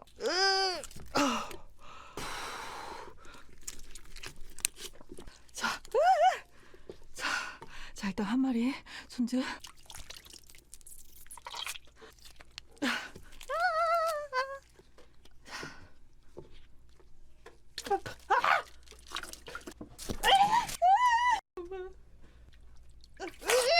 As you can likely imagine, that's the most inhumane way of killing a squid and preparing it. She didn't dress the squid, she fucking mutilated it while it was alive. I'll share with you the proper way of preparing the squid. You start by killing it, unsurprisingly. You take a sharp knife, or there's even a tool to do it, where you poke it right through its head and you can kill it instantly, so you don't have to worry about stripping its hood off while it's fucking alive. She then poured sauce on the still alive parts of the squid and watched them dance around as a joke. I didn't want to put that in here. It is disgusting.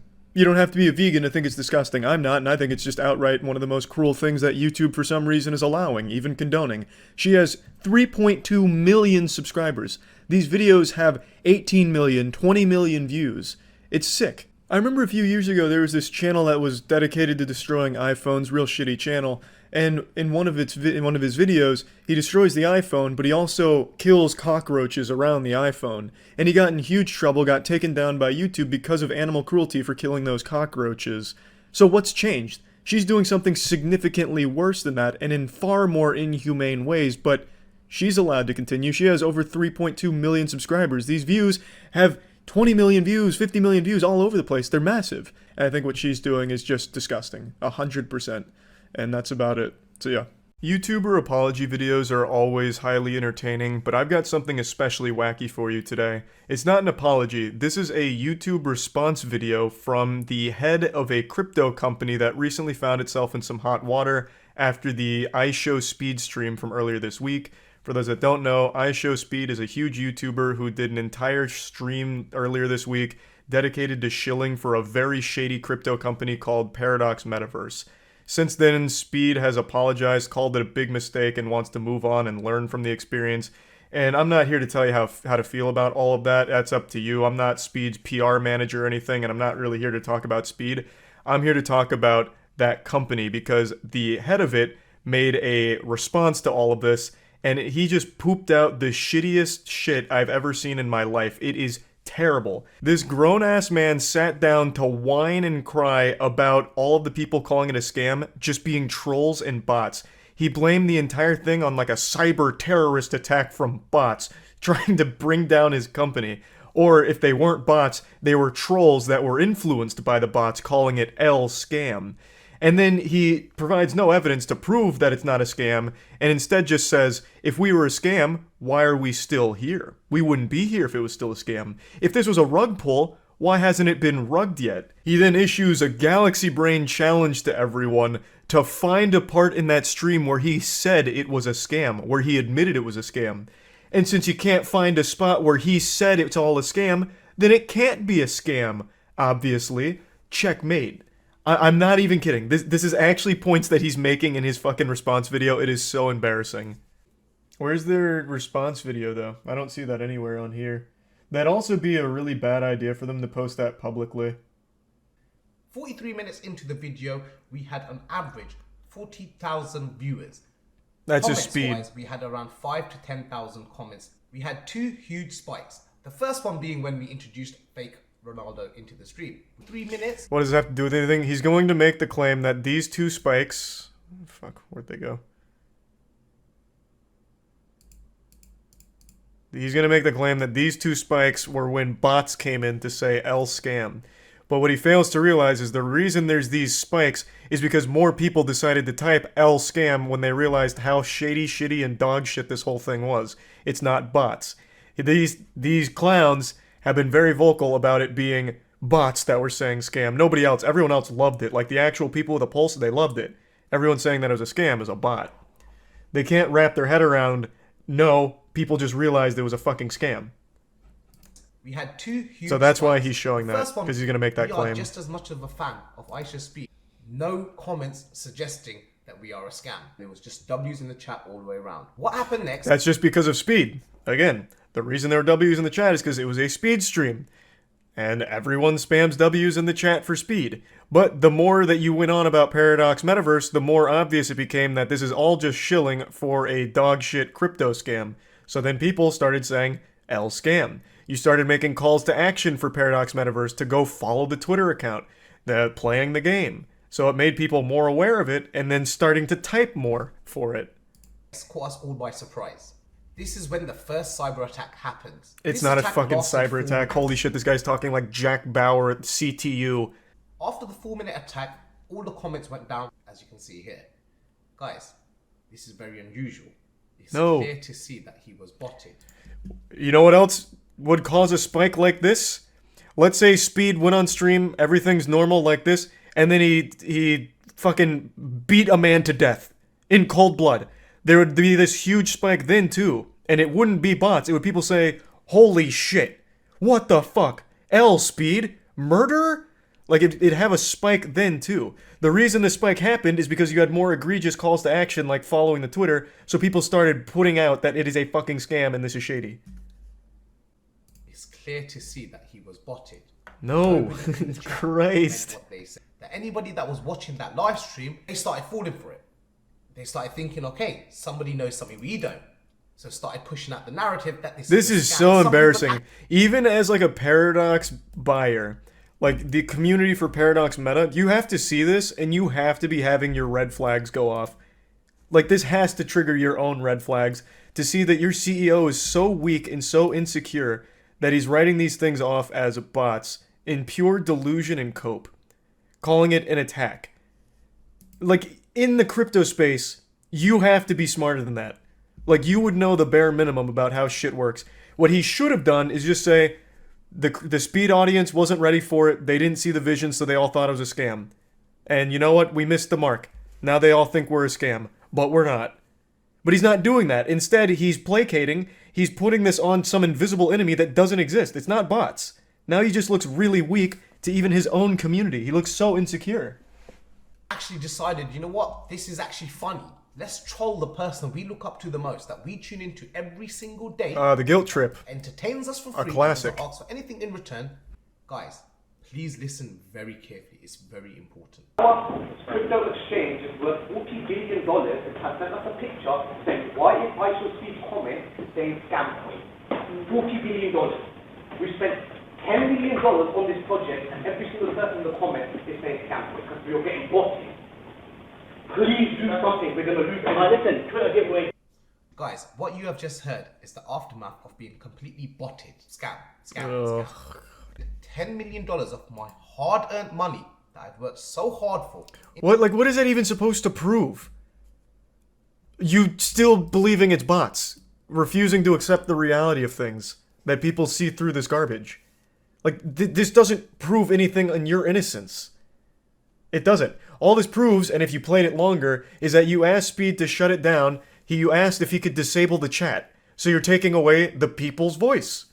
Which makes you look bad and goes against your fucking stances on things. Like, if you played it further. Like, it doesn't prove anything anyway, even if you take out that part. It is not evidence. It's nothing. It's literally nothing. Into this project, into this business. And the fact that I'm going to lose it all because everybody is labeling it as scam. Yeah, well, at least you still have your stupid fucking university. Like, you have plenty of other scams that you can hustle on too, man. Like, you don't need your sob story. 10 million to you is nothing. You made a whole video with money kicks showing off your rented car collection. Like, you have plenty of money. Like, you're got a ton of other ventures that I'm sure you can pull from. At no point did anyone say we are going to scam anyone. Anyone with half a brain cell can see this with their own eyes. Yeah, anyone with half a brain cell can see that just by looking at our product real quick and seeing all 7 of our companies that promise things like $500 a day and 10 to 100x returns. Oh, and also the same guy who can't follow through on his bet, where you bet that the Paradox meta will open to at least like 20 or 30, and if it doesn't, you're changing your name to CoffeeZilla. It opened to 9 cents, and you didn't change your name to CoffeeZilla. But here, let's take a peek at the game that you were so proud of. Man, that really does look like something that is the future and has a lot of work put into it. Using so many assets, so many fucking standard packages in the what is this, the Unreal Store? I can't remember. Yeah, wow, this really does look like a lot going on here. Something that could absolutely be thrown together in a matter of minutes. And a game that I'm sure we've probably played before on Steam Indie New Release Night when we go through shitty games. They're called asset flips. There's nothing here that screams, whole team, passion project, we're in it for the long haul with this project. And what was the label? I Show Speed promotes crypto scam. Yep. Guys. He did. Listen to the audio yourself. Go over it again and again. Mention to us once when we said we are going to scam people. That's such a non-point. We never said it on that stream, so it can't be true. Prove that we said it's going to be a scam. Do it, pussy. Where did I say it's a scam? Anywhere during that stream. Is the person you want to label a scam, or is it that you just want to associate I Show Speed with a scam? This is cancel culture at its finest. Oh, hitting all the buzzwords, all the boo-hoos, the cancel culture. Don't launch a shitty, shady crypto. It's that simple. Your crypto, your Paradox meta has like 7 components, all of which make no fucking sense and are literally just actual dog shit. He was not getting done. Everything that was getting done in front of your eyes, no one had an issue with up until we got spammed. That's actually not true. The smashing, like, you're already wrong. The smashing in the PlayStation 5's gotten a huge influx of L speeds. Chat immediately turned against him with the smashing of the PlayStation 5's. So, I mean, you're just not even right there either. It wasn't just L scam, it was L speed for smashing PlayStation 5's. was no evidence. There was no substance. If we was a scam, why would we still be here? These are such non-points. If we were a scam, we'd be in jail right now. We wouldn't even be allowed here right now if we were a scam. How is this fair? Here's a video. We're going to play the video. This video is in... Is it mine? Crying every single day, in tears every single day. But he still manages to continue with his live stream. Just to please his fans. And you guys took it upon yourselves to think it's funny to just troll people. You guys don't understand the stuff that comes after this trolling. On camera, everyone has to smile. Nobody can show other people their fears. Off camera, could you imagine what he's going through? Because we do. We know exactly what's going on. You're not his fucking friend. He already threw you to the wolves. Why are you still sucking his dick? Speed, like straight up said, yeah, this was a mistake. Like, he at the very least has moved on and said, yep, that was bad. Yeah, that was bad. And yet here you are like, oh, we are there. We are holding him in our laps as he is crying profusely, uncontrollably, because of what you guys have done to him. He is not ready for what the world is accusing him of. And he doesn't know how to respond. So I'm taking it upon myself to respond on his behalf. Oh, this is so sad now. You staked the rug pull on a 17-year-old's audience. It didn't pan out. He has now wiped his ass with your whole company, and you are still here begging for that audience to accept you by pretending like things are, like, close between you two. Yikes, that's embarrassing. Jesus Christ, man, have some shame. Please stop this, Tate. It takes very little to just be nice. Rather than... Calling out a scam isn't just needless cancel culture hate. That's just not what it is. This is so sad. This is so fucking sad. This is a grown man. This is a very, very wealthy grown man. You can see, us as founders, we do not even have access to our own tokens. I literally don't think there's enough numbers that exist to show how many claims have been made exactly like that, only for them to get rugged. Everyone that bought in. That is the #1 claim that every crypto makes. No, founders are fully out there, very transparent. They don't even hold any. And they couldn't even get in there if they wanted to. In fact, we have protocols in place to prevent that from happening. And then bang, rug pull. Every single time. Like clockwork. Literally every single time. Still my favorite to this day, there was a Twitter account called War on Rugs, which was a Twitter account dedicated to showcasing and warning people of rug pulls in the crypto space. And then eventually, they rugged their own community. So they had their own coin as well. And eventually War on Rugs was like, yep, we're taking. So they made off with millions, and they made a post saying, you guys should stop blindly trusting people like this. And still, people buy into shit like that. It's crazy. That is a nothing claim. Everything he has said so far is actually nothing. He's provided no evidence to prove that it's not a scam. He has provided nothing other than trying to guilt people and saying that it's all just bad faith trolling. And we'll make sure we'll see you guys on the moon. Nice, that's so huge. That was awful, holy fuck. That was a big one. What a masterclass in how to say absolutely nothing. Nah, part 2 might clear up everything. Even burning their founders' tokens they can't even cash out for a whole year. That shows passion and confidence in the project being 10,000, 100,000% legit. Oh, fuck me. I hope that's a bot. I hope that's not a real person. Yikes. Oh, fucking yikes. The comments aren't really on his side either. I really do wonder what the Paradox community thinks of a move like this. But I'm not going into their Discord to find out.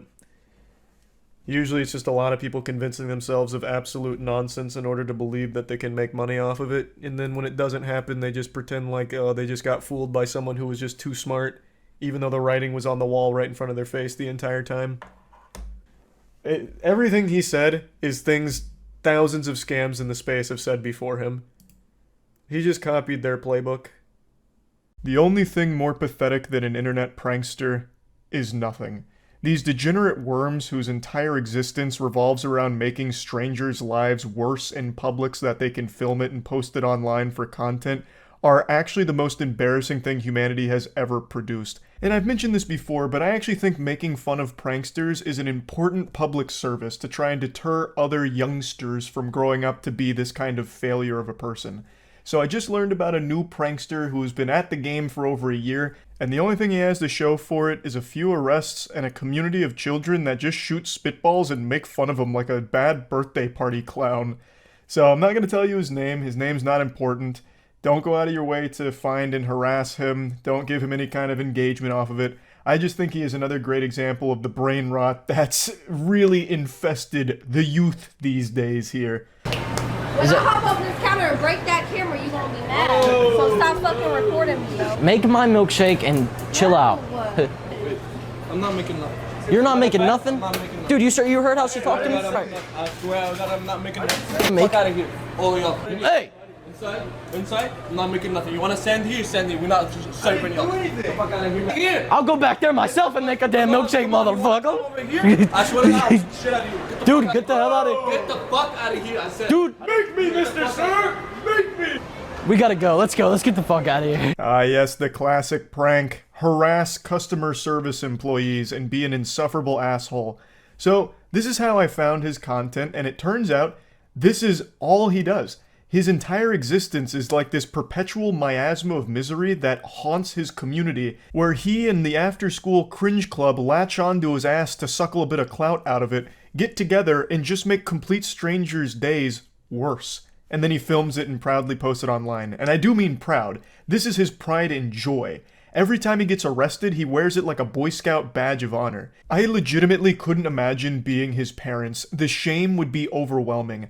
I would rather my child grow up to be a professional toilet seat kisser than grow up to be a prankster like this kid. I'll go back there myself and make a damn milkshake, motherfucker. I swear to God, shit out. A completely flat and hollow threat from this affluent douchebag who I have no doubt has never faced any real repercussions from his actions. And he has the world's worst laugh. His laugh sounds like Ed from Ed, Edd n Eddy. Just some real goofy shit. It's fucking ridiculous. He is like actually biologically engineered through evolution to be the perfect cringe loser. Now, you may have noticed a lot of cuts in this, and that's because, of course, they leave out the context that led to this escalation and exactly what happened here to get to this point. But the manager has spoke up about this situation afterwards.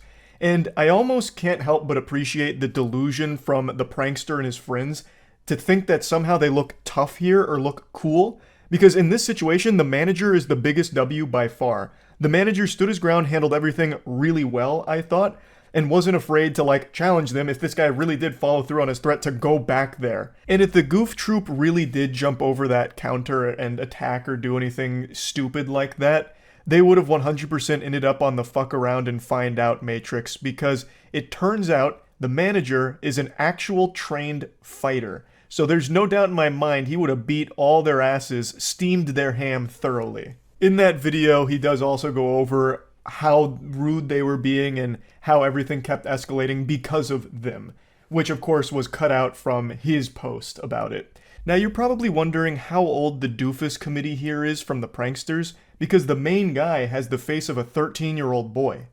But would you believe me if I told you that he's actually 19 years old? There's a video as well as an article going over one of his mini runs-in with authorities, and he says, "How are you my height? I'm 19. I mean, I almost feel bad for him being 19 years old and being stuck with the face of like a 12-year-old Xbox Live Call of Duty gamer. That's rough. Like, there's no doubt he probably feels insecure about that, and that might be why he's lashing out so much against his community around him and turned to the dark side, going down the prankster path, the public nuisance asshole road. When you guys walk up on people that you guys know don't like you, that have chased you around before, someone's eventually gonna probably beat you guys up. That's what we're aiming for. Why? Low-key, just to get some content out of it. Okay, so you're gonna be the victim of an assault for a content? A super honest answer from a super big douchebag. They keep pushing people, harassing them, until they snap, hoping that they'll either attack them or have some kind of big blow-up that they can film and post online for content. Heavens to Betsy. What a turbo loser. Yikes. He's giggling and smiling while giving this answer to the officer. He is so delusional, he really thinks that this is his ticket to internet updates, that precious clout and attention online.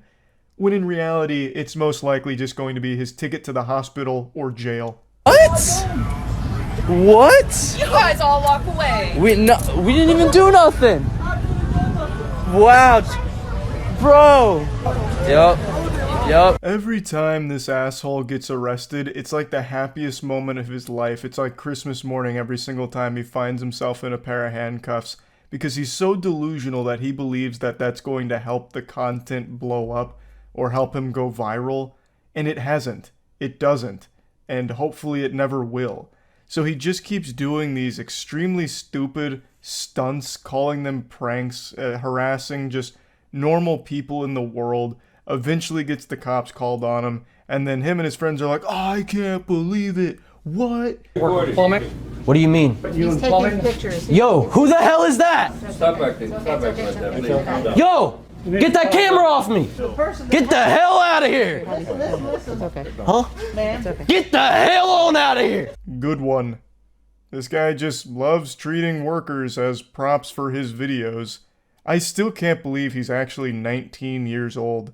He looks like he still needs mommy and daddy to drive him to this Home Depot so he can film these pranks with his buddies. I will probably never understand who actually watches something like that and finds any enjoyment out of it.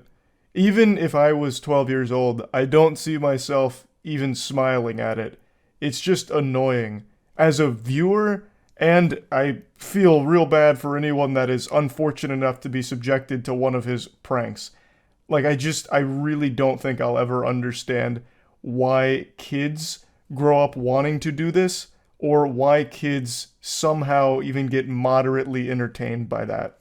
Jersey. Don't pet Jersey right now. We're just seeing that. You got me. Yeah, I was thinking he smelled like shit. What'd you say to my dog? Yeah, I said I thought your dog smelled like shit. Really? Yeah. Get the fuck out of here before I let you smell like shit. Wait, it's a dog, sir. Get out of here. Hey, get out of here. Calm down. All right, don't say my dog is this or that. Get the fuck out. I was just saying the dog smelled like shit, sir. Good one. Again. Man, Junior, you're really on a hot streak with these bangers. Your dog smells like shit prank. People can't even just relax on a bench outside with their pet without you going out of your way to bother them. Nothing is safe from your cringe apocalypse that you bring with you everywhere you go. Everything this guy and his friends have ever done that I can find is just actual trash. It's just bothering people in the world and calling it a prank. It sucks. It's just public nuisance degeneracy. And I'll always take a little bit of time to make fun of some pieces of shit like this because I think it is an invaluable service to provide.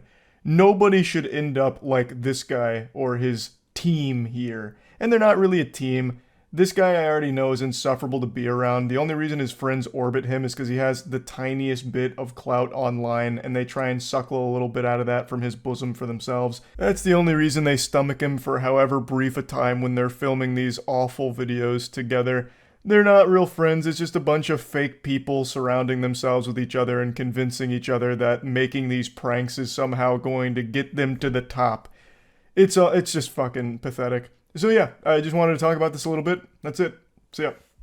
There's a fascinating controversy brewing right now around whether or not a sun bear in a zoo in China is actually a real creature or a man in a bear costume. I'll go ahead and let you form your own opinion here, because that's the beauty of being an individual with your own thoughts. Let your eyes tell you the story, before I give you the real story and hit you with the cold water of the truth.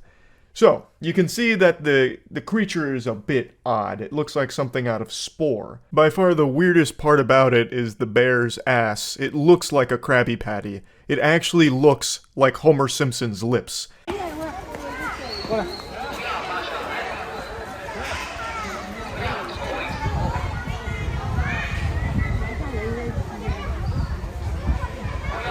So this is the video that popped off. You can see him standing up, kind of sizing up the crowd, looking at everybody like he's about to go shake them down for their lunch money here. He's looking kind of menacing. He's got his mouth open, but he also just looks super sweet. Even gives like a little wave with its flippers, because it doesn't even really look like it has paws. It has like these tiny little fucking flipper things. It's adorable. Like, seeing the video, I think makes it a little more clear that it's probably not a man in a bear costume. It's just a really weird bear. So when I first saw this story, I actually thought this was an older case, because I do remember something like this happening about a year ago, but it turns out that was just for a comedy sketch, that wasn't a real thing. This is pretty new from what I can tell, where people really thought that it was a man in a bear costume, myself included. Those pictures really do look like something that you'd find at like a furry convention, like some kind of costume somebody made. It doesn't look like a real animal. It's got more loose skin than like my elbow. Like it is a wild creature. Apparently sun bears are just the smallest bear species, so when it's standing up, it looks like just like a person. It's not, you know, some kind of hulking bear that you're used to seeing. Like, this looks like some shit out of the Berenstain Bears, right? Like, it doesn't seem like a real bear. So when I saw this, I was like, it's a cut and dry case of a man in a bear costume. This must have been a joke. But it turns out, no, this is like actually what sun bears look like and how they act. So I'm gonna go ahead and play you the stream clips where I tackled this case head on, and I learned a lot about sun bears. You hear about the Chinese zoo denying the claim that one of their bears is a man in a bear costume? That's not a new story. I remember that from like a year ago. Because I've definitely seen this before. And I think it's pretty obvious that this is a man in a bear costume. Like, this is like Hank Hill level ass. Shit looks like a pack of hot dogs. No bear has a tuchus like this. That's definitely a man in a bear costume. Apparently sun bears look like that. What the fuck is a sun bear? Sounds like some kind of mythical creature out of Dark Souls. Maybe a sun bear costume. Well, okay. Because it looks like they do pack the same ass. Shit's out here looking like grill marks. It's just the same guy. There's no such thing as a sun bear. It's just a couple of guys that have a costume, and it fooled the zoologist into thinking it was a real animal. They got weird tongues. Weird, well, really weird everything. But I don't know, even still, this face doesn't look natural. I mean, we just looked at its tongue, and the tongue, like, was, like, hanging way out to here, basically. I don't know. I'm not convinced. This is convincing. This angle. Why would they lie? I don't know. Just to see if they could... Just see if they could, I guess. Sun bears, the smallest bear species in the world, are generally the size of a large dog. Oh, wow. The folds help protect the bears from predators as the looseness allows the bear to turn around in their skin and fight back if a large animal like a tiger were to get a hold of them. You're telling me there's an evolutionary purpose to all these fucking ass folds? That's wild. And it's got like sea lion flippers. Like it's like the most incomprehensibly smart thing ever, but at the same time super fucking stupid with the solutions that it finds. How are we gonna protect us? Just give it a lot of ass skin, so that way if something bites our ass, we can move around a little bit. What about horseshoe crabs? There's so many fucking creatures out there that have just been condemned, forsaken by evolution. Like the, what's the actual name of the blobfish? It's a really embarrassing species. But the reason it looks so gross and looks like a goofy face when you bring it up to the surface is because it literally implodes. So, like, as you take it out from its, like, high-pressure environment, it just implodes. But that one's pretty embarrassing. Evolution did it dirty. A lot of sea creatures are like that. There's one that's called the pinnacle of evolution, the perfect species, because it hasn't evolved for, like, actually 20 million years or something crazy. It's the, what is it? The something worm? Hagfish, not a worm. Hagfish, yeah. This thing. And not because it's, like, perfect, like, you're not about to see handsome Squidward or anything. The reason it hasn't evolved is because it just literally doesn't need to. It found the perfect solution for its environment. So this is the hagfish. And what it does is it's just this gross-looking little worm thing that when it's either threatened or anything like that, it just excretes really, really thick slime. Super slimes. It just Nickelodeon slime times whatever's after it. and it clogs up its mouth and it kills whatever attacked it. The slime gets clogged up like in their gills and everything, and they die. It's not worth killing, and it's such a fucking hassle, and it's actually really adept at surviving. All because it can super slime. Got a little sidetracked with hagfish once again, as is known to happen. Hagfish are a remarkable species of bewilderment. But back on the topic of sun bears. So, it is a real sun bear from everything I can tell. You know, of course, you know, I'm not a fucking zoologist here. I can't say beyond a shadow of a doubt that it's a sun bear for sure and not a man in a bear costume. But based on everything that I read and everything I researched, it's most likely a real sun bear. But I really love to suspend disbelief for a moment here and play with the idea that it's actually a man in a bear costume. What would be the goal? Let's start looking at this in a philosophical way and start speculating. If it is a man in a bear costume, or if it was a man in a bear costume, what could they possibly gain from that? Well, I've been racking my brain on it. So let's picture a dystopia where most animals are extinct, right? We're losing tons of animals all the time. There's a lot of species that are on the brink of the extinction. So let's just toy with the idea that all of them go extinct. Like that famous streamer clip, you know? The government's lying to us, the aliens aren't talking to us, the animals are leaving. All the animals leave, right? So now we've got nothing left. That's very bad for business at zoos. So, what if they spent a lot of resources and a lot of time developing very convincing costumes that look realistic enough to fool us into thinking we're looking at the legitimate species. So when there's no animals left, they can still fill zoo exhibits with, you know, people in costumes that'll work part-time when the zoo's open and then, you know, go home. They'll clock in, clock out in their costume, right? So it's species you're used to seeing in zoos, bears, giraffes, and all of that, and the costumes are really convincing, and maybe there's animatronic components to it, and this was their first attempt at trying to slip it in there to see if they were at a point where they could fool us with the costume. I don't think that's the case, but what if? What if it was? This was their first foray into like a alpha test, you know, seeing if the prototype's good enough to get people speculating on if it's a real bear or not, or if it's convincing enough that everyone assumes it's just a real sun bear. You know, it's just an interesting thought experiment. What could be the goal if it is a man in a bear costume? And that's the only conclusion I can come up with. Of course, it is not a man in a bear costume. It is most likely a very real sun bear. But who knows? You can't trust anyone. Not even bears.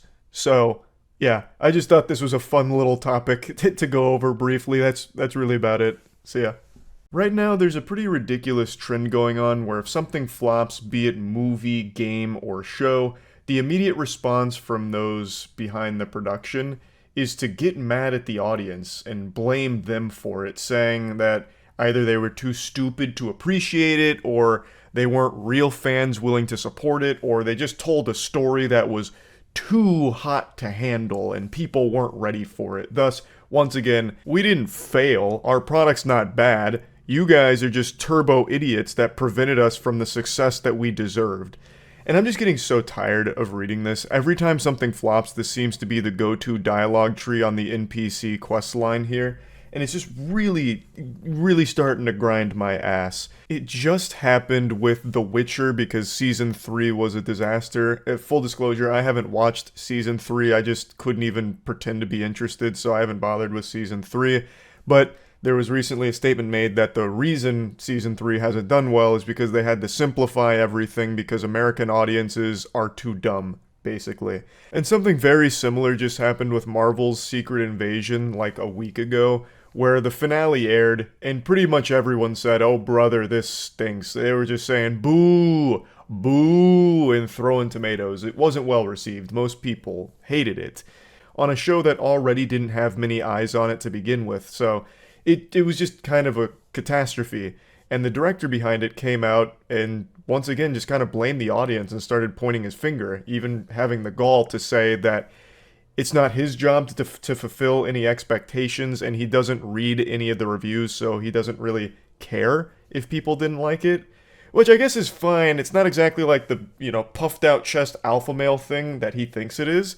It just kind of reads like you definitely did see the negative reviews and you're in defense mode. No one's forcing you to read any criticism of your show if you don't want to see what the fans are saying about it. No one's gonna like peel open your eyes and sit you down strapped to a chair to watch all of the reviews come in. So it's fine if you don't read them, but why then just say that it's not your job to fulfill expectations and you don't care? I think you're pretending that you don't care. I think you definitely do, and if you don't, you should to some extent, at the very least. You know, I don't expect any director to come forward and be like totally honest, like, hey guys, look, this shit sucks. I really blew it, huh? Yikes. Yucko. This was no good, huh? Like, I don't expect that. You should still have pride in your work, but you can at least take some level of responsibility and be like, hey guys, look, there was a story I really wanted to tell here, and I see that it's not resonating with a lot of the audience, and I'm sorry if I let some fans down with this, but this is my vision for the project, and this is where I wanted to take it. I think that's far more respectful than saying, like, you guys are all dumb and I didn't listen to you, don't care. Like, I'm just really tired of seeing this attitude where the director or the team behind a production gets mad at the audience for not liking it or not going out there to support it if it didn't capture their interest beforehand. This isn't just, you know, The Witcher and Marvel Secret Invasion. This has been happening quite a bit. You see the director's Secret Invasion said about the negative reception. He actually said, is it our job to fulfill their expectations? No, I didn't see that. I'll look it up real quick, but directors are just getting really bold with how they handle bad reception. Like, I can't remember who it was recently, but another flop had their director come out and say, like, yeah, we wanted this. In fact, this is what we were hoping for. I was like, what do you mean? You wanted it to fail? Like, what? What the fuck are you talking about? Secret Invasion director doesn't care if you like the show or not. That headline goes so hard. You see, when it comes to Marvel shows, it's not about liking it. It's about just watching it because you're too deep already. Just consume for the sake of consume. You don't need to like it. Despite the resoundingly negative response to the scroll-based series, Marvel Secret Invasion director Ali Salim has admitted that he does not feel bad about the show's poor reception, particularly as he believes the devoted, even rabid nature of the franchise's fanbase does not lend itself to productive discussion around its various entries. So because they're devoted, they can't have a real discussion around it? I think there's merit to saying that a fan base can be way too brainwashed and hive mind for a real discussion to take place. But that's not even what this is about. It's just like people, like everybody, unanimously did not like the finale. Oh, I don't read reviews. With all due respect, for me, I view all the storytelling work I do as a dialogue with an audience. When the show is finished and put up on screen, that's my half of the dialogue, and the audience then starts their half of their response to it. I think that's valuable, but I don't know. I don't know how to answer the question. What the fuck? This is like a direct contradiction. So if you don't read the reviews, then you're not even listening to their part of their response of the dialogue. So you give half the dialogue and then plug your ears to their half? What the fuck are you talking about, man? How is that productive discussion? That's like the exact opposite of a conversation at that point. All you want to do is give your half and walk away. And then, I guess, get upset. I don't feel bad about mixed reviews. If you had unanimously good reviews, every movie would gross $10 billion trillion, right? Projects resonate with different people at different times for different reasons, and Marvel has a very devoted, even rabid fan base who have expectations. When their expectations aren't fulfilled, they move in the other direction. They give it a thumbs down. I don't know. Is it our job to fulfill their expectations, or to tell the story that we're telling? So it's a tricky thing. I would love if everyone loved it, but I also don't have that expectation of myself, so I feel great about the response to it. What are you saying? What are you saying? The expectation would be to make something good. Like, yeah, you don't have to, like, follow the most predictable shit ever, but at least make good on the expectation that you'll try. And then at least listen to feedback, instead of say, I don't read the reviews, and then say they can't have a productive discussion. I think the best thing you could have done is just been like, you guys didn't like it? Whatever. It's the story I wanted to tell. I'd be like, okay, that's totally fair. If this is the story you wanted to tell, by all means. I just don't understand the point of getting, like, combative and condescending about it. Like, yeah, you guys, it's not my job to fulfill your expectations. So what? I don't read your reviews. I gave you my half of the dialogue, you gave me a response, and I didn't listen. That was the transaction. I just don't find this response from the director to be sensible at all. Like, it just doesn't compute in my little noodle up here. You gain nothing from being this combative and aggressive with the audience. And there's certainly nothing to be proud of with not listening to them or reading any feedback or anything like that. Why do you want to exist in like an echo chamber or some kind of sensory deprivation unit where you don't get any outside stimulation or input on the thing that you would supposedly be very proud of making? I just really don't get it. There's nothing to be patted on the back for. Fuck all of you, I don't listen to anyone. Woo! Wow! Yahoo! Wee! That's so strong! He doesn't listen to anybody! Whoa! Like, it's just, again, I don't get it. That's not something to be proud of, that you only, like, take in shit from yes men and yourself alone. But anyway, I won't linger on this for too much longer. Let's talk about The Witcher now, because like I said, a very similar situation just happened. A producer on The Witcher came forward and explained why the plot was simplified, and their explanation is once again just kind of the blame game. So they said, a series is made for a huge mass of viewers with different experiences from different parts of the world, and a large part of them are Americans. In fact, he said they are necessary.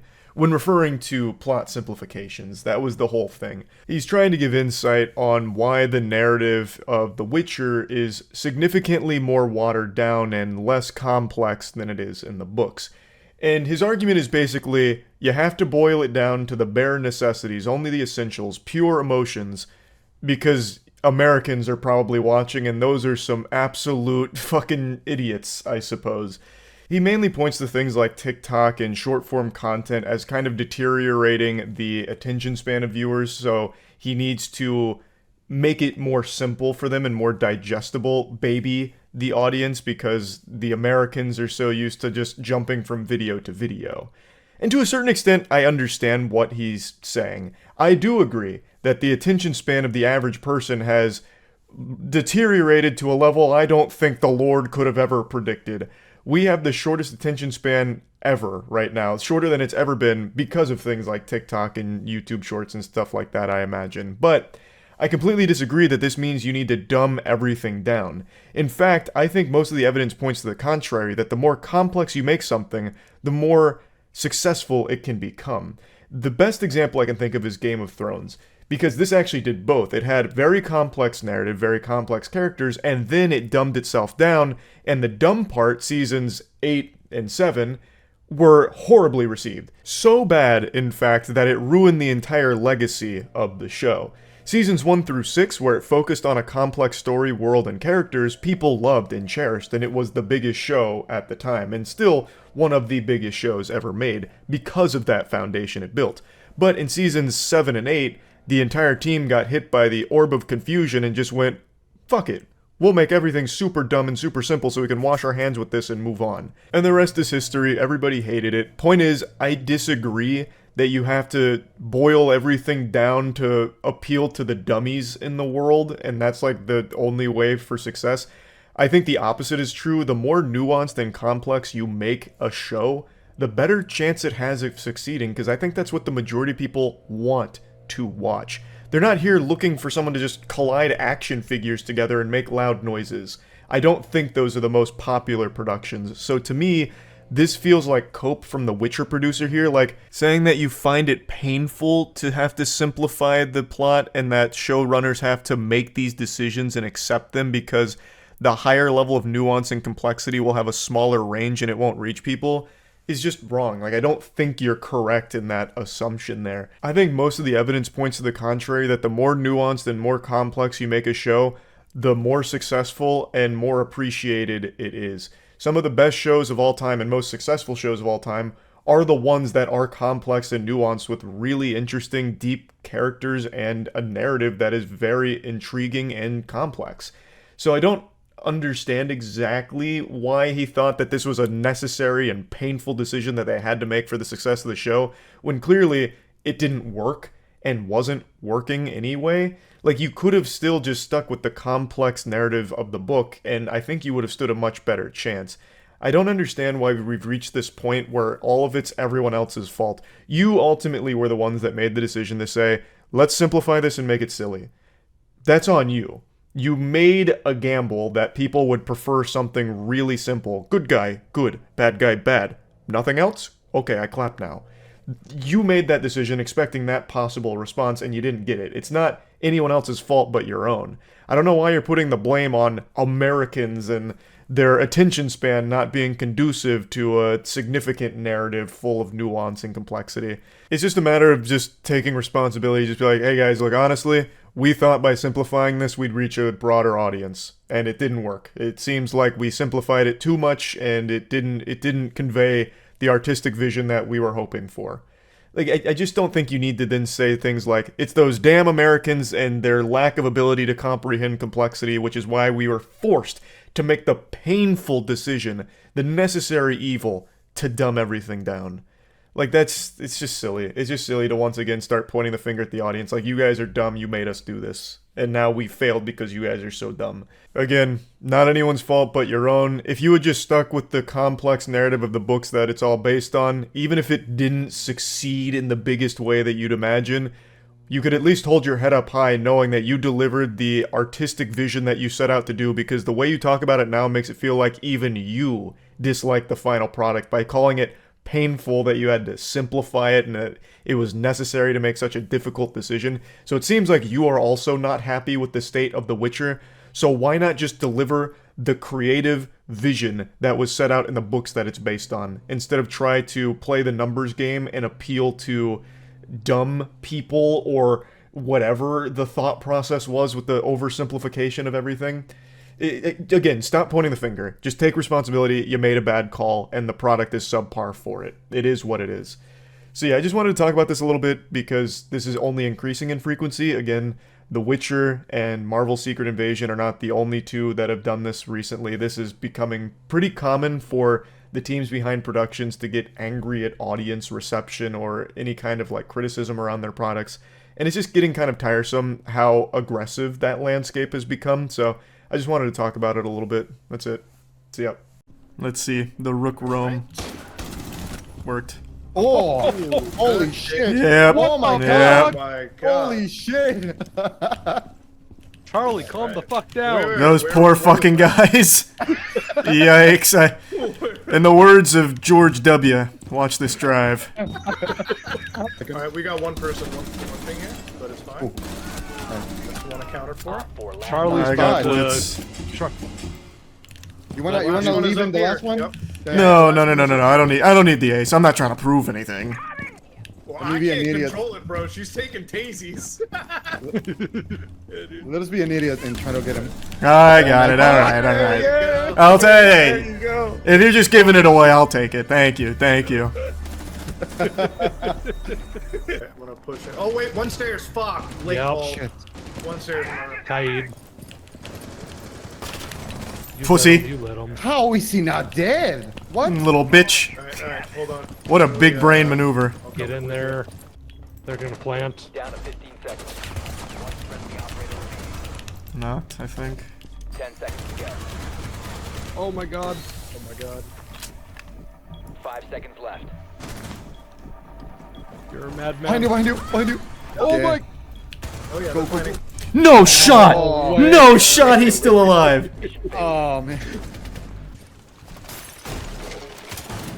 We might not even need it. They haven't hard reinforced.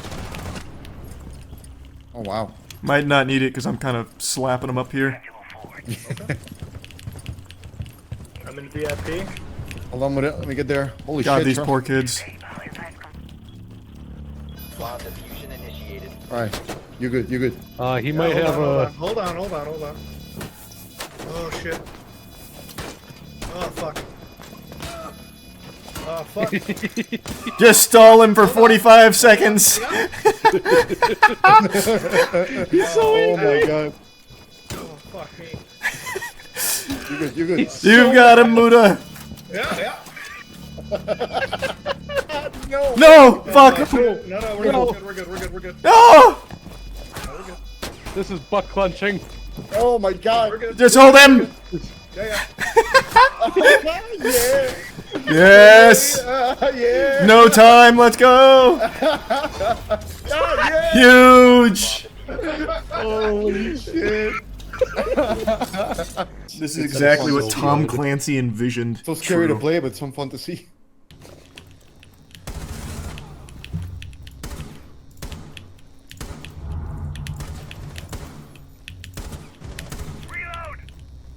I think still there. Oh, fuck that shot. Oh, whoa. Wait, I'll die if I go through there. I actually can't get through. That would have killed me. Your aim in this compared to Apex is night and day. What the fuck are you talking about, thinking? My prime Apex, they called me the Bearded Shroud. I mean, I called myself that, but then you guys latched onto it. My aim in Apex at one point was great. I'm a shell of my former self now in Apex, but there was a time. Alright, gentlemen, let's get in there. Let's have some fun. Oh, I have a 3-stack on my team. Sloppy Toppy, Thick Bussy Cream, and Goopy White Gloop. I don't think Sniper Lord's part of them, but I think those 3 are together. Running with you, Sloppy Toppy. Okay, let me help you out.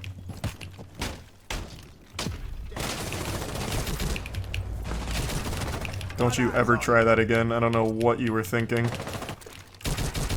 You sure you want to challenge him? Let me do it. No. Oh! Pfft. Scary.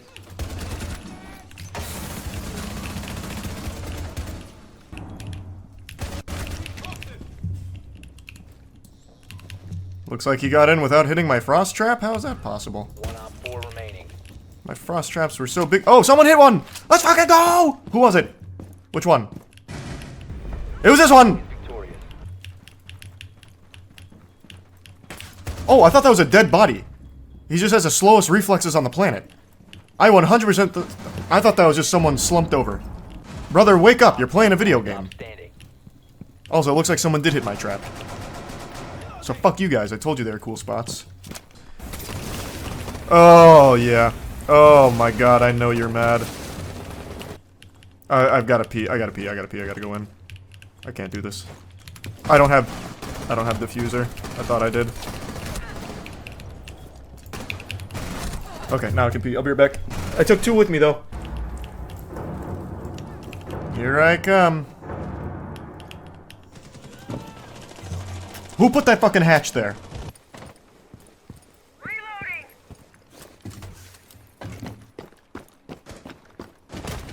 Oh, shit. They're on the roof. You wouldn't believe it. One of them just fucking pushed me.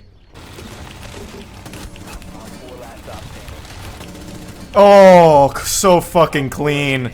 Oh, yucky. Oof, they just lined up for me. Playing horde mode here. Got your little tootsies. And now you're getting teabagged by my lawnmower. Oh, fucking dolphin dove in there. Is this a good spot? This feels like a nice cheeky spot.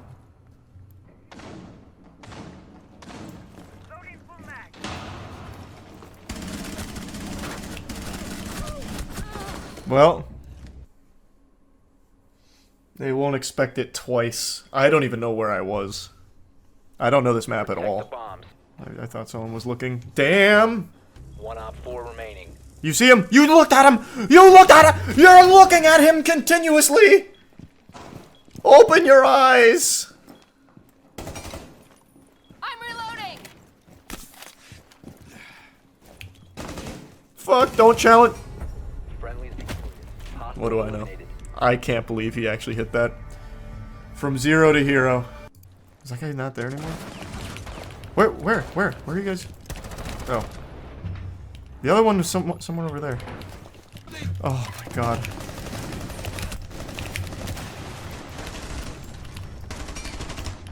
Bomb diffuser in place.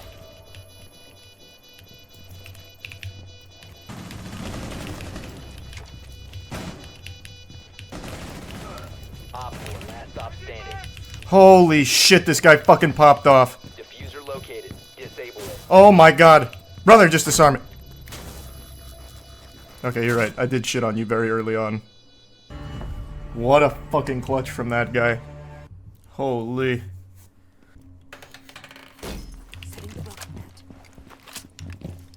We'll see. 10 seconds.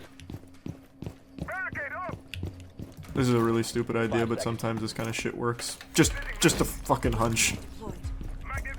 Located a bomb. I'll just stay down here. I doubt anyone comes through front. I fucking told you! Which one was it? Which one was it? Which one was it? Oh, it wasn't the stupid one.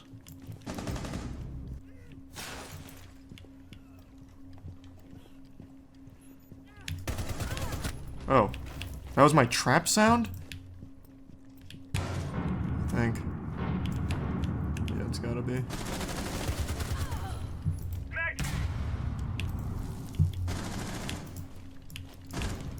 My frost mats went a little crazy on that round. Tell you, sometimes those brain dead ones are the best ones. Oh, Grandma's toes isn't there anymore.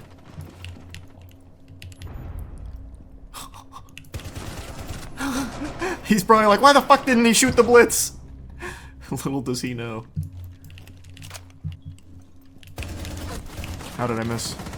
How did I miss the question on every sports fan's mind right now? Nice. Op 4 eliminated. Mission successful. Alright, that's gold. We got there. Not my cleanest game, but we got there. Spoiled milk kind of popped off. Whew! We take those. We take those. Where does it come up? Bang! Gold! Nice. That felt quick, too. That felt like it didn't take long at all to get here. Like, relatively speaking, I guess. And I still don't know the maps. At all. I still wander around aimlessly. Fucking feeling myself around the map without knowing where I'm going. That's big. If you've got a full belly, prepare yourself because you might just puke upon seeing and listening to this unbelievable, embarrassing cringe. This is the worst flirting, the worst attempt at wooing a potential romantic interest I have ever seen. This is like playing a visual novel and then scaring away all of your potential love interests at once and getting the worst ending. Now, I'd like to give a bit of context here to the situation before we really dive into the meatballs from our spaghetti entree of cringe. A user on Twitter posted screenshots as well as videos from a random guy who had reached out to her on Facebook because he had seen her on a dating app. The two didn't even match, and I guess he must have assumed that it was some kind of glitch because they were destined to be lovers. It was fate that was pulling them together, but unfortunately technology had a malfunction, so he took matters into his own hands, tracked her down on Facebook, of which she had no connection to the dating app. She didn't connect any of her socials to the dating app, so he did some super sleuthing to find her on Facebook and reach out to her there to try and win her heart. And let's see how that went. Kelsey! I love that intro right there. It's straight out of Scary Movie, like that old commercial. What's up? He's coming at her like they're best friends from way back in the day. He then executes Order 66 and kills all potential for romance. He goes, I mean, okay, shit. Mayhaps that was a tad overly enthusiastic for a stranger danger message on a sunny Friday morning. There is so much quirk to the way that he texts that I'm getting uncomfortable. I can say with a high level of confidence that he is definitely in some kind of theater troupe because he is typing like he's acting out some kind of skit for a play. It's a little much here. My bad. Let's go with, I can explain. Fuck yeah, that works. Then drops a couple of emojis and then one of these bad boys. How she didn't immediately fall in love with this man is beyond me. This is aggressive.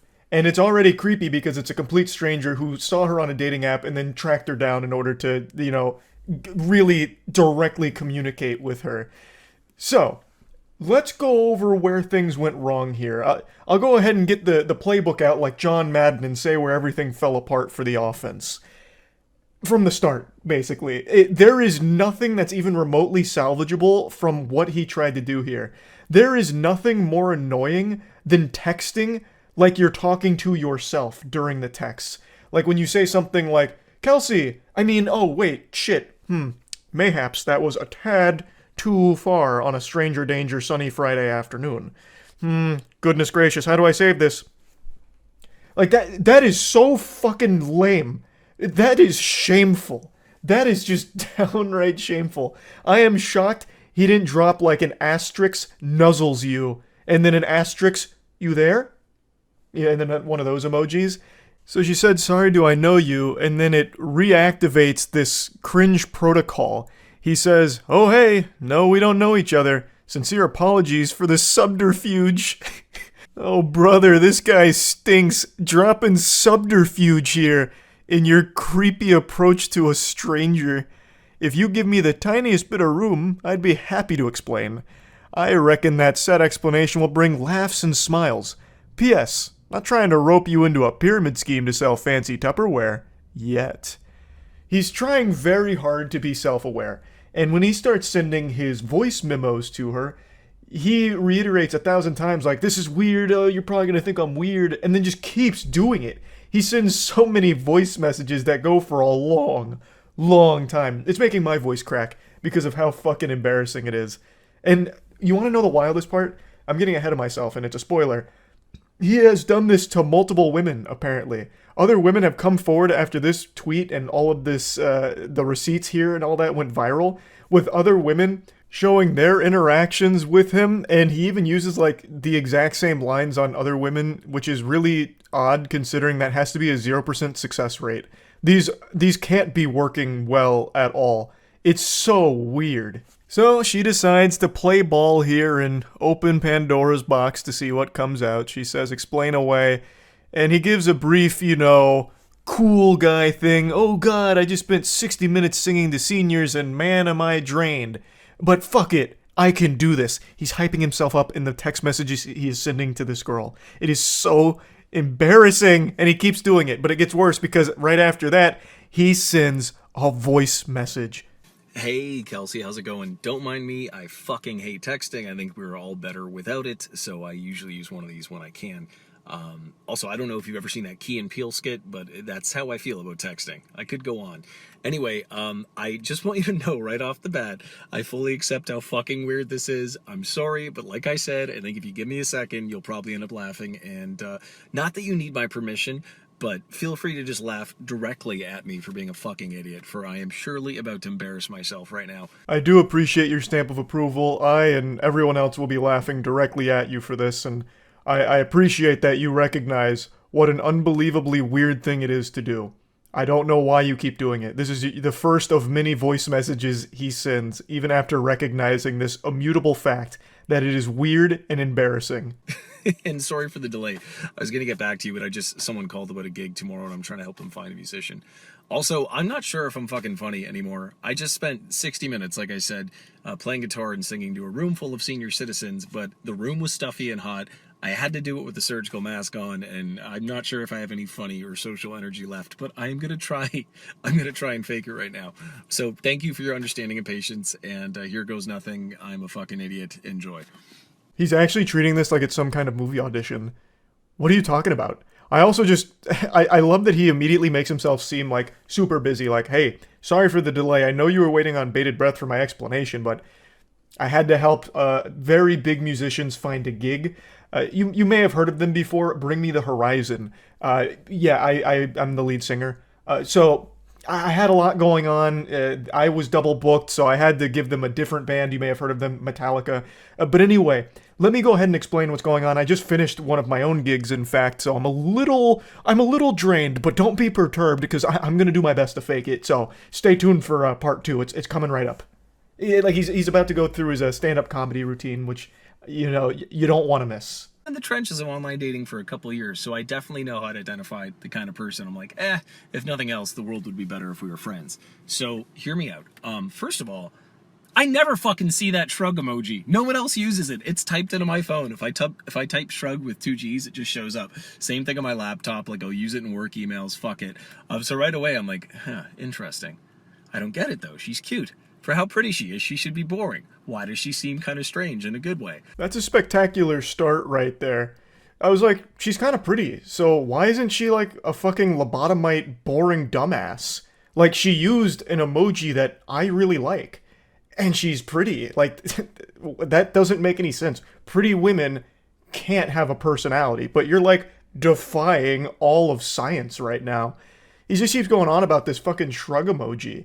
He's talking about her bio on the dating site, and he just really fixates on that. That shrug emoji is like Cupid's arrow to this guy. He fell in love instantly when he saw it in her bio. I don't know why he thought it was a compliment to say that she's, like, strange and different in a good way because pretty women are, like, boring or whatever, insinuates that a pretty girl can't have a personality. I don't know what the thought process was with that approach, but it's definitely a bold play. I think you said something about live music. My job is actually live music. I play guitar and sing. I do about 25 shows a month.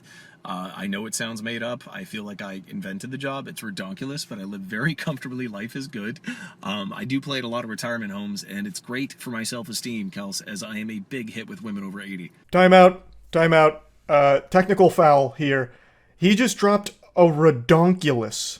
He just said redonkulous. And then not only that, in his only second voice message here, he's already just calling her Kels.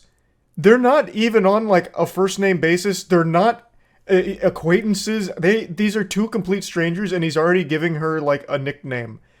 What the fuck? Oh yeah, and just the night before, I'd been talking to one of my best friends in the world, Roxy.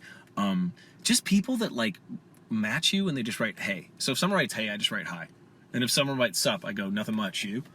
And, like, people that match me and clearly haven't read my fucking bio, folks will match and be like, so what do you do for a living? I'm like, come on, Chelsea. Like, yeah, you're kind of cute, but I'm pretty damn sweet. Try harder. Why are you even talking about this? You're, like, trauma dumping on this complete stranger right now that you've tracked down from a dating app to try and communicate directly with because you didn't match with her. What the fuck is this?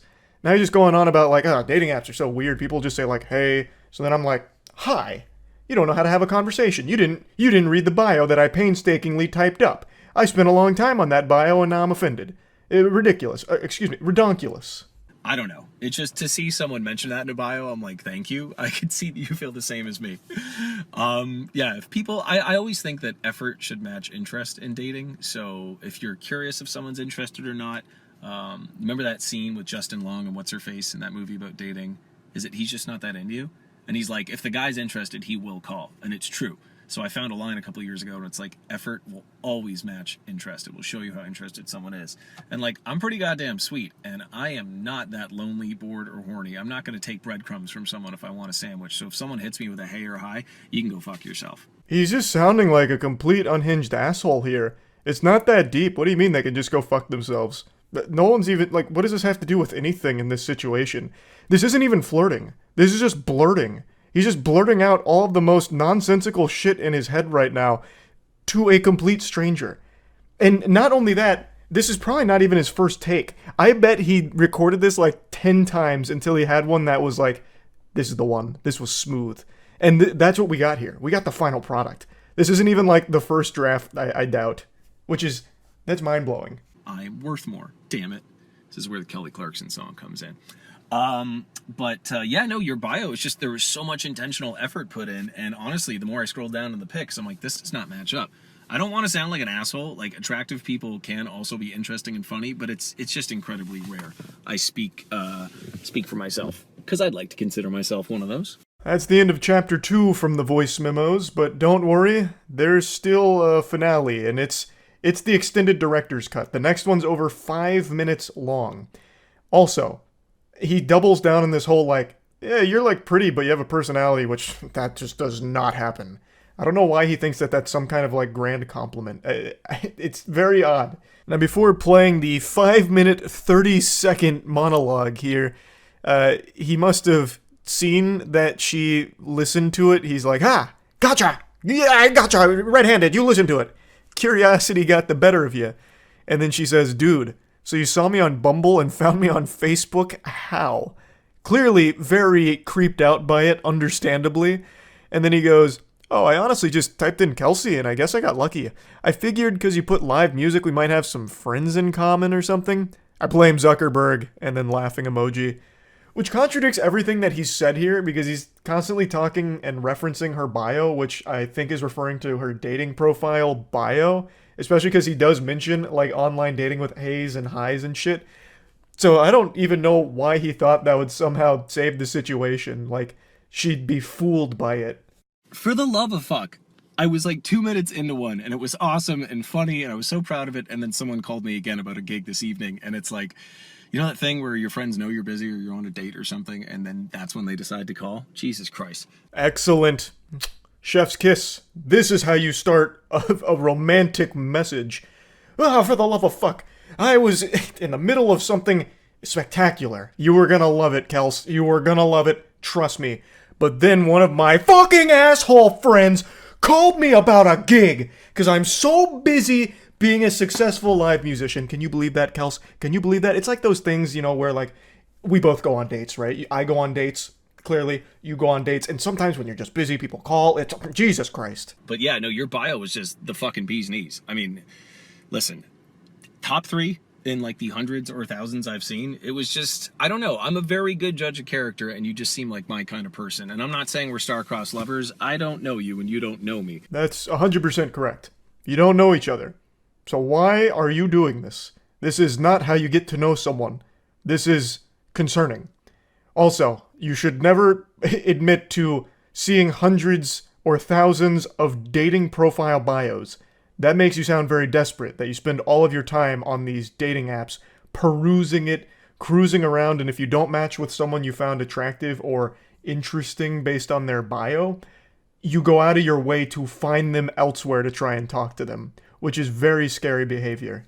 I fully accept how strange and unconventional this is. I got a vibe and I figured I gotta go with it. I was like in a really good mood that day. I don't know. I'm totally winging it. But yeah, a lot of my close friends are women, and everyone unfortunately has a couple stories of having to block someone's number, or an ex just won't leave them alone, or going to the cops. Fuck, dude, I've had to block a few numbers of crazy people that didn't know they were crazy. So I really, really apologize sincerely if this in any way like triggered that, or it was weird or whatever. Kelsey, that's the furthest thing from my intention. I just wanted to say howdy, and I figured if I talk like an idiot, you'd probably feel like I did after I looked at your bio. It's so close. He's teetering on the edge of self-awareness. Him saying all of this out loud should have led to this eureka moment where he was overcome with immense shame, and he just presses the eject button and deletes the voice memo and doesn't continue this conversation. Like, he's clearly pointing out just how weird all of this is. He's even going into all of his friends are women who, you know, have stories about having to block crazy people who didn't know they were crazy. Like, case in point, what you're doing here, but you keep trying to, like, make it seem like it's not weird, even though you do keep acknowledging how weird it is. So, like, you're fighting, like, a battle against yourself in your own messages. You are calling yourself out in front of the person that you're talking to as well. It's really weird. Oh, okay. It's not fair. You've seen mine, or sorry, I've seen yours and you have not seen mine. If you want, I will screenshot my Bumble bio. I'm quite proud of it. I think it's pretty fucking good. It represents me well. And what else would I want to know if I was you? Gee, I'm like 6 feet tall, pretty damn handsome. I'd give me like a 7. No, like a 7.5 out of 10 looks wise. I mean, to my knowledge, no one has dated me for my abs or my hair. I'm guessing it's because I'm funny and honest and clearly very humble and go to therapy and emotionally intelligent. It's not a job interview, bro. You don't need to be giving your resume here. Brother, just stop. Please, goodness gracious. 7.5, maybe even an 8. I'm feeling really fucking good lately. I got a tan. I'm up to like 80-second side planks. I hate them, but they're totally worth it for the core. And big feet. So you know what that means, baby doll. Big socks. You're scaring me. You are scaring me. Why would you do that? What? From way downtown here. He's throwing up a crazy jump shot. He immediately goes into, I've got big feet. You know what that means, baby girl. Oh my lord, please. Have mercy. Have mercy. Why? Why? What else? I feel like I didn't tell you enough about the bio too. That shrug emoji was just, if nothing else, the fact that like you look like a Disney princess and you use that, I'm like, fuck it, I gotta talk to her. So, Oh, I was definitely getting strong Kirsten Bell vibes too, and she's awesome. I don't know if you listen to her husband's podcast, Armchair Expert with Dax Shepard. I know it's quite the reference, but I have a feeling you might know what that is. One of my favorite episodes, actually, is it Lauren Graham that plays Lorelai? She was on there. Anyway, I am all over the fucking place, as is my job. You're also all over the place in this one-sided conversation. Now you're shouting out podcasts, talking about fucking shrug emoji again.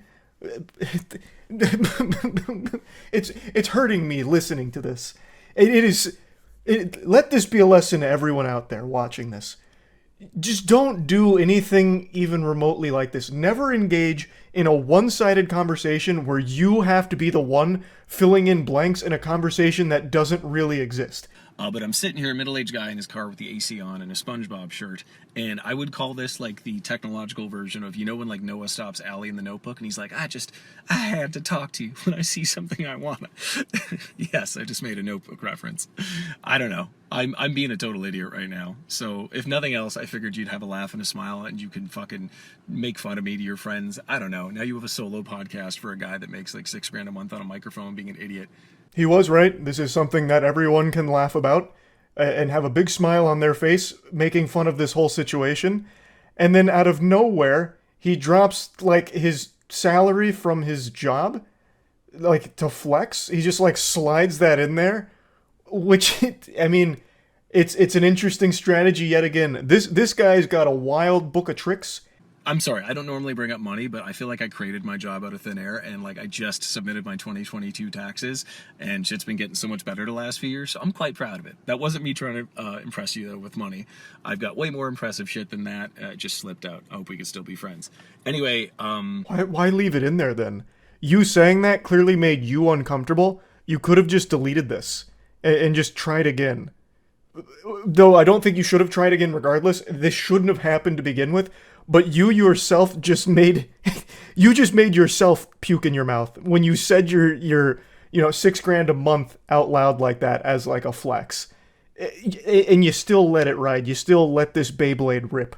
Why? You look like a goddamn Disney princess. The bio completely floored me. I felt like it was written by a friend or something. I just got like strong, like fellow neurodivergent, super cool, gregarious, happy person vibes. And yeah, so listen, I'm an open book. You probably figured that out like 6 overshares ago. If you have any questions for me, please hit me. Don't be shy. If you want, I'll share my bio. I feel like it's unfair that, I've seen yours and you haven't seen mine. I'm quite proud of my bio. This entire situation has been nothing but overshares from you. She's not going to ask you any questions. No sane person would. It's not going to happen. This whole thing was a complete catastrophe. And once again, hung up on this fucking bio thing. They're just bios. Most people write them in 10 seconds. I don't know how long he spent, like, finally crafting his, but that is not the norm.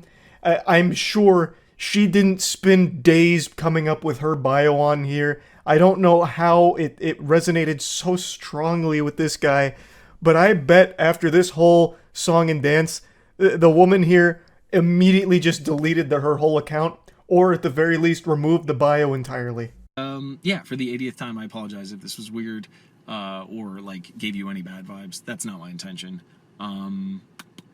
Yeah, I gotta drive home now because I gotta go sing at a bar in Mississauga, and I have 4 more gigs this weekend, and it hurts to talk.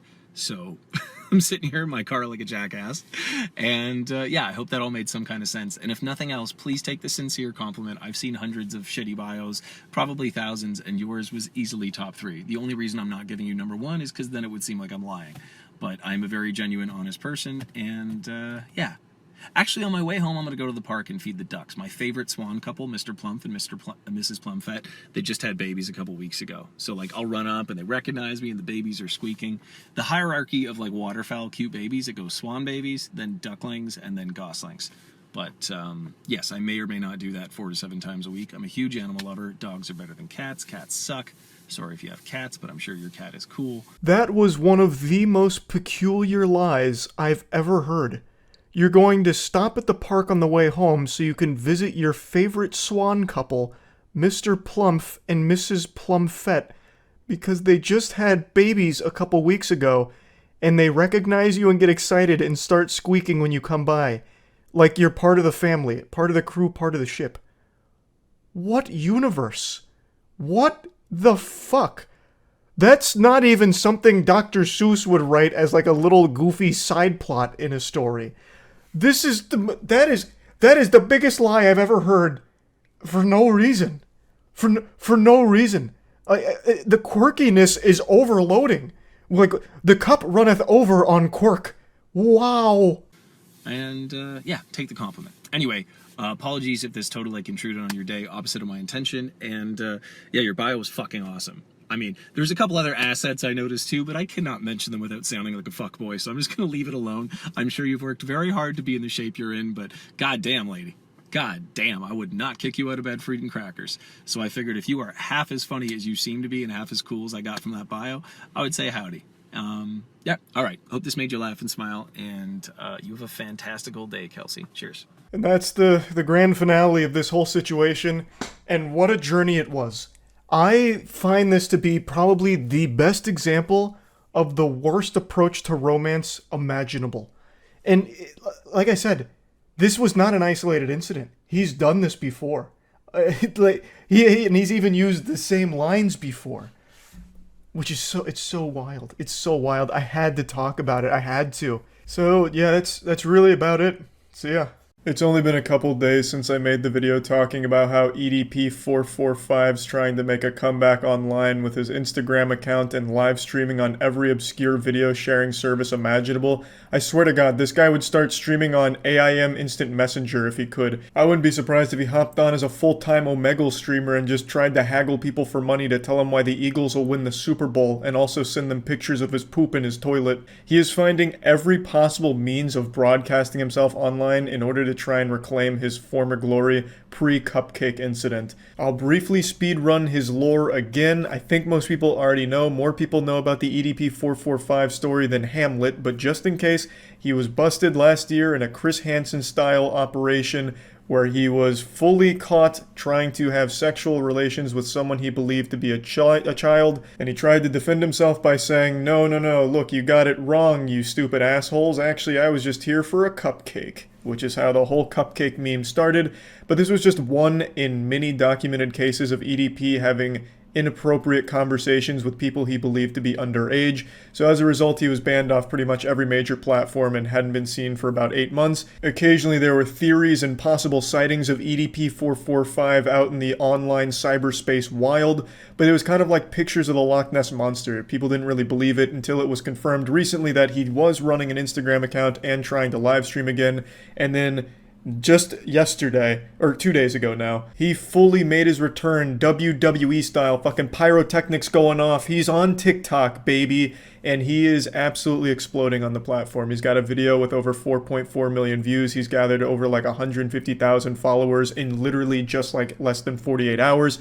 He's been going viral there. I keep seeing the comment of when the world didn't need him most, he came back, and that's super true. But EDP445 is like a natural disaster. For as long as cupcakes exist in this dimension, EDP445 will also exist too. On TikTok, he's getting tons of support from people welcoming him back with open arms and open asses. They couldn't be more excited. They're just wishing him the best and super happy that he finally returned to take his crown back, king. And it's really sad, but also not surprising, because TikTok has established itself as a platform where child abuse isn't even taken seriously. There's been so many creators on TikTok that have literally been outed for some terrible things, including being predators, including, in certain cases, sexual abuse, and they still have very popular platforms that are still thriving. Because TikTok and the TikTok community don't take it seriously. And I think that's mainly because most of them are children themselves. So they're completely naive, and they don't take things like what EDP did or tried to do as serious as they should, which is really fucking awful. EDP was outed for some terrible things, and all of them regarding his behavior with people he believed were underage. So now he's gone to a platform that is primarily consisting of underage audience. That is a recipe for disaster. You have taken a man who would be banned from the majority of elementary schools within like a 5-mile radius, and now you're letting him run for class president of that elementary school because it's on TikTok now. Probably not like the best comparison, but what I'm saying is he is now very popular on a platform that is mainly consisting of younger audience. I'm sure you can see why that's a bit of a problem. Now, EDP, mainly the content he's made on TikTok is Super Bowl related because it had the most virality to it, since the Super Bowl is always highly watched and on TikTok highly discussed. So his channel grew a lot then. And he also made a video about me, which I'll show you quickly. I had to mute the audio because of DMCA issues, but you're really not missing much here. Basically, the words here pretty much describe what's going on. He's since deleted this TikTok, and I think the reason is because he's done everything he can to avoid ever mentioning the cupcake incident. He treats it like Voldemort's name. It just never gets said by him. Anytime it's brought up, the person is banned, and just does everything he can to pretend that it doesn't exist, hoping that he can just write out the controversy and people will forget or stop bringing it up. But this is his legacy. This is what he's known for. He is the cupcake guy. And he knows this, which is why he posted a video trying to be self-aware like, cupcakes, no, I understand what's going on. But that doesn't work with that level of self-awareness when what you're calling attention to is the fact that people know that you tried to have sexual relations with a kid. Like, that's, the self-awareness isn't like a, oh, haha, he gets it, okay, now we can forgive him. It's not like when Darman became self-aware that a lot of the stuff that happens in his videos is goofy and people usually make jokes about it, and he became self-aware and became in on the joke, and that's like, oh, good for Darman, he has a level of self-awareness, I have more respect for that now. It doesn't work in EDP's case because when he calls attention to the cupcake thing, he's acknowledging that he knows he is a sexual predator, and that people know that he is a sexual predator. So the self-awareness doesn't help people have more respect for you. You're still disgusting, and what you did is pretty unforgivable, which is why no community's been welcoming him back onto the platforms, except for TikTok, because it is a platform that is notorious for not giving a shit about the safety of the kids on there. And make no mistake, a lot of the user base is kids, but they don't take it seriously there. There's been so many cases of horrible shit happening on TikTok, and the people that were behind it still doing just fine to this day. So I'm not surprised that EDP found TikTok as a place to call home, and he'll probably continue to do well on that platform, which is extremely sad to say. It really is, but it's just the truth of it. There's a good chance that on TikTok, EDP will thrive, and he'll be able to come back to form, and he'll be able to monetize again, and it's the fucking sad reality of it, because TikTok has a track record of not taking things like what EDP did seriously. And you can see it in his comment section. Like I mentioned, there's a lot of people that are writing on EDP's dick right now, like, yep, this is the good stuff. Finally, EDP's back. Thank you, TikTok. EDP, let's go, EDP for life. You can see it. And it'll probably continue. So obviously, a lot of people, myself included, have a big problem with EDP being back in general, but even more specifically on TikTok, since it's the platform that gives him the most access to kids, which are potential victims to EDP. He has shown multiple times, not just with the apocalyptic cupcake incident, but he has shown prior to that that he will talk to children and engage in very inappropriate behavior and conversations with people that he believes to be underage. So now that he's on a platform that's primarily in that demographic, there's obviously a huge conflict here. So yeah, just wanted to give a whole update on this situation. A lot of people brought this to my attention and definitely thought it was something that needed to be talked about. So yeah, that's really about it. So yeah. It's shameful to admit this, but it's the unfortunate truth that just by looking at me, you probably couldn't guess that I have been active in the gym for about a decade now. In fact, my college degree is in human science with a concentration in exercise physiology. But I'm on a 5'6" frame and I keep myself lean so no one even knows that I'm ripped until I do like a flex and it ends up being a jump scare. I keep hyping myself up in the mirror and telling myself that today's the day I finally start wearing tighter clothing so people stop asking if I even go to the gym because it hurts my soul every time. Or maybe I just need to be shirtless more often so that way it's pretty obvious. But regardless, the reason I'm even mentioning this is because I've noticed over the last maybe 6 months, not even that long, but like the last 6 to 8 months, the gym has gone from being a place of like working on yourself, gains, you know, focusing on improving your overall health, to a place where people go to compete for viral TikTok videos of them being a victim. Usually the content revolves around them filming themselves working out and then catching somebody looking at them and being a creep and a weirdo staring at them. Staring's a word I'm using very loosely here. And then sometimes, God forbid, that person comes over and asks them a question in between their sets. Normal human interaction has become fucking outlawed in the world of TikTok for some people. Now, I'm not saying this isn't a real thing. I'm not saying everyone that goes to the gym is an angel that can do no wrong. There definitely are creepy people that go there. I've certainly seen my fair share of weirdos in my days. In fact, one that always lives in my head rent-free is 2 years ago. A security guard at a private gym kept going over and sniffing a woman's ass as she was doing rows. I can't show the video, I don't think, because it might be against YouTube's new terms, but here's just a quick screenshot of his 4th ass-sniffing attempt where he's just, like, huffing her fumes. He eventually does get caught and fired for it. The point is, there are weird people at the gym, but what's going on right now is everyone is filming themselves at the gym, which I already think is kind of weird. There's also, like, this fucking perpetual surveillance here with people making fucking TikToks everywhere. But while filming, they're not catching weird people doing weird things or harassing them. They're catching very normal gym goers doing normal things and then publicly shaming them and embarrassing them for doing nothing wrong. Now, I'm going to show you the biggest one that I really think started really blowing this trend up and led to me finding out how large this has become and how big of a problem it's become. This is how to not approach girls at the gym. I hate this. I hate when there's weirdos. It makes me so uncomfortable. Feral, like fucking feral. You can immediately see a problem here. She's making a stare counter every time the guy even glances in her general direction. What do you expect people to do at the gym? Just turn around and stare at a wall when they're done with their set like it's the fucking Blair Witch? Like, what are you expecting? The guy is in between his sets, so he's just looking around. He's not even staring at her. Now, if he was staring at her, then I could see being a little uncomfortable if he's just over there, like, you know, fucking staring a hole through with, like, goddamn, like, laser beams almost firing out. Like, I'd get that being weird. But this guy is just, like, glancing near her, and he's still getting just attacked for it by her. The 5 adds £5. And these are the rates. Somehow the stare counter's at 5. I guess she's counting every time he's in between blinks now. And then she starts getting fearful because he's walking near her and wondering, questioning, why would he be doing that? Kind of like it's a scene out of a horror movie, like the boogeyman's, you know, you jingling keys trying to get in the door or something.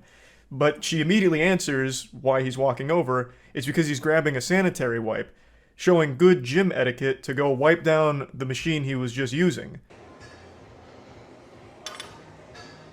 Excuse me? You don't have to do that. It's okay. No, it's okay. I got it. Thank you, though. Unfortunately, this guy made a big blunder here. He committed a cardinal sin. He tried to be helpful. So he offered to try and, you know, help out here because it looked like she was struggling, which she even mentioned she was hesitant to put the weight on, so he probably interpreted that as like, oh, okay, maybe I could be helpful here. Just being a genuinely nice person, I believe. And she even responds positively to it and then turns around and says this kind of shit. What if I just ripped his pee-pee out of its socket so he could never reproduce again? Totally normal, not alarming thing to say. This is why I don't want kids. Natural selection better take the weirdos out. He's going to jail for staring at an underage 21-year-old. Where have we all gone wrong? What's happened to the world where that is a statement said earnestly? He's going to jail for staring at an underage 21-year-old. There's more to unpack there than a fucking 2-week vacation suitcase. I could unpack this shit for hours. He wasn't staring. There's no such thing as an underage 21-year-old. 21 years old? You're not a kid at all. You can legally butt-chug Budweiser now. Unless this is some kind of weird self-own kind of thing where she has the mentality of a child, thus this guy should go to jail for what she perceives as staring at her. I don't know. Like, I can't even, like, remotely figure out what she was even trying to say with that last statement. But anyway, I'm not going to keep going too deep on this one because everyone has already dunked on it. She's issued an apology about everything. But I want to give a quick shout out to Joey Swole. He's a very prominent figure in the community and he's been doing a lot of good work calling out these kind of videos. Now here's another stinky video here. So this guy gets called out because he walks across the track she's about to do lunges on and looks at her on the way by. Then she says that she catches him still staring. There's no way, I'm so uncomfortable right now. And then the caption even says, in quotes, "It's because of your outfit." I don't know if she's accusing him of saying that, like he shouts it at her across the room. "Excuse me, milady. I looked at you because of your outfit. You drew my eyes to you. It's your fault." Or if she's just saying that as like a way of calling out behavior. I'm really not sure. But Joey Swole, when he talked about this video, pointed out something that I think everyone who's ever been to the gym will recognize. That not only is the guy not staring, again, the reason why he'd look at her while walking by is because he's going by her path on the track. So perhaps he was looking at her to make sure he wasn't getting in her way since she was about to start lunges. I feel like that's the most obvious explanation here, but regardless, he doesn't do anything creepy or weird. He looks at her while he's walking by, and once he's through, he continues going forward. Like, I don't understand where this is coming from. To me, it feels like this lady has recorded every single one of her gym sessions for the last week or so after noticing that this kind of content was blowing up, praying that someone would be weird and creepy to her, but she didn't get that. So she just decided to go with the one that's almost somewhat different, where a guy looks at her when he walks by, and chose that one for some clicks. Because nothing bad happens here.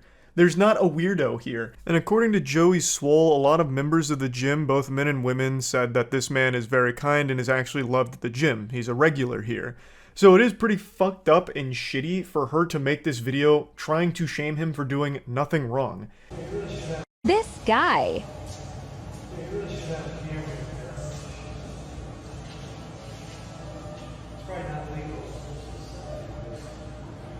Just filming my progress here. What? Just filming my progress. Oh. I understand.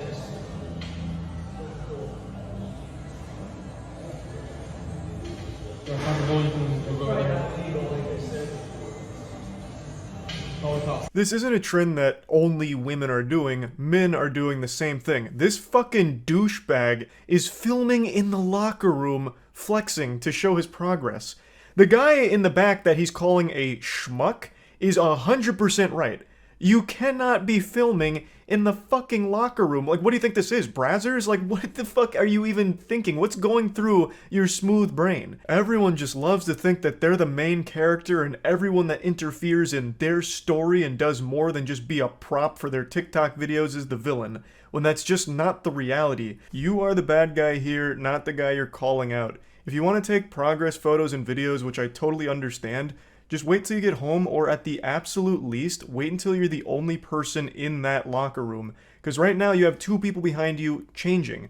They could have just gone whole hog, let their cock and balls flop out, and if you film them in a private setting without their consent, their nudity, you would be fucked legally. Watch this guy try move to me at the gym. Checks absolutely nothing on his phone. Looks over at me being busy sorting my wrist straps. These fucking straps taking up too much time. I don't know what constitutes a stare anymore. Like, this guy, again, just glances in her direction, briefly looks at his phone and puts it away, and apparently that's getting called out for being weird, saying he checks nothing on his phone. He could have just been checking the time. He could have been checking literally anything that's quick to get at a glance, like, what time is it? Or if he had a timer set up for, like, how much rest he has between sets, how much time do I have left on my rest? Like, there's so many things he could have been checking on his phone, but it doesn't matter. Like, he didn't do anything weird or wrong right now. All he did was walk by, and he looked over near you. Makes a swift return.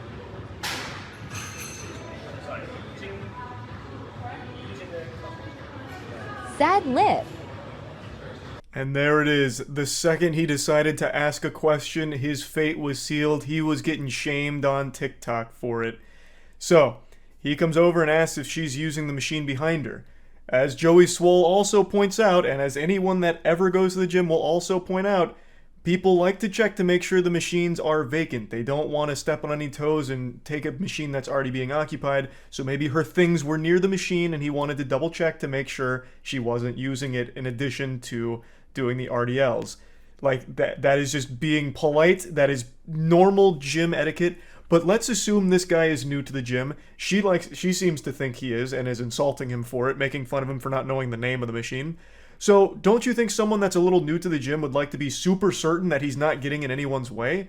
So he would like to ask someone that's near the machine to make sure that he has full reign to use it without intruding on their workout. He did nothing wrong, but it didn't matter. He made a slight glance near her, a split second of his eyes looking around before checking his phone, and that small, insignificant thing was enough to put a crosshair on him and for her to attack.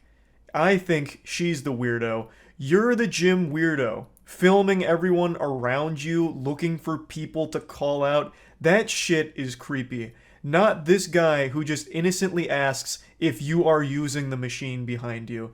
Totally normal question, totally normal interaction, and this behavior is getting so fucking out of control. People are turning gyms into war zones where they're looking at every single micro angle of your eyes and counting it as a stare if you happen to catch them somewhere in your general vision vicinity.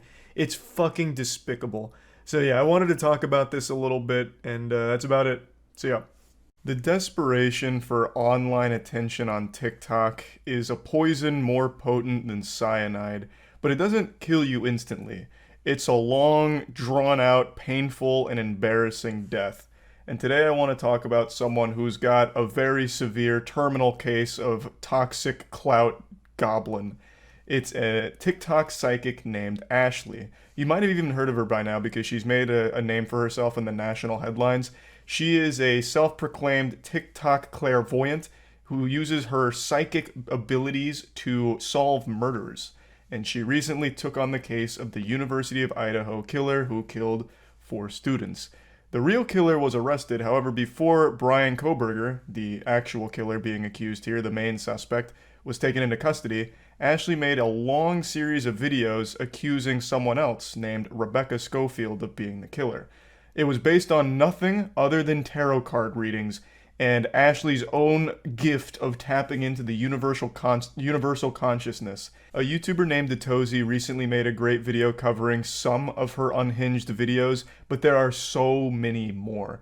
She basically just made a fan fiction about this completely innocent lady named Rebecca and framed her as the killer, and even convinced some brain-rotted individuals on TikTok that she was correct and Rebecca was the real killer.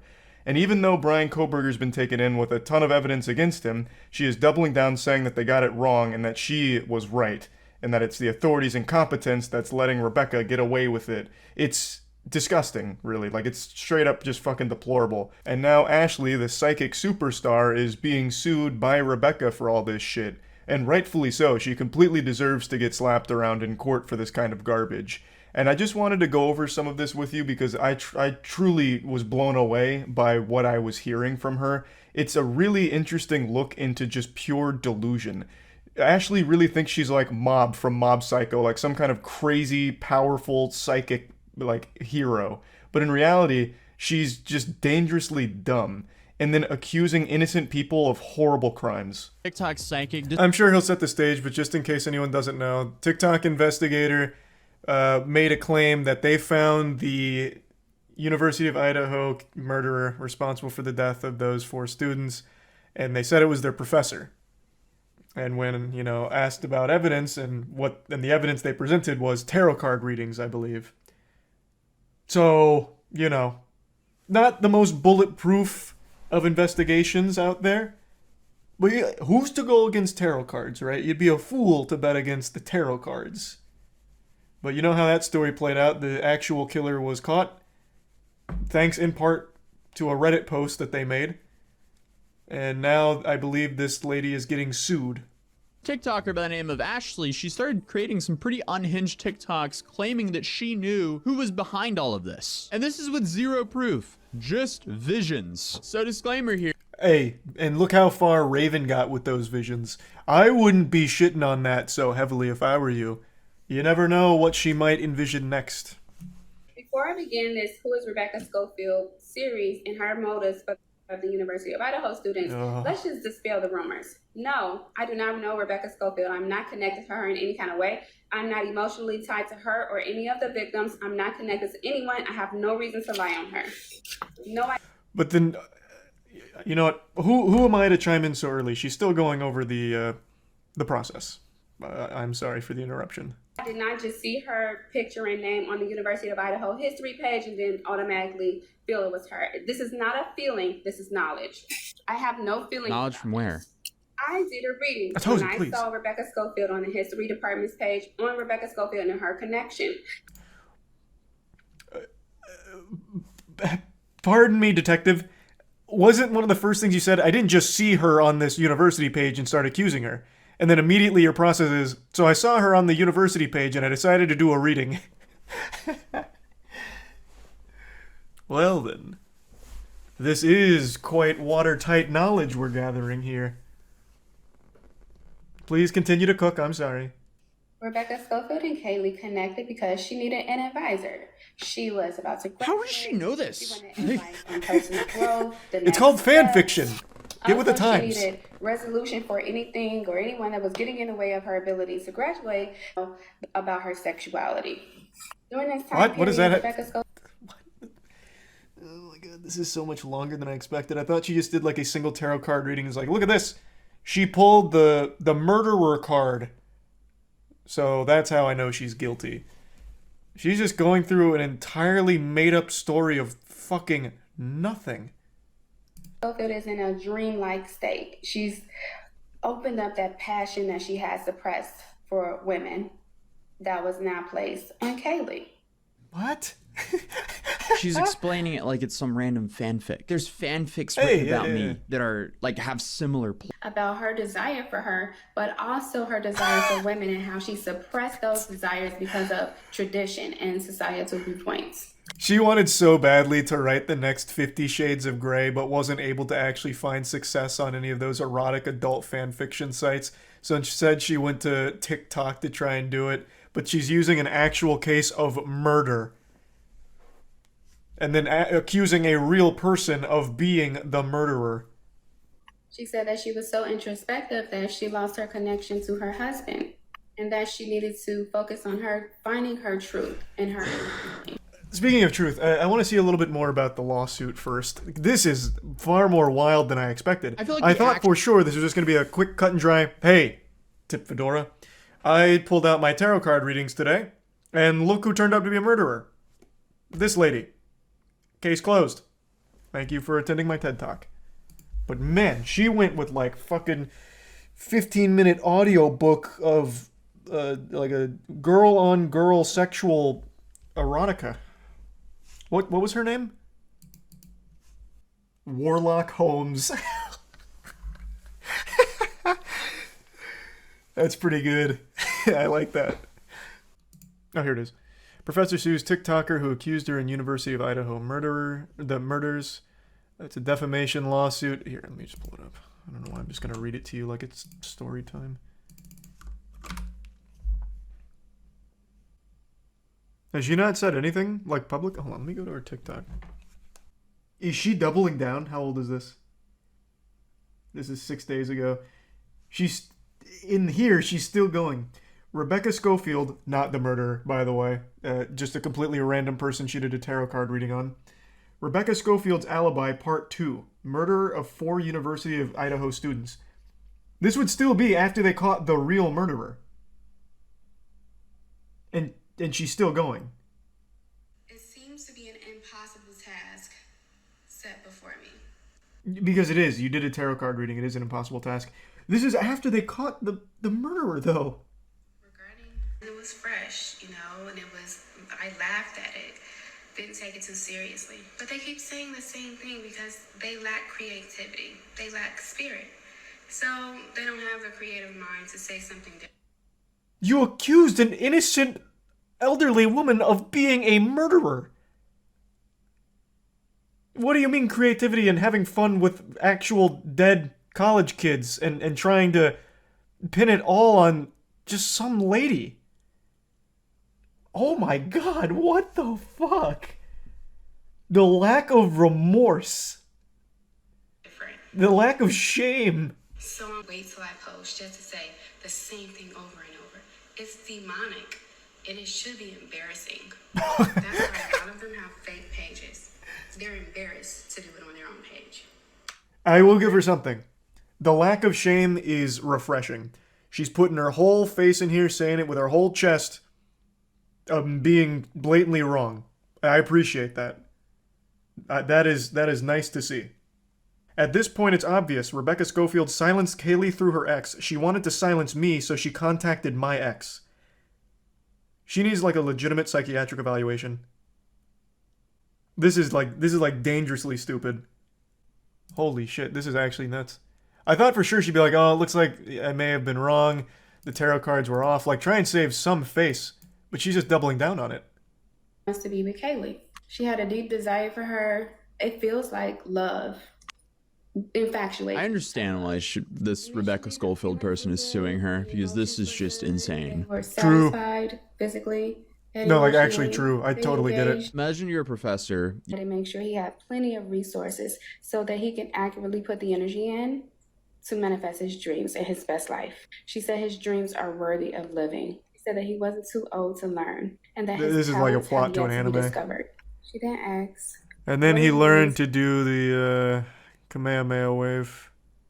And then he trained on King Kai's planet. I haven't been sued, so that's why some demand letters you take serious. It's looking a lot like Christmas over there. Wrong.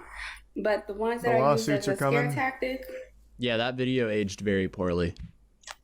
I think that's how y'all want me to feel about a measly ass $75,000 lawsuit that I'm gonna win. That's such a good filter. I thought it was real at first. That filter gets me every time. I love that fucking filter. Though, I mean, $75,000 lawsuit's not great. Like you don't have to pretend. I know that hurts. That hurts anyone. That's a lot of fucking money. I don't know why we're like posturing here. That shit hurts. Oh my god. Discovering things about her, because now everything I find out about her crime she committed of ordering of the 4 University of Idaho students, I have to save it. You don't have to save it. There's no point in saving it. Just say whatever you have now, because it's going to come out in court anyway. So, oh my goodness. I really hope this is a public trial. Because you're really Holy sitting shit, on so I need much to see information from, what, a tarot card reading? Oh my god. Like, I have physical evidence against Rebecca Schofield that validates everything that I've said about her, but I can't speak on it now because I would love to see the physical evidence she has to confirm that Rebecca Schofield was trying to get into a romantic relationship with Kaylee and that Rebecca Schofield was struggling with her own internalized lesbianism and all of that wild shit. And then talking about like how she had plans to leave her husband in order to spend the rest of her life with Kaylee and then having to hire an assassin to take her out. I would love to see the physical evidence she had for those claims. Oh, true, the tarot cards. That doesn't lie. That's a good point. I didn't even think about the tarot cards. That is going to be a crucial piece of evidence. She has an alt account, Ashley is God in the flesh, and she posts there frequently, updated 3 hours ago and said the investigators are wrong and she did the right thing using her gift for right reasons. Oh, yeah, good, there's still more. Ashley is God in the flesh, huh? That's like a major sin, by the way. She seems to be very religious. To claim that you are God is like a major no-no. It's like she never even read the Bible or knows anything about it for some reason. God fucking smited an entire town for making that golden statue of whatever it was. Then they took the bait with Brian Kohlberger. Brian Kohlberger he didn't make the smartest decision regarding the murders, but he didn't commit the murders. So the people that they should have been arresting is Rebecca Schofield and Jack DeCour. So stop blaming me for other people's ignorance, incompetence, or negligence. Y'all. That's amazing. Holy Lord. What in the world? What a load of horseradish. This is fascinating. I also want to keep up with some of the commenters. They know what's up. That's why they issued the gag orders. Not to mention Brian is 100% sure to be exonerated. I want to keep up with every commenter as well and see what happens when it turns out Brian is most likely the murderer. I hope, Rebecca, if you're watching, I hope you will make the trial with Ashley live streamed. That would be one of the most entertaining fucking things, because I know Ashley's going to represent herself. Absolutely. She's going to bring the tarot cards. She's gonna bring some incense, maybe a Ouija board. 100%. She's gonna be like, watch this. I'm gonna prove that it's Rebecca. I'm gonna communicate with the dead students on my Ouija board. I have no doubt she would. Oh! Oh my god. Maybe Ashley does have spiritual powers. Holy Lord. Oh! I'm under a psychic attack. One of my little Warframe figurines fell over. Okay, never mind. Ashley's powerful. I take it back. Holy shit. She's got gifts no mortal was meant to wield. How are you jump scared easily? I'm not at all. I didn't expect an entire fucking Warframe figurine to fall over. What the fuck do you mean? That's like the exact opposite of being jump scared easily. It was a loud noise. Could you not hear it on stream? She's got this shungite now. Oh no. Her staff of shungite. She has a whole blog on her website of her solving the case. No way. So she calls herself clairvoyant, saying she's blessed with the ability to access and interpret information from the universal consciousness. Huh. I use my ability to help solve mysteries and see beyond the surface of people, places, and things. Oh, you're right. Yeah, here's an entire blog. Solving the mystery of the murder of the 4 University of Idaho students. She's been tracking this whole thing. This is just horrible. Because it's real people that she's accusing of being the murderers. It's been a little while since I've gone over some text messages, and I still giggle at them to myself from time to time, but there hasn't been anything truly interesting that's come across my desk until today. This one gave me a big old hoot and a holler here as it aims to tackle the age-old question, how long should you wait after connecting with a human being to graduate from text messages to phone calls? For this one brave soul, that was about an hour, and the results were not optimal to say the least. This fairy tale starts the way that all the good ones do. They matched on a dating app about an hour ago, and then he reaches out saying hello, and then tries to call them. She responds by saying, hey, smiley face, I'm watching a movie with my parents right now. I'll be able to call in a bit. I'm sorry. She seems super sweet, giving an explanation and even offering an apology for not being able to hop on the hotline right away. And it's not like she owed him an explanation or an apology, but it was just a nice gesture. It's a very awful idea to try and call someone that you just met an hour ago. You only became aware of each other's existence like less than 60 minutes ago. He tries to grit his teeth and bear it, but the pain is too much. He says, oh, okay. And it comes across pretty sad. I don't know if he actually was sad here, but it seems to me like I can feel him looking down at the ground while he types that and like kicking some dirt. And I think she picked up on that because she issues another apology, but then says, how's your night going? So she's trying to at least make a conversation out of this, so she seems interested. He goes, no, it's okay. I'm excited to hear your voice though. Maybe send me pics of you? Mine is okay. I'm just chillin'. To me, it sounds like he's fishing for some sacred nudies here. I believe that he's probably in Coomer mode right now. His dick is in DEFCON 5, and now he's requesting some pics. I imagine if she did answer that phone call, it would have just been heavy breathing into it. Like something out of a horror movie. The phone calls coming from inside the house. But maybe I'm wrong.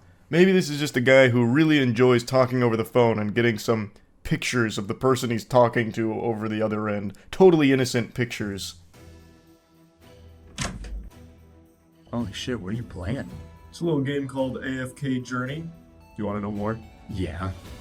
Big thanks to AFK Journey for sponsoring this video. AFK Journey is a wonderful free-to-play game that's available now on iOS, Google Store for mobile, and the AFK Journey official website for PC. Again, it's totally free to play and I highly recommend checking it out. AFK Journey is an ethereal RPG with distinctive visuals that you can just get lost in the breathtaking 3D canvas art of its world. It's more than just an idle game. There's new gameplay elements to it, a lot of new mechanics, as well as an added dimension with the PC-compatible side-scrolling. You'll be gathering heroes across 6 factions and formulating winning strategies with different teams. The Hex battle map allows players to freely assemble their hero lineup and strategically position them so you can master battlefield strategies to conquer each challenge with precision. You'll be exploring big maps, solving fun puzzles, meeting interesting NPCs, all with extremely fun and effortless one-handed gameplay. The official release is giving away over 40 heroes for free, including 200 free pulls for completing things like a 7-day login. So make sure to check out AFK Journey and use my CD key AFK Journey 88. You get a lot of goodies for that, 18,888 golden coins, 100 diamonds, some great stuff, so make sure to check it out. The links are in the description, and big thanks again to AFK Journey for sponsoring. Surprisingly, she doesn't seem creeped out by that. She says, "Oh, that's cute. I'm excited to hear yours too, and yeah, of course, I'll send some pics right now." Which is not the response I thought that would garner. I would have expected some kind of ickiness to it, and maybe a question about, like, why? I mean, we've known each other less than 60 minutes. You can just scroll my fucking online dating profile to see some pics of me. His response to her is just, okay, cool. This guy is just very concise, matter of fact. She says, "For the pics, do you want like recent ones? Because I have a ton ranging from like 2 weeks ago to like 4 years. He says, "Yes, but any," frowny face, and then winky frowny face. Every bone in my body is telling me that this dude is absolutely looking for some titty pics. He's looking for some honkers or something here. He's not looking for just like your normal Facebook photos or something you'd post on your Instagram story. He's not looking for you at the movies or something from 2 weeks ago seeing the Winnie the Pooh horror film. He's looking for ass and titties. That's my guess here, especially with like the winky frowny. I don't know why he's frowning so much. I'm not really sure. Maybe that's like an accident. Maybe you want to do like a winky face with a smile. But for some reason, he just keeps accidentally sending frowning faces, including like a winking frown face, which I've never seen before. I don't know how you even like sad wink at something to begin with either. I don't know, just, it seems like conflicting emotions there. He then calls her twice within 20 minutes and says, "Hello, upset. I'm waiting, lol." This guy types like he's playing a MOBA, like he's typing as quickly as possible just to convey the bare minimum amount of information. Upset. Hello? Okay, cool. Frowny. Winky frowny. Like, it's just very basic shit here. He's not actually even having a conversation. It's weird. Yet he keeps really wanting to talk on the phone. I don't know what would have happened if she answered some of these calls. Like, maybe he'd just fart into it and hang up while giggling. Perhaps, I don't know, like a big prank call? A huge ruse? Anyway, after 2 more failed calls, she says, "Hey, sorry, I just finished the movie. I wasn't looking at my phone, but I apologize that you're upset, but I just want to be straightforward with you since you were with me. I'm not like a very clingy person, and I'm kind of getting that vibe already, you know?" And he goes, "No, I just wanted to talk. You can answer, or call back." Completely missing the point of what she was saying, just insistent on having this phone call here. It's worse than a telemarketer. This guy just cold turkey calls her out of the blue.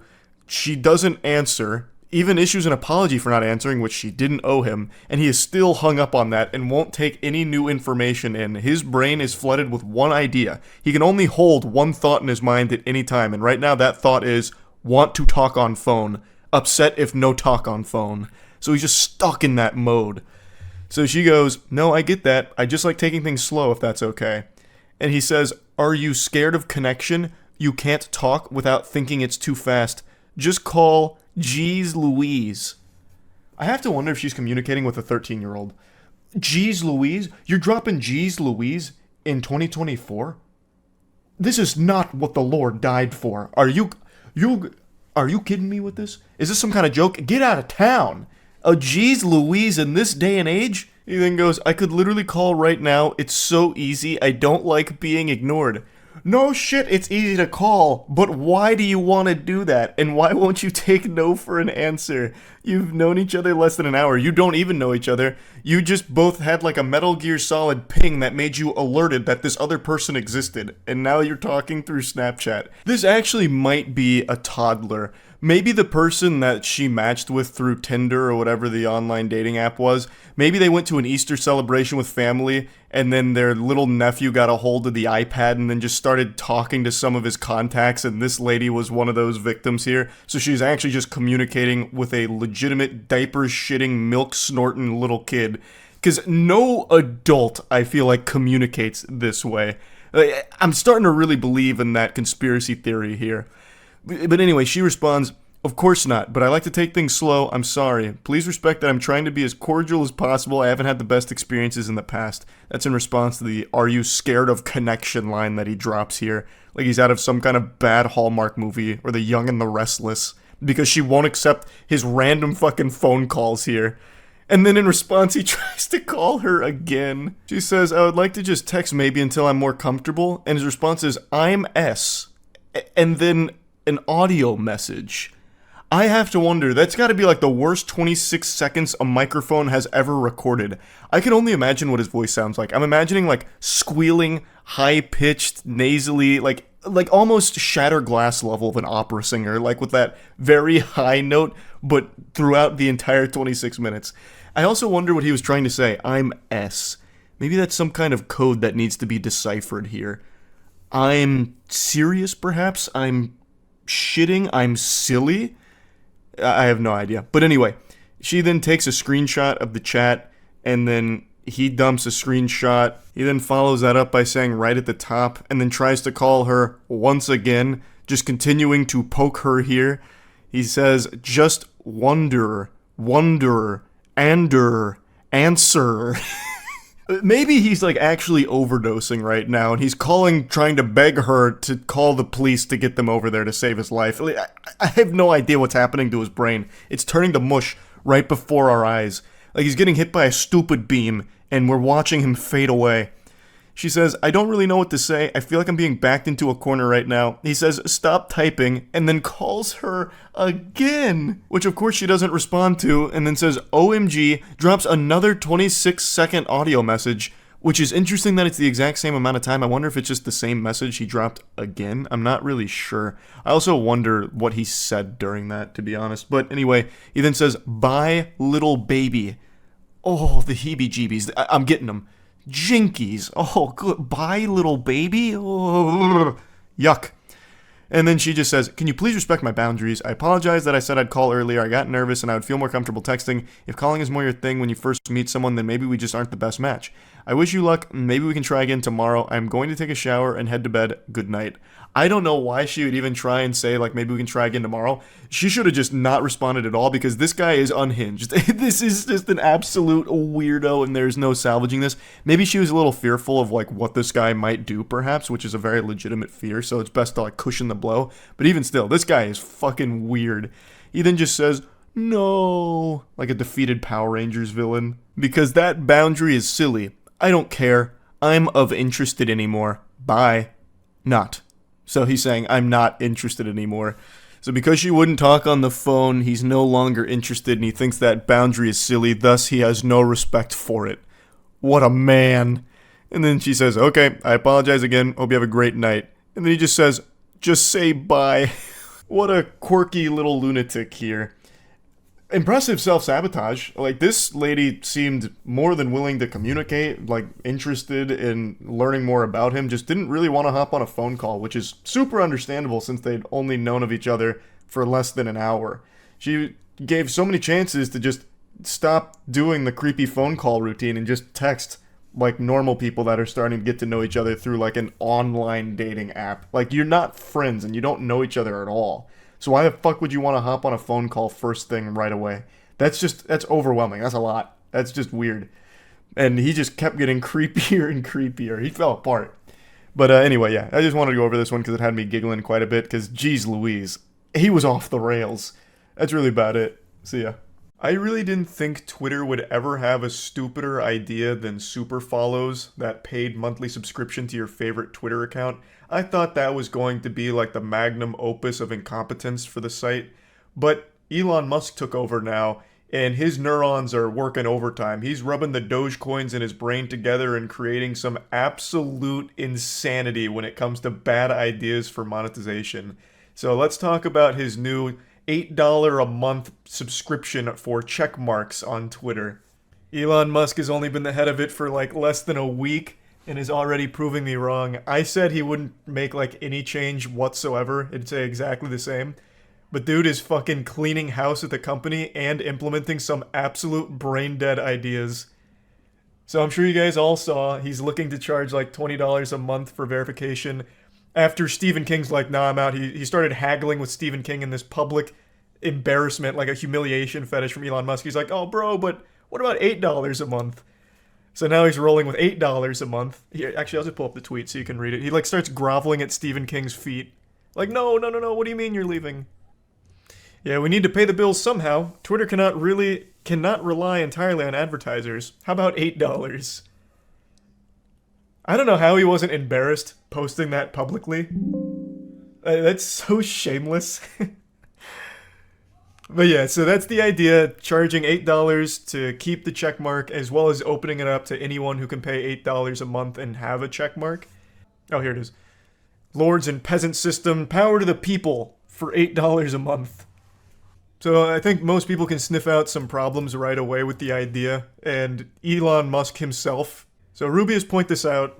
What happens when a random user pays $8, changes his display name to Elon Musk using your same profile pic, starts tweeting like you, verified checks exist so people know they follow the real person. He doesn't even address that, he just said it already happens, which he's just blatantly wrong about. There's currently, at least not from the last time I checked, which was 2 hours ago, there is no verified Elon Musk scamming accounts, but there are people like impersonating him without the checkmark. Whereas this can have verified scammers. But regardless, not even the biggest takeaway here. I think anyone who pays $8 for a checkmark is an absolute certified fucking loser. It should only be used by like companies, maybe. I could see that like companies or businesses wanting it. Individuals, I think that shit is trash. Like, you are basically just begging to be bullied. Like, that's like an elevated chat, but on Twitter. That's just a -8 in every reply. I would not take a checkmark from anyone seriously anymore. It would be too embarrassing. But yeah, his whole thing is like, it's going to... Actually, here, let me just pull it up instead of put words in his mouth. Here. You get priority in replies, mentions, and searches, which is essential to defeat spam and scams. Which I cannot believe he's that out of touch. This will only increase that because anyone can do it now. So now you can have verified scams, which are going to take priority in the replies and in the searches. I'm not paying $8 a month for the checkmark, I'll tell you right now. That is no shot. That is so dumb. It is more productive to burn your $8 a month. You are getting no value from it. So when that happens, there'll be like 1,000 moist criticals everywhere, and they will all be in the priority scamming people. So it's only going to increase that problem. And you don't even get an ad-free experience, you just get half as many ads. So imagine paying $8 a month for a stupid little Boy Scout badge and then still getting ads. How silly. This is like actual pay pig behavior where you just pay someone to get nothing in return except insults. $8 for a check mark. I see why he's doing it, because now he just paid $44 billion for this pile of shit and there is no way it's making money, not even close, so he's just scrapping together every shitty idea to try and squeeze a little money into it. And he also has a problem right now where advertisers are pulling out. So not only is he losing all of his like members in the company, the employees that he's firing en masse, but the advertisers themselves are starting to pull out because they have no faith in Elon actually steering the ship. So he can't rely on them anymore, which he publicly admits to Stephen King. So he's just trying everything to make something back on this absolute massive shitpost that was so costly. Man made a $44 billion joke and is starting to regret it like a Darman video. This shit is super follows on crack. Oh, that is such a... I keep forgetting about super chats. Like, super chats is absolutely inviting wedgies into your life. If you are... sorry, super follows. Super follows invites, like, actual swirlies in the bathroom from the football team. If anyone sees that you are a super follower of someone on Twitch, you will never hear the end of it. You are gonna be absolutely bullied on Twitter forever. So people don't do it. You never see super followers. Because you're paying for fucking nothing. And that is exactly what the checkmark's about to be with the $8 a month. It's so beautiful.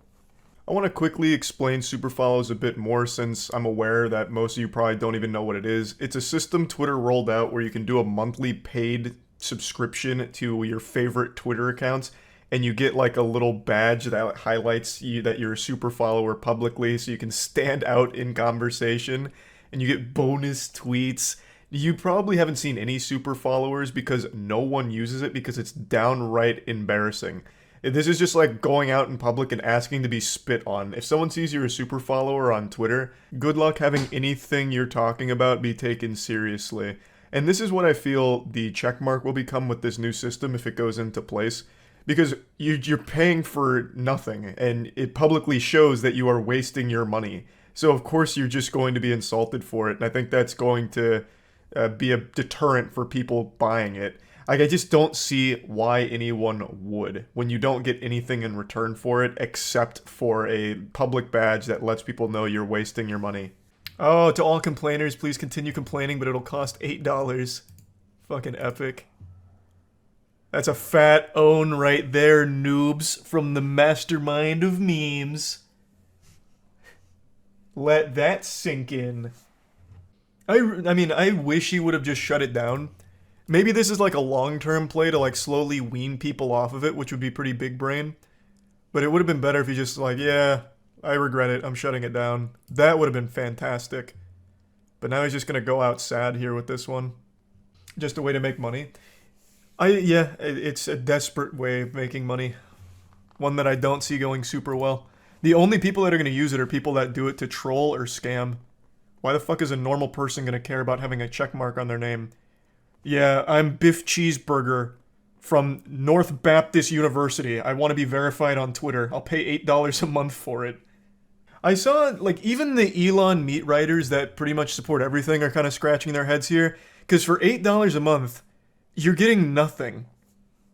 You get priority in replies, yeehaw, so you can say L+ ratio quicker than most people and have it at the top. Like, you don't get anything out of that subscription. They keep comparing it to things like Netflix or Hulu subs, but think of all the content you get from anything else with a subscription.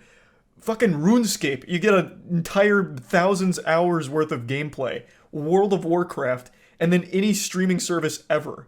You get fucking tons of content. On Twitter, you get a check mark, you get a badge. It's worthless. Like, if it was a one-time payment, I could see some people doing it. But a subscription, a monthly subscription to have that, nobody's doing that, except for businesses, maybe. No shot. And you don't even get an ad-free experience, so it's even worse than, like, anything else, like, alternative. O.J. Simpson finally getting his checkmark. True! O.J. Simpson made that post to Elon. Now that Elon's got Twitter under his control, maybe now I can get verified. And he can for only $8, so we finally got the real OJ with that check mark. You can be like OJ Simpson on Twitter, let's go. Fucking huge. So I can make fake government accounts for only $8.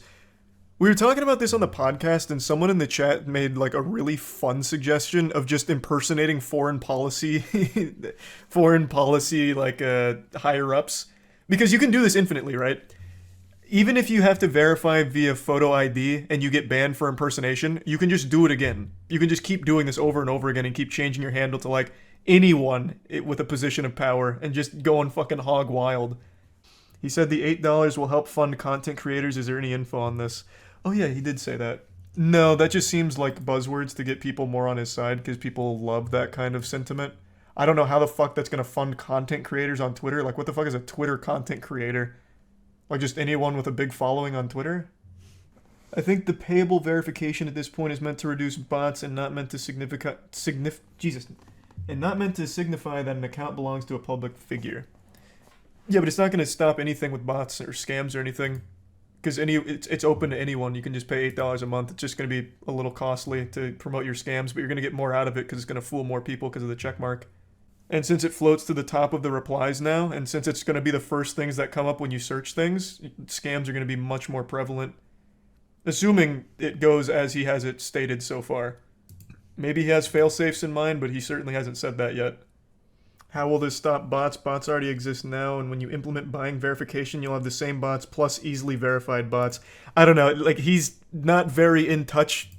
It doesn't, like, I don't see how this stops spam or bots. It seems to me to only increase spam and scams, but I guess we'll see. Like, it doesn't seem to stop bots. The bots are still there, and now some of them can be verified. Hey, Sneako, does this outfit look familiar? This is the same thing I wore last time I took you over my knee and spanked your bottom with some discipline. And I'm happy to report that these are back in stock, and a lot more, at moistglobal.com. Last time I talked about you, I used you for a merchandise push as well, so might as well stick with tradition. I bet just seeing me in this attire again has just sent you on a full-blown Winter Soldier episode with your eyes rolling into the back of your skull as you're experiencing post-traumatic stress disorder, because the first video I made on you offended you to such a high degree that you have not stopped whining since. It's already been 3 months, can you believe that? How time flies. You started shit with me by insulting me and my girlfriend out of nowhere, so naturally I responded by making fun of you in return and showcasing the reasons why I don't respect you. But unfortunately I failed to calculate just how much of a sensitive fucking loser you are, because this hurt your feelings to such a high degree it's become like an Armageddon in your brain. 3 months you have continued to melt down about this. The day after I posted my response, he went on stream and had a huge unhinged tantrum and meltdown about the whole thing, and then he sent some of his viewers over. So I was joking with them, saying like, oh, you guys must have just stopped the cuties watch party over there at Sneako's stream, right? Welcome, cucks, that kind of shit. And it got really under his skin in a big way, so he started dancing around with the gun and threatening to come shoot me. So he kept saying, oh, you're in Tampa, right? I'll come see you, waving his gun around and dancing. You wanna watch my clips? Watch my clips. Watch my clips. You want me to watch your clips? Watch my clips. These are the only clips I'm watching, you were? Now the reason he keeps saying watch my clips while threatening me here is because during the stream I couldn't watch him live because he just kept shouting slurs.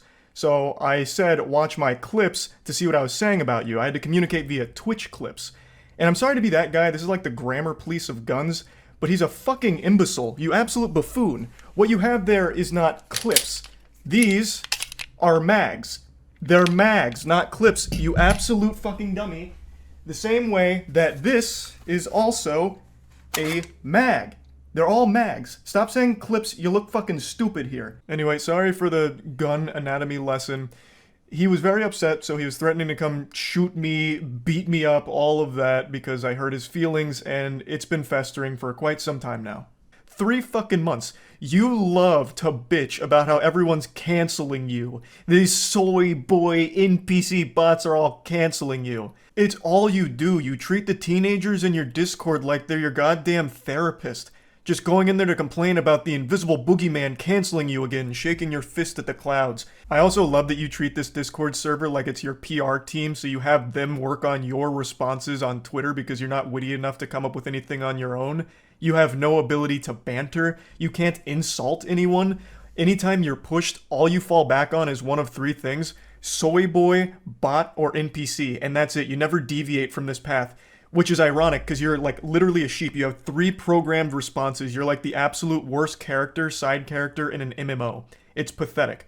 But I'm getting sidetracked. You love to be super public about how much you hate antidepressants and you shit on anyone who takes antidepressants, but with the way you talk in your Discord server, I'm pretty convinced that you're only 2 or 3 messages away from asking your community to source antidepressants for you under the table to help with all this mental anguish you're going through. And I think that'd honestly be a good idea. It might help you. But I'm putting the cart before the horse here. How did we get to this point? Well, I made that video about Sneako, and I fully planned on that being the only time I ever talked about this asshole. I really did. All I wanted to do was highlight why I personally don't respect him. I know a lot of people criticize me for not tackling his points, and to that I say, bah humbug, this fucking goober didn't make any points. All he did was insult me and my girlfriend. He insulted me and my girlfriend because I made fun of one of his friend's blatantly fake stories. He resorted to childish name-calling like, I'm ugly, and I don't go outside. That's not making any points. Like, what am I supposed to debunk there? No, actually, my mom thinks I'm handsome, and so does my girlfriend, so you're wrong, factually wrong. There's nothing to debunk. The whole point of the video was highlighting why I don't respect him. I'll go ahead and briefly give you a previously on Dragon Ball Z lore recap to bring you up to speed on the points I was making for why I think he is a pathetic piece of shit, and his opinion holds no value in my eyes. Is because he publicly defends Cuties as one of his favorite movies. Cuties was a Netflix film that used real child actresses in sexual situations, so they sexualized real children. A fact that Sneako himself acknowledges, but writes off as being okay because it's realistic, because in the real world children get sexualized. I'll say it again, regardless of what the intention of the film was, they missed the mark because what ended up happening is they sexualized the child actresses. That is a problem. Full stop. Even if the message was supposed to be the opposite, they still ended up contributing to the very problem they were speaking out against. I saw Cuties last night and it was pretty good. It's a pretty good movie. I went in ready to hate like everybody else. I saw the cover and I got clickbaited. So did you. You got clickbaited. The thing about Cuties is it's not an unrealistic film. Like, yes, it shows children in a sexual way, but this is not unusual now. And the people who are really mad about this aren't Gen Z. Imagine claiming children in sexual positions is clickbait. Yikes. That's rough. You admit that the children were sexualized. That is bad. Okay? That means the movie failed in its mission. I don't know what you don't get about that. But regardless, I'm not here to just keep hammering home the same points. Another thing that I talked about for a reason I don't respect him is because he battles with his own sexuality. He is very public about how he used to go to these swinger parties, I think he says 4 in total over the course of like 2 weeks, where he watched his girlfriend get fucked by other men. Even telling the story of how he was literally in the bed watching his girl get fucked by a different man, moaning intensely, and it was traumatizing. Yet he recommends that everyone should try it at some point for some reason. Because this was, imagine seeing the girl you love like get fucked. You love her? Yeah, I do. I love her. I was about to say I love this bitch. I'm like, no, let me not say that. I love my wifey, my queen.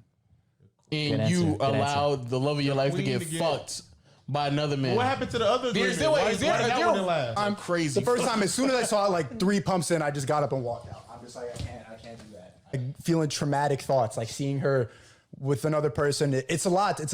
But I think it's something everybody should do just to test. You know what? So my point with this was, why is this the guy that's lecturing everyone on their relationships, shitting on people's relationships, when he himself is in one that makes him very upset and he can't come to terms with it? Now, if he's open about being a cuck and happy and proud to be a cuck, that's fine. But he's not. It makes him mad every single time. So why the fuck is this insecure guy the one that's the moral authority on healthy relationships all of a sudden? That was the point of me bringing up that clip. Now, that was basically the whole video. I summed it up real quick. All I pointed out is I don't respect his opinion because he defends a movie I consider to be child porn. I think any film or any production that has real children being sexualized should be classified as child porn. That's how I view it. Maybe your definition's different, but that's how I personally view that kind of content. So him defending that was beyond reprehensible to me. And him being very public with his cuckoldry and how scarring it has been, it should be a lesson and an example that he himself is not great when it comes to relationships and all these things. And I posted that and it made him extremely upset and he hasn't stopped fucking crying about it for 3 months. So, fast forward to 2 days ago. I was streaming a Moist Esports tournament and I went up to go to the bathroom. I had to take a shit. It was a double flusher. So I was on the toilet for quite some time and I saw a Sneako post that he's posted quite a few times now and I thought, you know what? Fuck it. I'm not doing anything else right now on the porcelain throne. I'll play in the pig pen. So I did. For 3 months now, Sneako's had this adorable little collage that he made that looks like it's straight out of a 16-year-old girl's diary with pictures of boys from her class that she doesn't like. All about people that have hurt his feelings. This is his wall of shame for people that have insulted him online. What's even sadder about it is he purposely leaves out people that he's afraid of. So Turkey Tom, for example, made a whole video talking about Sneako and how pathetic he is. And Sneako tried to talk a big game to him, even challenged him to a debate, which Turkey Tom accepted with jubilation. He was ecstatic. And then Sneako kept ducking him, ghosting him. So he leaves Turkey Tom off of this list because he's afraid to actually talk to him. And he also leaves off quite a few other people, but the most notable other one that is comical for the absence is Brandon Buckingham. Brandon Buckingham is an internet content creator that Sneako lied about for a long time, and they had a lot of beef, and Brandon Buckingham actually challenged him to a fight. And Sneako is very fearful of him. We'll get into that more in depth in a moment, but I just need to set the stage a little bit here with this collage. So after seeing this for the 100th time in the last 3 months, I finally just said, holy shit, you pathetic, sensitive, soy little worm. I made fun of you for watching your girlfriend get fucked by numerous other men and also insulted you for defending child porn. That's not cancellation. That's just spitting on you for being a pitiful, sad cuck. And this puppy really blew up on Twitter in a big way. Now, I will say it again.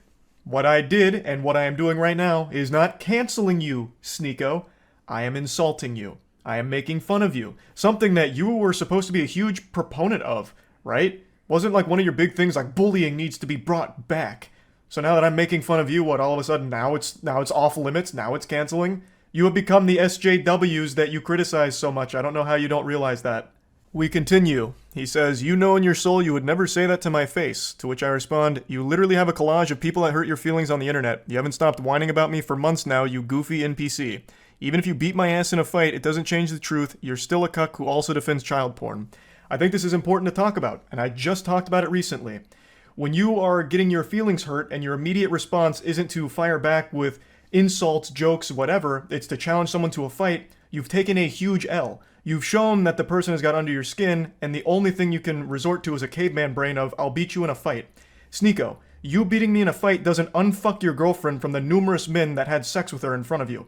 It doesn't do anything. Everything I've said still stands. Nothing changes. It doesn't even salvage your ego. All it is a pathetic fucking attempt at attention. And I don't think you believe half the things you talk about. I really think Sneako just panders as much as possible. He himself doesn't even stand by the things he talks about. I really don't think he has any beliefs of his own. He just echoes what he thinks is going to get him the biggest audience / the most money. That's what I think. So this puffing out his chest of challenging me to a fight is clearly attention. That's what it feels like. Because you don't have this same energy for Brandon Buckingham. Brandon Buckingham is more than willing to fight you any day of the week. But with him, you don't want to do that for some reason. Why? Do you not stand by your beliefs when it comes to Brandon Buckingham? He has said all the same things about you that I am saying about you. So why is he exempt? Why don't you want to fight him? That's so weird. This is what you said about Brandon Buckingham and fighting him. And then finally, when Brandon Buckingham is down to meet Sneako, he's there to box him. They're both similar sizes. Sneako would now rather just sit at home and tell jokes behind his computer. I'd rather sit at home and yell at a camera, tell jokes than, risk my manhood falling flat for Brandon Buckingham, if I lose the fight. So now it's suddenly cool to just stay at home and keep it all online. The full video here from Willie Mac is an absolute masterpiece on laying out every pathetic thing that Sneako has ever done, said, or everything ever. So I highly recommend checking it out. I'll put a link to it in the description. It's a banger. So, as you can see, the people he's confident in fighting are ones that he feels confident he'd win against. I'm 5'6", I think he's 6'1", so the height advantage he feels very confident with. And he has every reason to. He would probably beat me in a fight. But like I said, that doesn't change anything. Everything I've said is still true. You are a cuck, self-admitted, and you have defended cuties publicly, which, by more than just me, by many, is considered child porn. You're pathetic. Beating me in a fight doesn't change any of those facts. I've also been super vocal about how I don't want to fight. Like, I'm not afraid to say, I don't want to get hit in the head, right? I'm afraid of taking headshots. It's probably a super normal fear to have, so I'm averse to going into a boxing match, especially one that's just a clout-driven spectacle like this. That'd be completely fucking worthless. And I've been super open about that, which I'm sure you know since you keep saying that you've watched my content, so you probably know that I was never going to accept a fight in the first place. Especially since you're, significantly taller than me, right? It wouldn't make any sense. And even though you would probably beat me in a fight, you're certainly not beating me in, an aesthetic physique competition, because goddamn, I blow your ass out of the water. Look at this fucking anime character physique I'm rocking. Meanwhile, you're over here with that Abercrombie and Fitch from 1998. Now, in Sneako's credit, he did start going to the gym recently. Maybe I inspired him, and you know what? That's great. I'm glad I could have a positive impact on your life like that, Sneako. Getting into the gym is a fantastic thing, and you're going to feel so much better. And I know you'll start seeing results soon as long as you keep at it. And then finally, our last exchange goes very similarly to the others. You're not special from the other 10 soy boys who say the same thing. If you got a problem, stop talking on the internet. Let's solve it. So I said, got your Discord still working on responses? Brother, I have no problem. You started it and I made fun of you in return. You're upset about publicly admitting to cuckoldry and get mad at me for bringing it up. You should be mad at yourself instead. Have some self-reflection. Which it's true. I don't have a problem. You literally started it, Sneako, and you even asked your audience to let me know everything you said and send me your clips. You actually asked for a response, and then got super upset when my response was a little too mean to your feelings. How is that not the ultimate cuckoldry? Even more so than your girl getting clapped by 1,000 men. How? How can you, with a straight face, still call other people soy boys? I'm not kidding, I really didn't want to keep talking about you, but you won't stop talking and crying about me. It's sad. I understand you have a humiliation fetish, so hopefully this whole thing has helped you orgasm one more time from all of it. I don't think it's fun dunking on you, Sneako. I don't. And I'm certainly not canceling you. But you keep doing this. So you forced my hand to make fun of you again. But anyway, that's about it. See ya. Surgery is a very scary thing. You are literally putting your life into someone else's hands. And unfortunately, sometimes those hands aren't focused on the task. They're focused on doing some of this. And maybe even a little of this. And God forbid, Lord help us, sometimes even this. What I'm talking about today is the dancing doctor trend. It's kind of dwindled in popularity after some of the doctors participating in it lost their license because of it, which I think is justice served. And in fact, I think that's not far enough. I think if you are a doctor who is compromising the health of their patient because of this dancing trend that you did, you should probably face a little bit more than just the license being revoked. You literally put their life at risk for some clout. Like, that's not an exaggeration to say.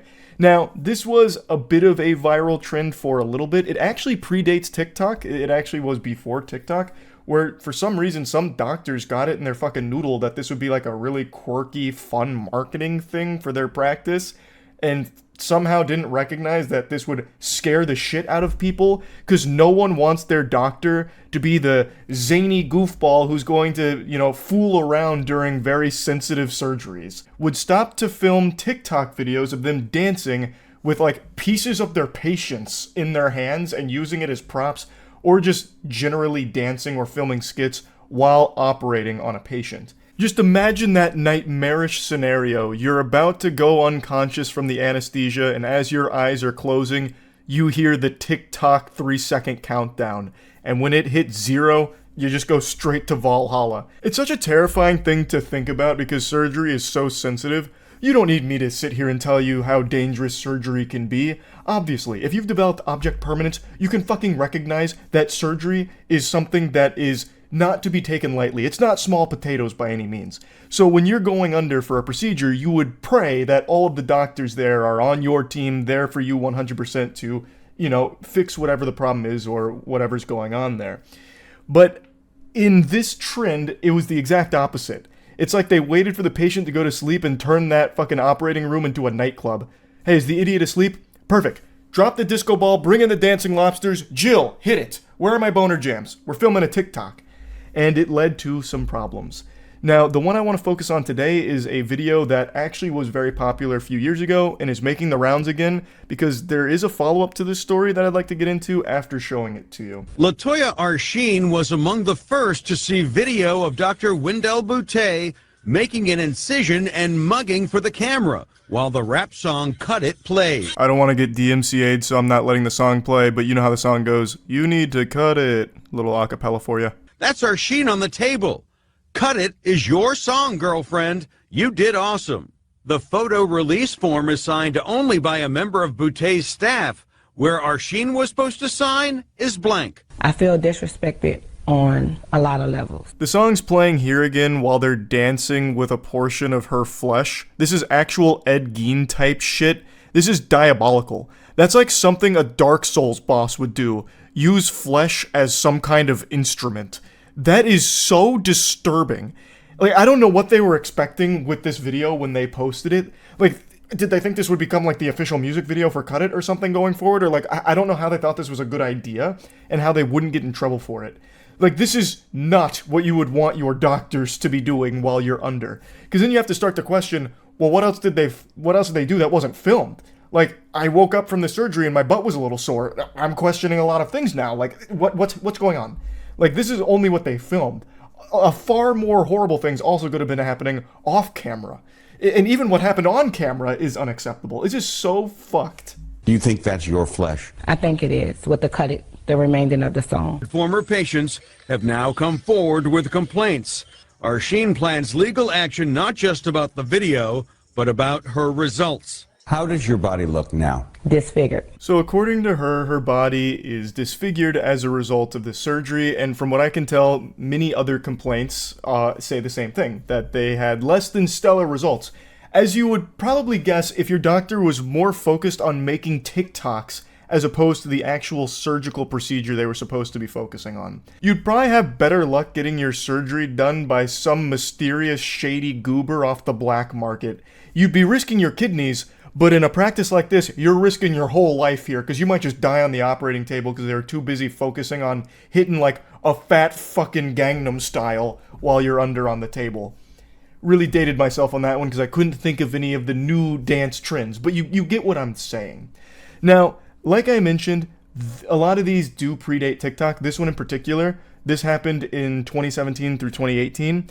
And it was posted to YouTube and Instagram. But this trend did persist all the way into TikTok, and I'm sure some of you have seen more recent headlines about some dancing doctors on TikTok that have also faced some repercussions for that, luckily. But this one is, I think, the most shocking one, because they are actually dancing around with pieces of the patient. So, the follow-up to this story is there was a lawsuit launched here, obviously, from former patients of this practice. There's numerous videos of Dr. Wendell Boutte here dancing as their patients are under, and as you've seen, even using them as, or parts of them, as props in the dancing. While she's operating, also dancing. The surgical assistants, everyone who even enters the room just gets hit with this fucking boogie virus and they just can't help but dance for the sake of these videos, all while they're supposed to be doing surgery. She faced numerous lawsuits, all of which I believe have resolved, and she's been ordered to pay hundreds of thousands of dollars to the victims. She had her medical license suspended, but from what I can tell, it was only suspended for 2.5 years, which means she can legally practice medicine again in Georgia? I actually can't find a follow-up on that, but she wasn't permanently suspended, which I have to raise an eyebrow to. I don't know how this didn't become like a more criminal case where she'd face jail time. Like, I think it is super severe, especially when you look at some of these cases. So, a patient named Silma Cornelius went into her practice, and she was only there for a couple of small things, but was eventually convinced to do bigger procedures, and eventually paid $11,284, and then also had another scheduled cosmetic procedure down the line. So she went back on February 18th of 2016 to return for that cosmetic procedure, and something went wrong. 8 hours into the surgery, after anesthesia was discontinued, and before her lower abdomen had been sutured, she went into cardiac arrest. Paramedics arrived at the scene, and it took 30 minutes to close up her abdomen, and they had to carry her down the stairs because there wasn't an elevator big enough to accommodate a stretcher. And by the time she arrived at the medical center, she was in severe distress, unresponsive, and unable to breathe without a ventilator, and suffered a severe and debilitating catastrophic brain injury, and left her reliant on a feeding tube and around-the-clock care. The quirky dancing doctor was legitimately ruining people's lives, disfiguring them permanently, and in this case, leaving a woman with permanent brain damage. Under no circumstances should she be allowed to practice again. It's not like this is just some kind of freak mistake that she made one time. She had dozens of videos doing this with many victims. Like, this isn't just some kind of whoopsie-daisy that someone makes, like, oh, how was I supposed to know that dancing during surgery and, parading around parts of the patients was a bad idea? Like, what do you mean? This is new information that nobody knew. Like, I couldn't have avoided this. This was truly inevitable. It's fucking ridiculous. I really think she got off very easy in this case. Yes, she was ordered to pay back hundreds of thousands of dollars to some of the victims, but she was also an extremely successful dermatologist. I don't think that hurt her very much. Like, she got off of this, in my opinion, very easy. Now, the anesthesiologist in that Cut It video you just saw also faced some legal problems as well, but he was actually cleared of malpractice last year.